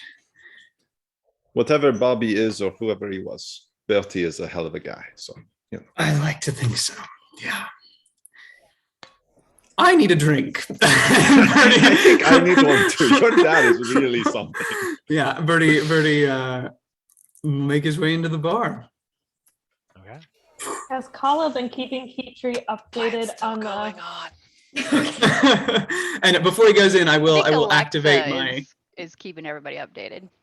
I don't have the well, I guess She doesn't Brina have could because her- she does have her stone. I don't have my Oh. Whisper Stone in either Oh. because I have too many other. You things had to your do. eye, Alexa, right? I forgot you're with Kala, so you're like up on the roof perched as a bird. I would say could have you- said that I flapped down and perched somewhere, but I was just if you assuming wanted I'd to stay have with flat Kala. down on the sign. Hmm. Yeah. I'm like there are- holding there are Alexa a by the shoulders shitload. for the play-by-play. Right. Like No. we can't see each other, but I am Right. speaking into nothing. I would say with your crazy passive perception, Keetri, you noticed when you guys started walking through town, like there are a shitload of crows here. So having a crow bounce around town is totally incognito. So if you wanted to fly down, perch on the sign outside the door, you absolutely could have, drawing no suspicion. We Right, can once you say saw that I something did happen, that. Birdie was Yeah. stomped. Bruh. Make your way into the Falcon's Cry, and what you find is a dimly lit, but warm and dry, like a seedy dive bar.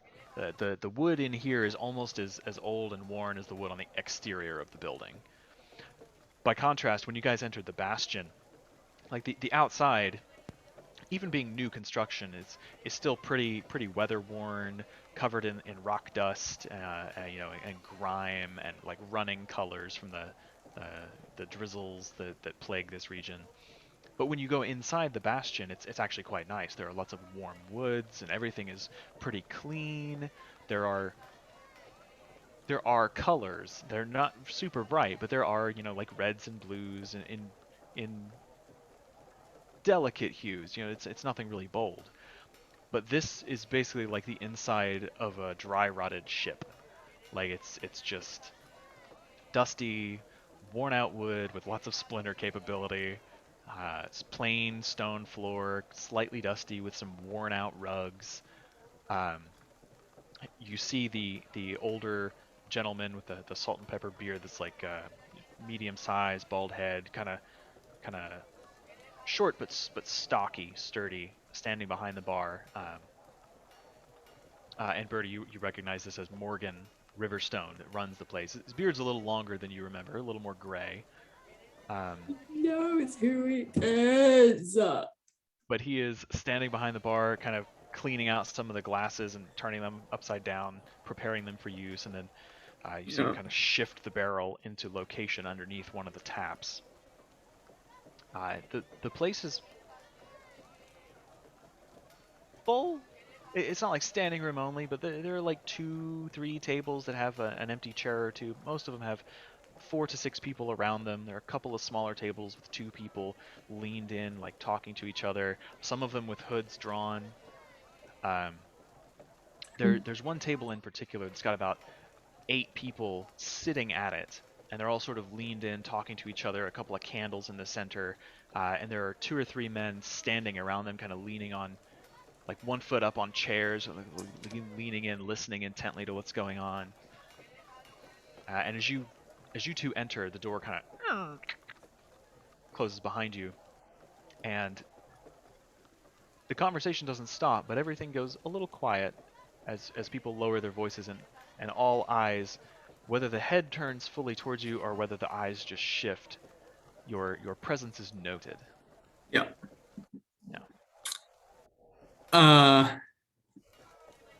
Let's see. I guess I would go up to Morgan because Pete said to if we ask for Ezzy, right? Or like I know she's there, but he said like we could ask for her, or like that was a name. Mm-hmm. Okay. Yeah, I would go up to Morgan. I'll take something hard. And I'm looking for and you kind of inquire like, also with the drink, I'm looking for Ezzy. I was told I could meet them here, and I will put 4 gold pieces on the table and just slide it over. Question. Earlier when Morgan came outside, he did not react to Birdie at all, did he? No. He noticed Birdie and Galatar, like he looked at them and kind of gave them the once over. But he didn't give them like a look of recognition? Okay. Not from that part of town. So you see that as you approach the bar and make your order and then your request, he gives you a solid appraisal head to toe. Oh, I will say, I put on like my as I pass it over, and like with the money, I would use the hand with my signet ring with the mark on it, okay. And I'd kind of just like tap it on top of the coins. Make a persuasion check. Okay. No whammies. No whammies. 9. Oh! 9. Birdie ain't feeling well after that incident. No, he's not. So you go up and ask, and your voice kind of wavers a little bit, still kind of tense from the emotion. He rakes your money across the bar, and you see him just like drop it into his pocket on his apron. And he's looking at you very suspiciously, and he just says, "Something hard, eh? How hard? I got some Ascalonian braggot here. Also got some homebrew. How bad are you looking to get, son?" Yeah, just whatever you would recommend.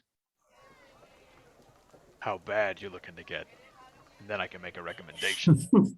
I'll take the homebrew. It's been a while since I've had anything. Turns around and he grabs local. What looks like an oil can, like a tin can with a little spout. He pours like a good 3 inches into a glass, sets it on the counter, crosses his arms. He's got like a towel in one hand, looks you just dead in the eye, says, well, he waits to see if you grab it. Yeah, I'll grab it. It's a slow sipper, I imagine, so I'll take a sip. Oh no, he's not expecting this to be a slow sipper. What do you do? I'll knock it back. Yeah. Okay. So you kick back. I mean, it's like 3 shots. Oh, baby girl, no. It's like 3 inches. Yeah, no, it's yeah. It's like 3 Ow. shots. So you wolf this down, and it is like rubbing alcohol. Yeah. It is just straight grain alcohol. Yeah. Make a Constitution check for me, or a Constitution saving throw. Birdie just drank something and it looked rough. 16. Okay, so you swallow. He only drinks You get the- martinis. We have to get him out But you of keep there. it down and you don't audibly cough. And as you take the drink, he says, "How do you know the Coopers?" Oh, I'm the disappointment. Mom and Dad, I'm afraid. Huh. Yeah, You're Bobby Jr., huh? the very same. Gone a while. What brings you back here? Can I get his read with an insight check?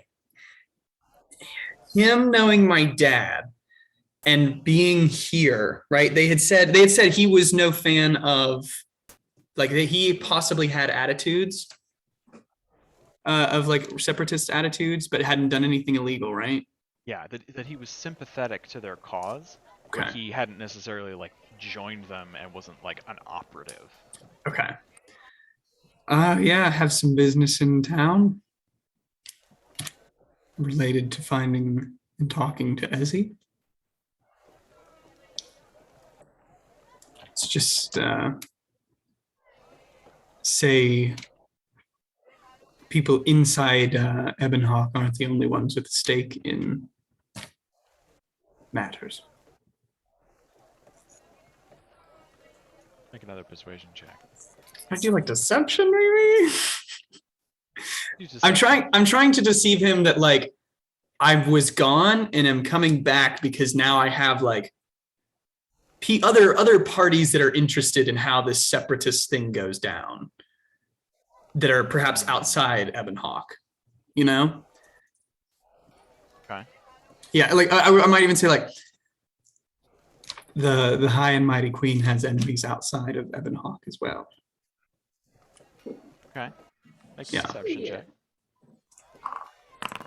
20, baby. There it is.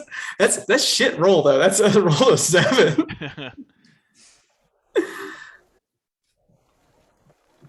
he just kind of stares at you for a couple of seconds until it gets a little uncomfortable. Galatar, like you start feeling like a little twitchy. Did you come in with Birdie? Yeah. Okay. Since they spotted us together, I thought it would be weirder for him to wait. So he goes in at the same time and just sits down. So there gets to be kind of this uncomfortable silence, and then you see it's almost a visual. It doesn't quite shrug, but there's a sort of expression, and he nods his head back at the full table with the people sitting around it. That's Ezzy. Esmeralda to you. Good woman, that one. Tough as nails. Killed her fair share of Charr in the war. You watch your mouth around her, you'll end up ass down on my floor. Certainly wouldn't want that. Gives you a nod and he goes back to cleaning glasses. Every now and then you hear a thunk as he puts one on the counter. Okay. Is there an open seat? It's a full table. It is currently a full table, and there is a woman at the back of the table, blonde, almost like a Shirley Temple, like ringlets of blonde hair. One of them kind of dangling down in front of one of her eyes. The rest of it's like a little bit below her ears, not quite shoulder length, but just like thick ringlets of blonde hair. And she is currently kind of standing up. She's got one foot propped up on a seat, another hand palm down on the table, and you can see her gesturing as she speaks to this crowd that's kind of gathered at this table and is leaned in listening to her. So she's given like a talk right now. She is speaking, and they are listening. Okay. I would wait until she like kind of takes a breather, maybe comes to the bar for another drink kind of thing. Okay. Yeah, I just kind of watch her, make sure I don't lose sight of her kind of thing. Yeah. Oh, you know what I'll do? I'll kind of look at Morgan and I was like, anyway, we could send the kind woman a drink.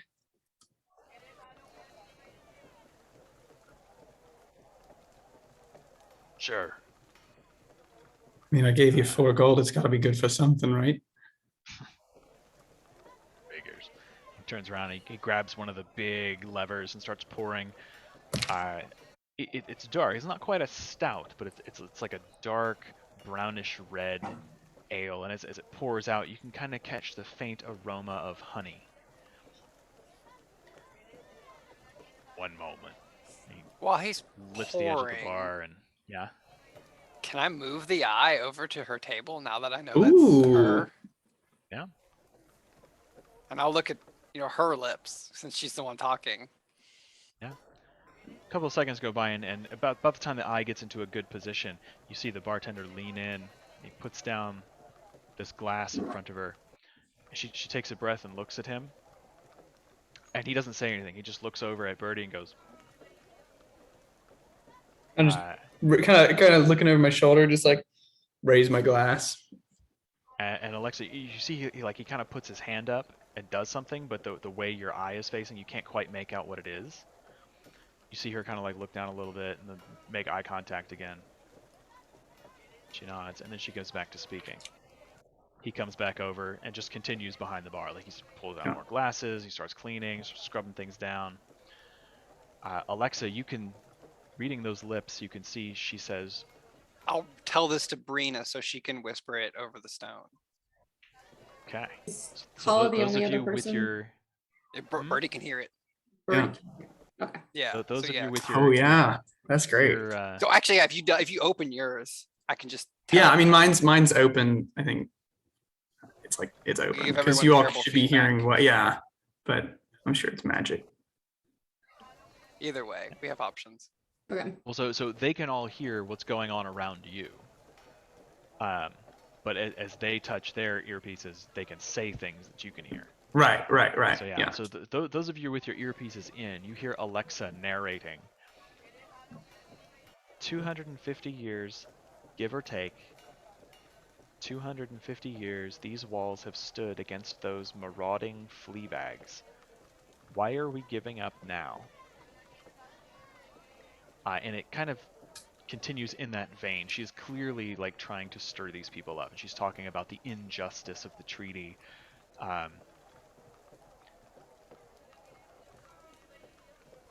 Yeah, so you can just give me the topics, the talking points for Birdie to relay. Classics. Yeah, that's pretty well the main theme. She says like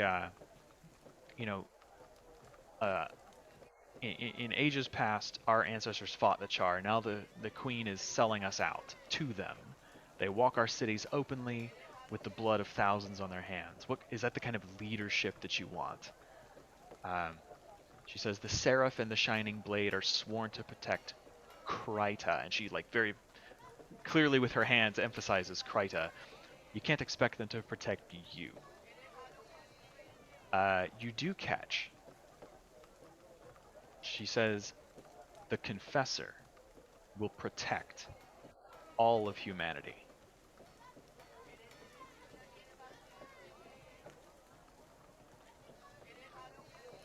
And the rest of it is just like you've got to act. We have to do something. We've got people all over. We've got to raise the people. We've got to rise up against these people who would sell our ancestral legacy, and it's just kind of like iterations on that theme. Just goes on and on, but nothing else specific. Gross. And there, after a while, she takes a breath, and you can see like there are a lot of people around the table nodding. And every now and then, Birdie hears and Galatar hears someone say, something like, "Yeah, no, that's right." Eventually, the conversation kind of winds down. A couple people get up, and you see them shake hands, and one or two of them peel off and leave. And this lady gets up and kind of like puts a heavy cloak on her shoulders and just walks very slowly and sinuously up to the bar, utterly confident, like no pretense of being guarded or anything like that. And she just comes up to the bar, leans an elbow on it, and just looks you in the eye, Birdie. Esmeralda, it's nice to meet you. That's my name. What do you want? I've been sent here by interested parties with similar goals. And I want to know how to help. Help with what? There's nothing going on here. She bats her eyes at you. Yeah, I kind of look around, do that thing where you like make sure nobody's like too close to here. It's like, well, the Queen Jenna has enemies all over the place. People who would like to see this movement, the Confessor, do exceedingly well. When you say that, she gives you a very shrewd look.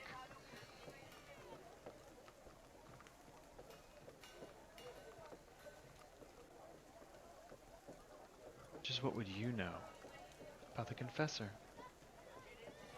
Not much, I'm afraid. That's why my employers have sent me here. To find out more and to see if I can help. And who would those employers be? Interested parties, not quite aligned with Queen Jenna. Make a deception check. 16. Yikes, I'm rolling trash. Shaking up. She rolled a nat 20. Ass, damn it. Fuck.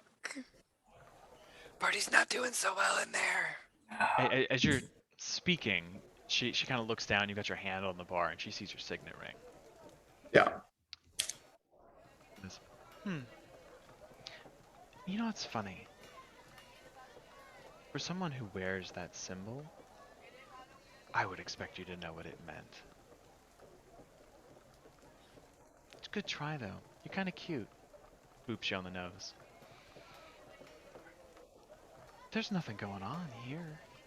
What exactly is it you really want? And she takes a long pull of the beer that you bought her.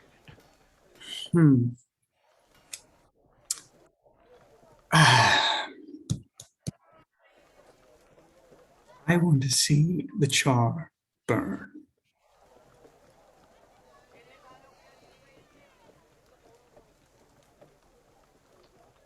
Well, I like a bonfire as much as the next girl. How exactly would you see that accomplished? Meaning no offense, but you don't exactly look like a knight in shining armor. I'm more talented than I look on the outside. She rolls her eyes and leans more heavily on the bar. Honey, if I took in every scrapper come off the street covered in She just watches as I like stretch my arms and my outfit changes a little bit. It just changes color. There's Oh. Well, I see that's so much more useful. And then let's see. She watches as I kind of look away and look back and my face is hers. I've used the disguise stuff. It's isn't it just? Ooh, that's fucking Make a Now funny. Birdie's persuasion busting out check. the magical stuff. This is a persuasion check to convince Nice. her that you are useful. Yeah. Oh, Fuck ass! Why have I rolled so bad? God, they keep going down. I haven't rolled above a No. 10. God damn. Some ways. Fuck. Is there? Wait. Hang on. Just fucking because. Let me read the exact details of this ability I have. When another creature you can see makes an ability check, I can use my reaction and spend 2 more points to give him a D4. Will you allow that? What was the specific wording? I'll post it. When a Actually. creature you can see You can see. DC makes. I mean, what's the DC? Fuck if I know, bro. Yeah, I I'm mean, rolling you- trash. You can see him, so yeah. Yeah. Okay. From a distance. Oh, I'm giving you a 1. So fuck me, man.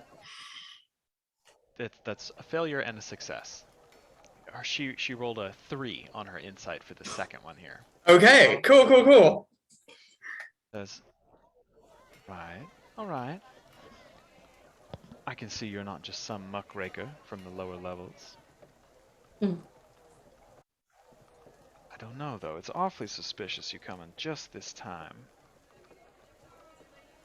And Morgan didn't seem to think too highly of you, though highly enough to deliver your message. And she raises the toast and takes another sip.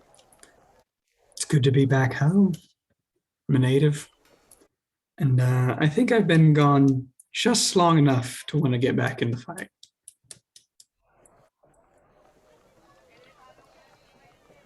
We've all been wronged, in some measure or another.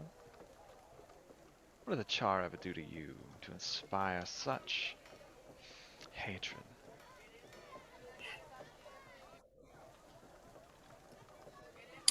Well, for one, my dad raised me right. If you catch my drift. But I think it really takes going out into the world to see just how invasive they can be.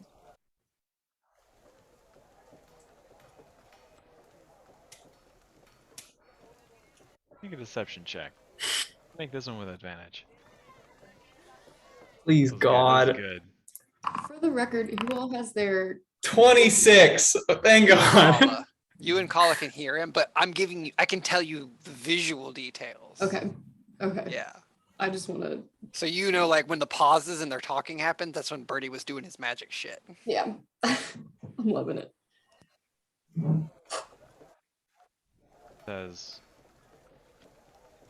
all right, I'll give you a chance. Just what kind of work was it you were looking for? How do you think you can contribute to our cause? These are very useful talents, I'm sure, but my associates get up to all manner of unpleasantness. In the name of the cause, of course. Well, I'd like to be useful in whatever way I can.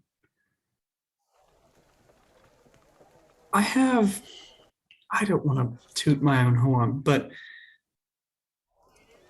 I have a way with people. I also can be lethal when needed. Lethal? Depends on what you're looking for. What about your friend here? He's not saying much. Yeah, he doesn't talk much, but he's more lethal than I am. Galatar will like produce let me see which cantrip I have equipped at the moment. I guess I'll produce like a little spectral hand just above my hand. And then just let it fade as I get another drink from the bar. A nice trick. Make another persuasion check. Me? Mm-hmm. Shit. That's the best we could do as a mage hand. Some magic shit now too. I don't know what's going on in there. 23, let's go! But it really did the trick. All you for needed Birdie. was my little cantrip, man. Look, I'm here for you. As I mentioned, I have this associate if we need. I have others. I've traveled around. Gross theming Got on us plenty the of rest this people trip. who see things the same way.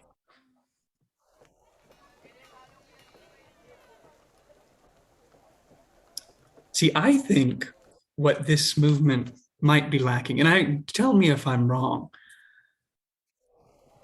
is some truly talented individuals.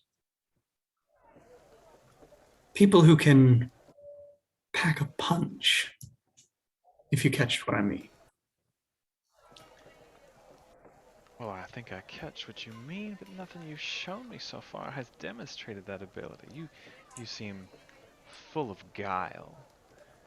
More than a bit of talent, I suppose, but your lethality, I'm afraid, is very much in question. I'm more interested in how it is you know the name Confessor. Well, like you said, I'm pretty good with people. You've got squealers, Esmeralda. She very suddenly, like, the playfulness is gone. Make a deception check. So many checks. 20. Another fucking low roll. I know, they're ass, bro. Gross. Okay. You see suddenly her expression turn to like introspection and suspicion. She's not really paying attention to you anymore. She's thinking, and like her eyes are rapidly kind of moving back and forth as she considers the potential possibilities. She takes a minute or so to regain her composure, and then she looks at the two of you. All right. Let's put you through your paces and see if we can really use you. We gather at an old, abandoned mine, just across the Dragon Brand to the northeast. Sorry, to the northwest. It's dangerous. Follow the old cart path, westward from the Hawk Gate, straight through the brand. If you survive, and she gives you this wicked grin, if you survive, you'll pass into the canyons beyond. Keep your eyes peeled for the sign. And she kind of like hastily dips her finger in her alcohol and sketches on the counter. It's a crude symbol, but it's kind of like a sloppy attempt to recreate what was on that flyer that you saw. What's on my ring? Yes, what is on your ring. Okay. And as soon as you kind of look at it, she takes her hand and wipes it clean. When you see that, you turn off the path and keep following the signs. They'll try to capture you on sight, but say the passphrase and they'll know Ezzy sent you. All right. Phrase is, we come in good faith, guided by hands unseen.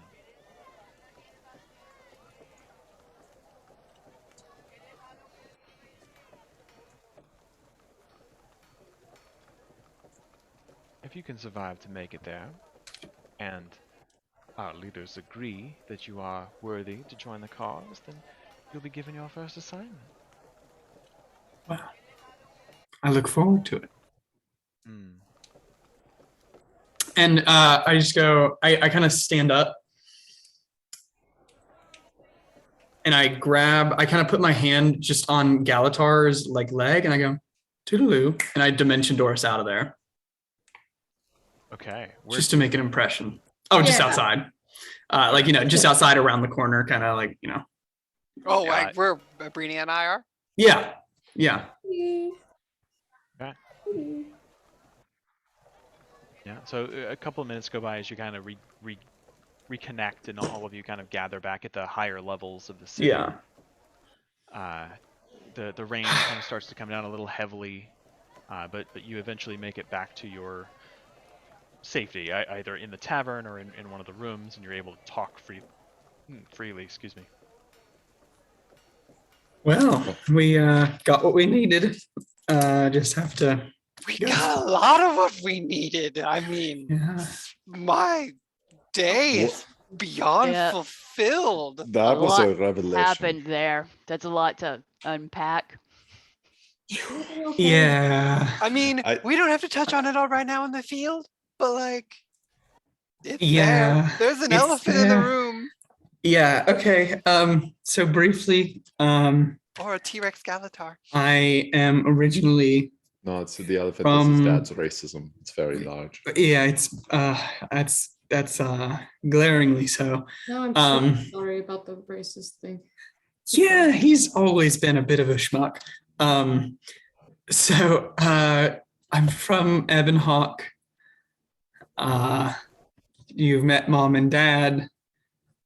My brother Neil, they are the Coopers. I was, for my formative years, Bob Cooper Jr. Hagelberg suits you better. I mean, think you're so always gonna be too. Birdie to me. Yeah. Yeah, Bob Cooper is such a agree. lame name for you. Yeah, it's pretty gray and lifeless, just like home. Yeah. Honestly, I think this place seems making me depressed. Yeah, it'll do that. Give it enough Yeah. time. I don't see how they don't seem to even invite color. Like honestly, even the clothes. I once wore a slightly dyed shirt, and it was the talk of the town for a number of days. Yeah. So I mean, once we're done, I do we want to have like a color parade or something to like leave? We've expunged some of the separatists now. Prestidigitate color into your life. I feel like if we deal with the separatists, his dad's only going to hate us more. So, Well- probably won't attend our color parade. And I thought his mom was That pretty is- nice until like that last couple of sentences. yeah, It they was a are. curveball. Curveball. Marjorie They- was great until like yeah. the last two sentences. And then I was Yeah, they are Ebonhawke natives through and through. So yeah, that's Mom and Dad. You Yeah. don't get to choose where you're born. No, you certainly get to choose where you end up, which is why I Yes. left here. Yeah, But it's not about the destination. that's right. So then the whole big gym bit, where does that fall? Is that still real? No, That, Big Jim was like- still real.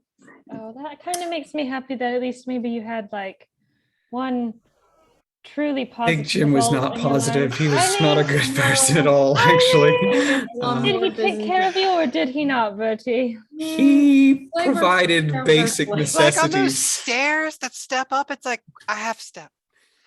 He's I, above your parents. Anywhere it's Yeah. lateral. as like a teenager trying to get out of Ebonhawke, you have to imagine that is not an easy thing. You either go across the brand and the mountains, or you take the gate, and the gate wasn't really an option. Brian? Right. Well, I don't know exactly. I met some seedier folks who, had ways of getting things in and out of the city, and cut a deal. And they put a bag over my head, and next thing I know, I wasn't in Ebonhawke. So I imagine now, knowing what I know, some kind of teleportation or something. But at the time, it how- was rather remarkable. Did you go straight from here to your journeys with the Charr, or did you just? No, I was in Ebonhawke for quite some time before the Charr. Yeah. And then Lion's Arch. Oh, that's what I meant. I was in Lion's Arch for some time before the Charr. Yeah. Gotcha. Yeah. I'm glad. And you then got that's to- how. And then when I was in Lion's Arch, I got in with Big Jim. He was kind of a connection through the smuggling me out of Ebonhawke. So Yeah. worked with him for a while. Not so bad. Honed my craft a bit. Yeah. So there's Bob Cooper Jr. Glad you made it out of here. Yeah. So Do you want to see your brother? No, not really. Okay. No. Yeah, I think the less I see of the Coopers would be preferable. Yeah. I mean, what a lame wedding that's going to be. Like no color at all, I've- just a lot of very morose talk about people. We could Yeah. crash it. Oh, that would be Oh, fun. God. Carla, why? You're supposed to be the voice of reason. Yeah. I don't think there's a wedding like imminently. I think Oh, said probably like in the meantime. We'll be long gone by then, hopefully. Yeah. I mean, we could get an invite sent, I'm sure. Maybe. Yeah. If we wanted. That's how you told them where we live. Yeah, what the fuck was up with that? Well, to be fair, at the Yeah. time, I really just thought your mother was nice. And I mean, parents have always been good in my book. But then I met your Yeah. parents. And I got to be honest, by the end of it, I was trying really hard not to, punch your dad in the face. So Yeah, no, I we mean- it really pissed me off. yeah, it got pretty nasty between us there at the end. So no love lost. Yeah. Galatar, even if his parents, like, he hasn't been forthcoming with the details about them before, why all of a sudden do you think that they'd Yeah, I want to be didn't buddy-buddy just hide them because I he- liked them kind of deal. Well, to be fair, the only thing I knew about your parents before about 2 hours ago was that they were dead. So, I mean, Yeah. it's been a bit of a shocking couple hours. If I wishing mean, made you it might as so. well be dead if you live here in Ebonhawke. It is something of a death sentence, yeah. Especially if you like any kind of color. Yeah. On the bright side, they're never going to come to Lion's Arch. And also, much like our business cards, it gives them no direction. So, what are they going to do? But Agree to disagree on that last bit, but yeah. No, I don't think they'll ever leave Ebonhawke. Yeah. So, moving forward, it seems like we're going to need to go across the brand tomorrow. Yeah. How do Yeah. we want to go across with the party without them knowing that it's not just me and Bertie when we get there or as we How do we near? want to handle the rest of us not being human? I mean, can we look like Charr? Can't we just look like humans? I guess you could do seeming. How long does the seeming last? How long would we have? 8 hours.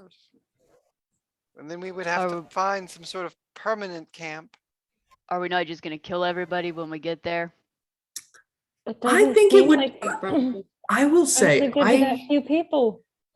I think it would be good. They talked about like the confessor and like she kind of hinted that there's like she said like with it's coincidental you arrived just now, which makes me think there's some kind of plot, some kind of plan that's like about to kick off. I feel like it might be worth some brown nosing to know what that is. I'm fine with killing them, but I do think Bertie's right. It seems like what's going on or what we experienced in Divinity's Reach and what's going on here seem very tied together. So I would like to find the overarching source and whatever Zemond was working with, because I think there's a lot more here than just some separatists. And Zemond was working with the Mersat. The white. Do we mantle. think White the White Mantle? Do we think that's somehow tied into the separatists? Galatar, make a history check. That is a. What's my history proficiency? That is a 20. 20. So, as you're discussing these potentialities, it occurs to you that you have seen this sigil before. You've seen it, I believe, in Zemond's estate, but also I think earlier in life in documents and stories about the Crichton Civil War where the White Mantle fought against the Shining Blade, and it is in fact the emblem of the White Mantle. That's what I was going to ask you earlier. If that we had seen that at Zemond. I thought it seemed familiar. So, I mean, I would think that whoever is leading these separatists is also serving the Mersat, or at least attempting to bring them back.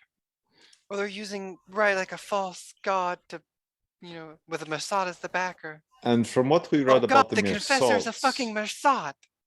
Could be. the idea that not only are the Mersaults capable of killing large quantities of people, but that they, as a society, seem to have chosen to serve the dragons, would be very bad if they came back in any capacity, I would imagine. Also, I know I'm a brainless half giant, but didn't Penumbra head west out of the Hawk Gate as well? They Yeah. did, they headed in that direction. Seems like a bit of a, I don't know, coinky. Do you think this I might wonder be a if they trap? did the same thing. I think it's a good chance it could be a trap. Trap or not, it's our only lead. I mean, Penumbra went west and they were a mixed race group. Maybe, you know, I feel maybe like they we're also recognize you. better than them.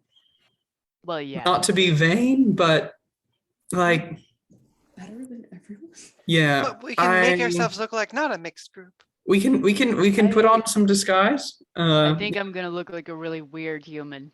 You will, but you know, there are lots of really weird humans. Look at Galatar, Yes. you know?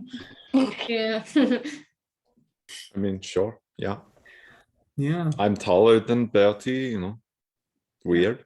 He hunches a Your lot. ears or the. Do I really? I've been really trying to work on my posture. It's kind of. Yeah, I think it's the books. I really thought since Read I too started much. doing the rowing, like lately, my constitution feels much higher. I feel like I've been really, working on my physique.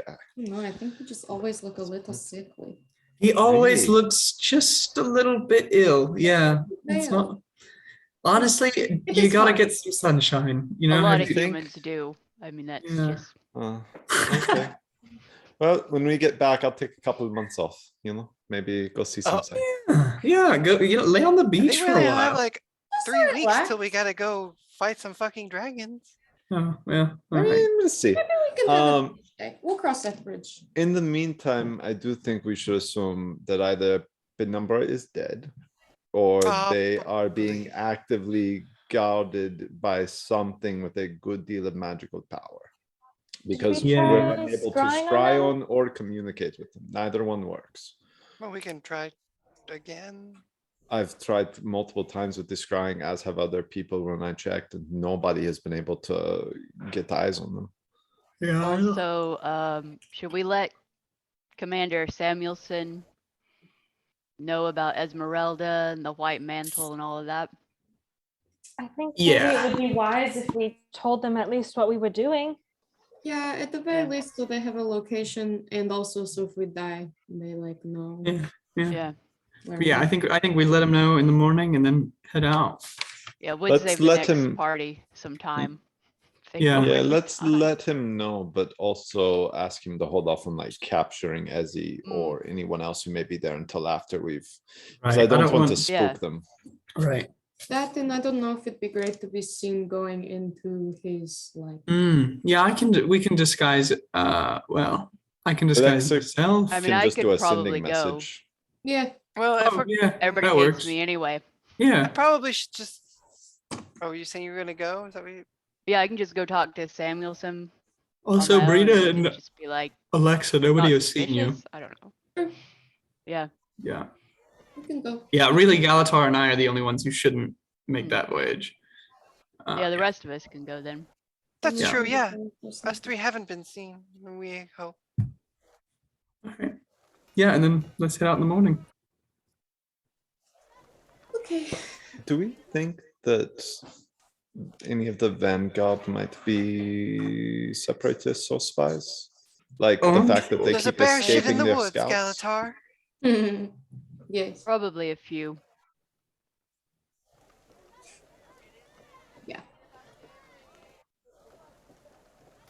All right. Where would they have gotten the uniforms to aggravate the ogres? Well, I mean, it could be an illusion, Could be. or they could just steal them. I think it's worth operating under the assumption that everybody's a little bit corrupt. Maybe the separatists know that we're being sneaky. Maybe the Vanguard are working with the separatists. Maybe Penumbra has been the separatist all along. Maybe Makes you Samuelson's think. the confessor. I don't know. Maybe, yeah. I just am nervous. I get the sense that if we should report to Samuelson, but maybe if we could ask him to keep it to himself for now, at least until he makes his move to arrest them. Well, Because until we- if there is somebody Well, else, you I know, we definitely can- don't want to tip them off anymore. Because Calder's right. This probably is a Honestly, trap. maybe Give a- there's a way we can spin this so that we show up and they're like, who are you all? You know, have Charr and Silvari and stuff, that we are some kind of like double agents. You know, you've been fighting this war from the outside. Esmeralda's sent us to be on the inside for you. What the What hell? are the is a chances why would that it- people angle? recognize us as the Trollskull Six? Well, We're not Well, out exactly here, we like. seem to have a pretty low rep. Yeah. yeah. I mean, honestly. but also I don't know about if this is the people in Divinity's Reach didn't exactly live under a rock, and if this is truly tied to the White Mantle, this is more than just like the White Mantle wanting to overthrow the Queen and Ebonhawke wanting to like eliminate the Charr. This is like some multi-level race war, anti-monarchy conspiracy that I don't think these people are going to be blind to perhaps our actions in the past. And if we show up as ourselves, there's a high Oh, chance yeah. they could be like, "Oh, look, it's them." It's those Yeah. dickheads. We'll use some magic and make everybody look dandy. We may also want to contact people outside, perhaps maybe Kolinar or Galatar's parents, just people as like further contingencies of, hey, if it's X many days, you need to like do something. Call We search should and rescue. Probably notify the Countess of this location just in case anything goes wrong. Because the Shining Blade are very devoted to taking on the White Mantle. And I think they would be quick to come to our aid. But I also think Kitri's right. They're going to know. I would imagine the Trollskull Six, we are responsible for Zemon's death, and he seems to have been a rather important player in their plans. So I'm sure that Or at least we'll magic it up. Then I'll make everybody look nice.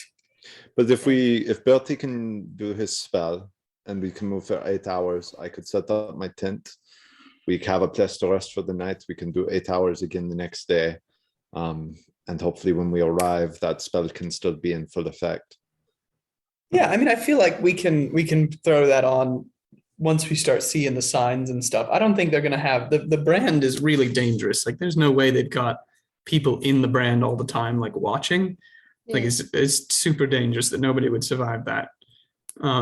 So I feel like once we cross the brand, once we're in the canyon looking at the signs, you know, I feel like we can throw up some magic and make everybody Any look of us see invisibility? I can. Have I you can see a ever? lot of beyond things. And I Do you hold see up that my all the rouge. time? No, it was only for an hour. But I can see invisibility for a lot of hours. I can see more than I can see truly everything for just an hour. Have we ever thought that we were being scryed upon or being gathered intelligence on? The Who's odds are interested? pretty high. Brian's having Yeah, too much I'll fun. flash up, see invisibility. I am going to unattune from my bracer of flying daggers and attune to the amulet of proof against detection of location. Ooh. Okay. Because it's What's your- worse if they see me than if they can see everyone else. Yeah. If they realize there's a Charr with you, that's more What is The it you're jig is pretty unattuning much from? up. bracers of flying daggers. The Azuran. Okay. Yeah. All right. So the way scrying works, I guess if they scry on one of us somewhere in like our group setting talking, they would still I'll see her. know, but They can't Yeah. see me. they can't see you at all. So we'd It just be says talking you to a can't be ghost. perceived through magical scrying sensors. Fast. So if we Are never there say your any name, they'll magical never scrying know. sensors around us. But I think it's a good plan that we've got. We just got to be cautious. This got a lot more complicated. Yeah. Oh, Is there Ryan. any Does- sensors? I do have. Does it's Alexa see flashed up. anything? Yeah, see invisibility So you at Kitri's. bring that up, and suggestion. there's like a faint shimmer in the air around you as you sort of bring this effect online. And No, there at the moment there do not seem to be any scrying sensors manifest near you. All right. We're clear for the moment. Ryan, did the name the confessor, that sounds somewhat familiar. Was that something that the White Mantle had like a title or a position before when they were like overseeing It things? was. It was like the highest rank within the White Mantle were the confessors. And but before I would know from like the history that there were multiples of the confessors, like a few sort of At leaders various within the times, organization. there were Okay. sometimes more than one. The founder of the movement, Saul D'Alessio, was Mhm. called the Confessor. After he disappeared, sometimes there was one, sometimes there were two or three. Like it kind of varied as times changed. I do not have full details in my notes, but did you receive a letter after Zamon's trial? I think he did, right? From a I- strange, unnamed sender? Maybe? I feel like It's been so long ago, I can't think off the top of my head. Yeah, I think you did, but I don't know the details of it. I did not write that down, so but you would know that that is the rank of the sort of highest ranking among the White Mantle. It's the Confessor. Okay. Yeah, I'm especially concerned because I think I told you all about that. The legate minister who presided over the trial with Zemond, that when I tried to scry on him, it almost seemed like he could see me. Or at least maybe not me, but was aware that somebody was scrying on him and was acting very strangely. So I have a feeling that there are going to be some very, like the people that we go to meet, I doubt they are going to be just the leaders. So this may be a longer task. But I would it's a place say, to start. as you all are sitting here, and Alexa has enacted this ability to detect if there are scrying sensors, to see them with her eyes, it occurs to you that may have been what happened. He saw the scrying sensor that your spell created. So you could see invisibility. Interesting. Okay, so shall we go to bed for the night, Color? Or are you going to go talk to Samuelson tonight in the morning? How late is it? It's like really late, right? Well, at this point, I mean, it's probably like 8 or 9. Not I can terribly send him late. a message to see if he's still up. Yeah, you think he's still in Hey, his babe. office or? You working late? He had the look It's of a up to man you who if you sleeps want like to still 2 go this hours a late. night. Mm. If you want to go, I'll send the message. Yeah, I guess we'll go tonight. I will send Samuelson a message and say, "Are you still in your office? We had a decent break in the case." A couple of seconds go by, and then you hear, yes, that was quick. Feel free to come by when you're free. I'll be here for another 2 or 3 hours at least. All right, we can go check it out. Give him an update. Okay. All right. So you guys make your way there, and I assume you Leave just Birdie tell and him everything Galatar you've behind. learned. Okay. Except about Birdie's parents. I was gonna say, do you withhold any information? Yeah, I guess we'd probably Just Mention the stuff Birdie's about- parents. Yeah, we don't Was need there to tell them. anything we wanted to withhold? The Birdie's parents crap. I mean, Well, that feels more that's like not relevant. Yeah. right. It's yeah, like just personal shit, but everything inside the tavern. of we know who, like we found Esmeralda. We're going across the brand. We think Penumbra was probably going to the same place we were. This is like if there's an abandoned mine. Do you think can we ask him about like does he know anything about this abandoned mine? Geography. Yeah, abandoned mine. God. Yeah, and I guess we tell him about the White Mantle connection with Zamon, who's dead. And the Mersat. It And all takes the him a minute to adjust. building materials. That's what I want. Oh yeah, all the building Uh. materials disappearing. He says he doesn't know what that could be. It would be virtually impossible to get all that material here because you'd have to cross the brand, and that's, I mean, with that kind of material, you'd just be so slow, you'd be sitting ducks for branded creatures. But he says, you know, there were many mines in this region, in these hills. The Ascalonians used them for years. It was a source of great wealth and prosperity.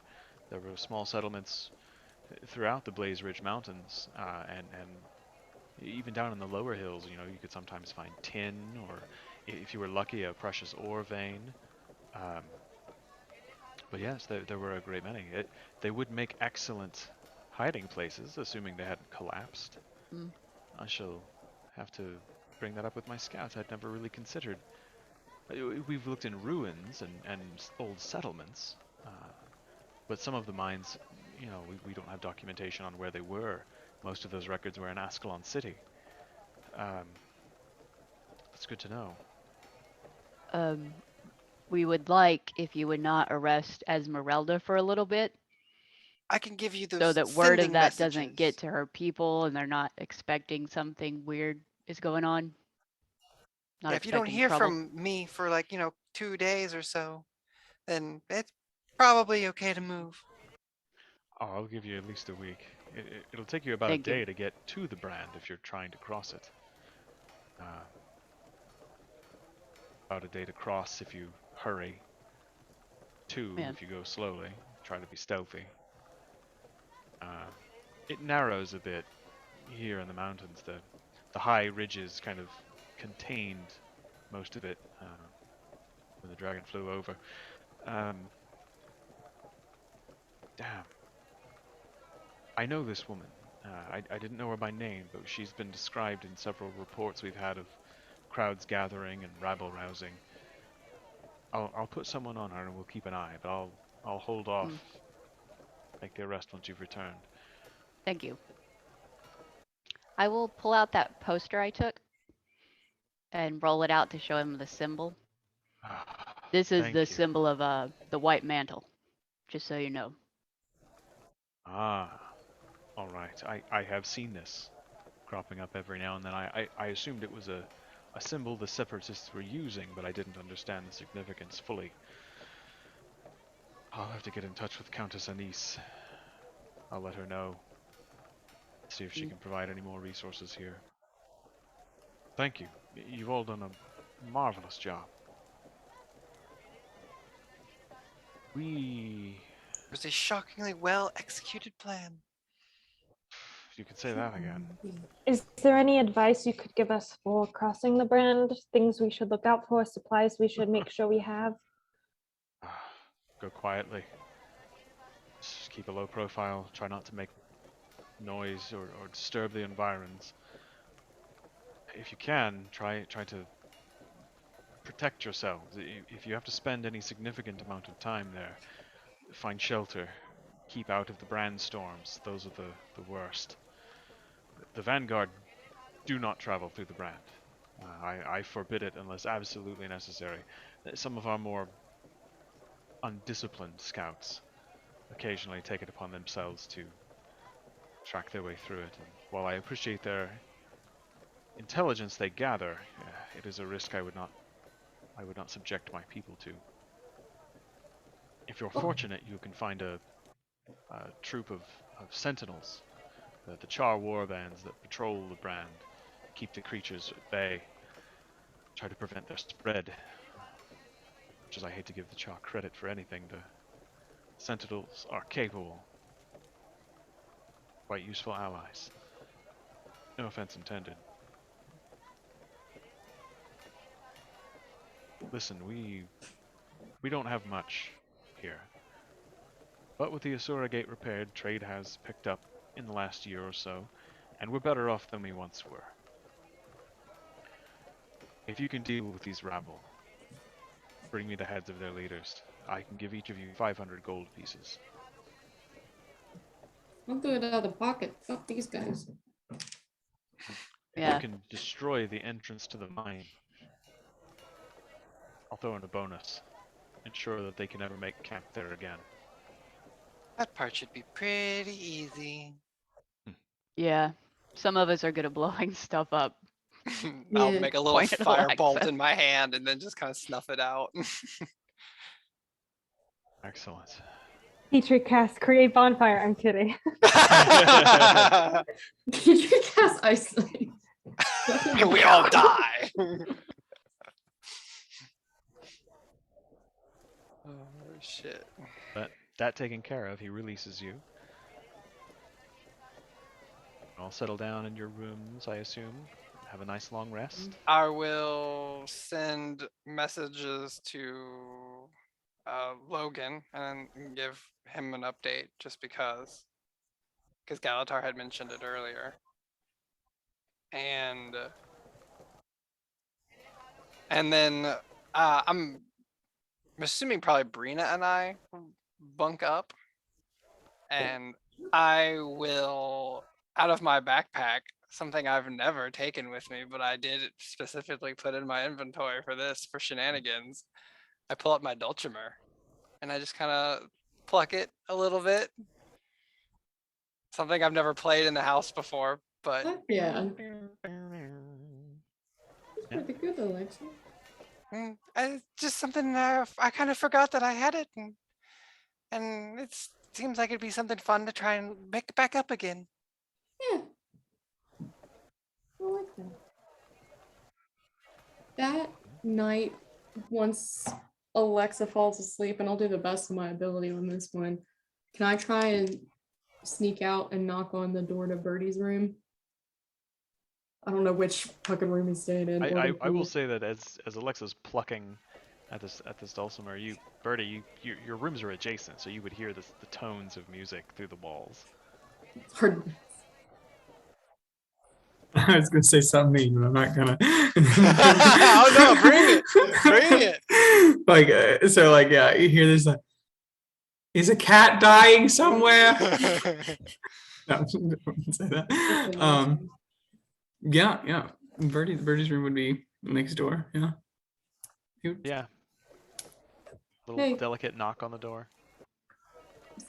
Oh, hey, Brina. What's going on? Come on in. Is there anybody else in there? I don't know. I forget. Did you guys Galatar? get 3 rooms? Yeah, we only had Yeah. 3 rooms.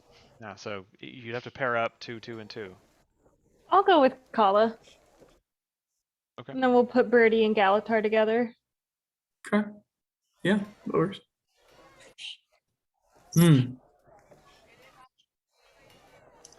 All right. Head outside. I jump him. I steal his dulcimer. Hey, do you want to go on a walk or something? In my kimono, do you have any booze? Yeah, I have some boots. Booze, alcohol. Booze? Oh yeah, we can Drinks. find that. All right. Yeah. Yeah. Yeah. I'm in my kimono. Like, do you have it on you? The alcohol? Yeah. Let's see if Paige remembers her magic items. I don't. Oh, fuck you, dog. I'm setting you up for success. Great news. I always have booze on me. Oh, really? I do. I just remembered. Whoops. All right. It does require attunement, so I'm gonna need about an hour. Swear to God. 2 Oh, hours. God, do your magic items. 2 hours. You got to require unattune Yeah, from get one. And, unattune and yeah. All right. You just Fuck it. walk on the fucking. I go. Stay right here. You are literally next door to a tavern. Yeah. Let's just go over to the tavern. Christ. You be You walk in into the tavern in your kimono. No. Just no. stay outside. No, it's not. I'm wearing. I'll go and buy like 2 bottles of wine. Yeah. 3. Okay. Wow. Let's see. Fuck. So we're getting blitzed, huh? For me. Well, yeah, it's that She's a kind of big morning. Norn. Yeah, just like some table wine. A bottle of wine's like 3 silver pieces. Sure. I'll buy 3 fucking bottles of wine with my dwindling supply of money. I love it. It's all pretend. Do you want to go you want to go on a walk or No, we can just sit out here or something. on the street, like a Yeah. street or two? There are a Sure. couple of like small tables. Just Yeah, outside the like there door. are tables. Yeah, that would be good. It's a nice breeze for the commune. At this point in the night, Air out the rain has boys. stopped. Yeah. Had a bit of a sweaty day. Red. It's good to let everything breathe, you know. Yes, I don't know, but I'm glad. Okay. Are you doing okay? Thanks for listening in. Well, I got to have Alexis play-by-play, and it sounded Yeah. incredibly uncomfortable. Yeah. I had really hoped to avoid this. Yeah.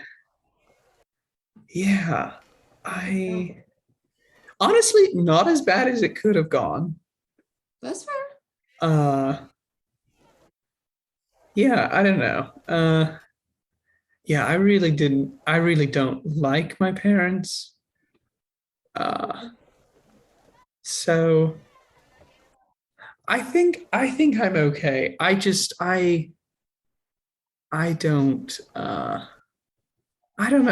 I don't know. Okay. I don't really care. And or maybe I'm just telling I don't know. They're bigots. Yeah. Not great. No. And it's like I've spent a lot of time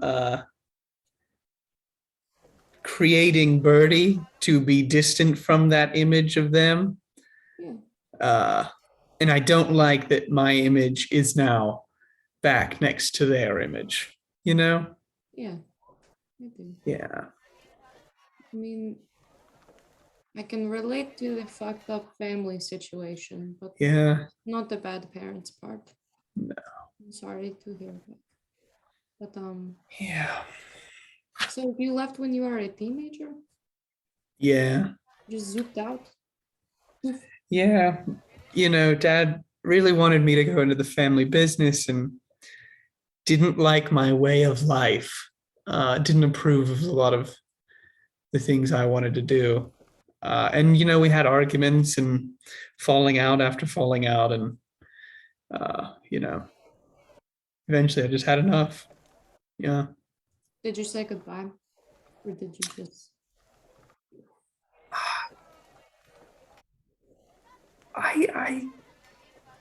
I don't even recall. Hmm. In my mind, I was just think so nervous, and I just left. Yeah. Can I ask you a couple questions? Because I am curious. Yeah, you can certainly ask. Okay. I One, can certainly try. did you... Okay, you're actually Ascalonian. Yes? Yes. Okay. Are you actually Ascalonian royalty? Maybe. I'll take it. Did you grow up here when the war was still going on? Yes. What was that like? Honestly, I mean, like, take what it is today. And everybody was always a bit more stressed, a bit more on edge, and frankly, a lot less accepting of other, you know, different races and things. I mean, you all got drinks at a bar. Yeah, that was pretty impressive. So it was different, you know. Times were always tight. Yeah. Yeah. What's your brother like? Oh, he's a schmuck. Gross. Yeah. Are you a better Cooper than him? Yeah. Really? That is what. Yeah. Did you ever want to be a Cooper, or was it just like this is an option? I mean, when I was too young to know that there was anything else out there, Yeah. I learned how to do it, and I've got really small, nimble hands, and I'm great at it. Yeah. But it's once you hear enough songs about better places, get stuck When in your did you head. start hearing the songs and then making your own? And did you always know you could do magic? Or did that come with time too? Rena's That- most of the way through the first That book. came with a little bit of time. That wasn't until I really started to leave and in Lion's Arch start to pick things up. And I was kind of when I think my interest in that kind of stuff started just before leaving, really. When I was still a teenager, Didn't get good at it until I was in Lion's Arch. You guys can hear kind of wafting out through the open door from the tavern, the gentle sounds of someone playing a lute, kind of softly singing, just a traditional Ascalonian ballad. Eventually, it just sort of peters off. It's not a bad song. He didn't, it was a little off key, but It was not fine.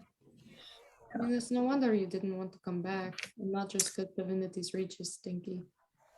Yeah, Divinity's Reach is fine. They're a bit hoity-toity, and coming from me, that's a lot. But Divinity's Reach is fine. Here's a real shithole, though, huh? Yeah, I'm like, really unhappy. Yeah. Yeah. But we never have to come back here again. Deal. Yeah. And Bob Cooper is a shitty name too. Not very intriguing. No oomph to it. You know? No. That is not really what Ebonhawke is about. I am glad that I got to meet Agilbert. Thank you. Yeah. Funny, and gets up to some hijinks. Yeah, that I do. Yeah. No, I like Agilbert too. He's much better than Bob was. Good. Clink the little wine bottles together. Yeah. Drink up. All right, let's get you and the boys home. It's getting cold. Yeah. For honest to God, they've run up into the cave, if you know what I mean. It's getting chilly out here. Icky. Really I can't imagine he's wearing shoes. He just kind of like does that thing where you're walking outside. You're gonna runs back over to the door. Yeah. All right. I was gonna offer you a piggyback ride until I realized that the boys are. Well, he said he put some clothes on. Yeah, he probably He put said on he put a kimono on. He's got the kimono on, but like probably got pants on under that. But it's his gray Light kimono. trousers, Silver, traveling trousers. It's his gym jams. Sure. He's got the gym games on. He sleeps naked. All right, go to bed. All right. Thanks for asking, Brina. Why Galatar gets up first. Yeah, Bertie walks into the room and you watch like the door close. He's like, and then, like just Prestidigitation. kind of like lands onto the bed and like face first. It's beautiful. Can you use modify memory on yourself? Ask for a friend who may pick that spell later. Yeah. I did not see this. Man. Yeah. Well, you all lay down to a comfortable long rest. It's drab and kind of dreary, but the beds are comfortable and it's well insulated against the chill and dampness of the night outside. And I think this would be a good natural place to kind of cut it for tonight. We've played for about 7 Oh, but I was sitting here like, let's go cross the bridge and like fight something. It'll be a good place to start off. What the We'll go ahead and fuck? stop the recording. I'm glad that's I want smart. to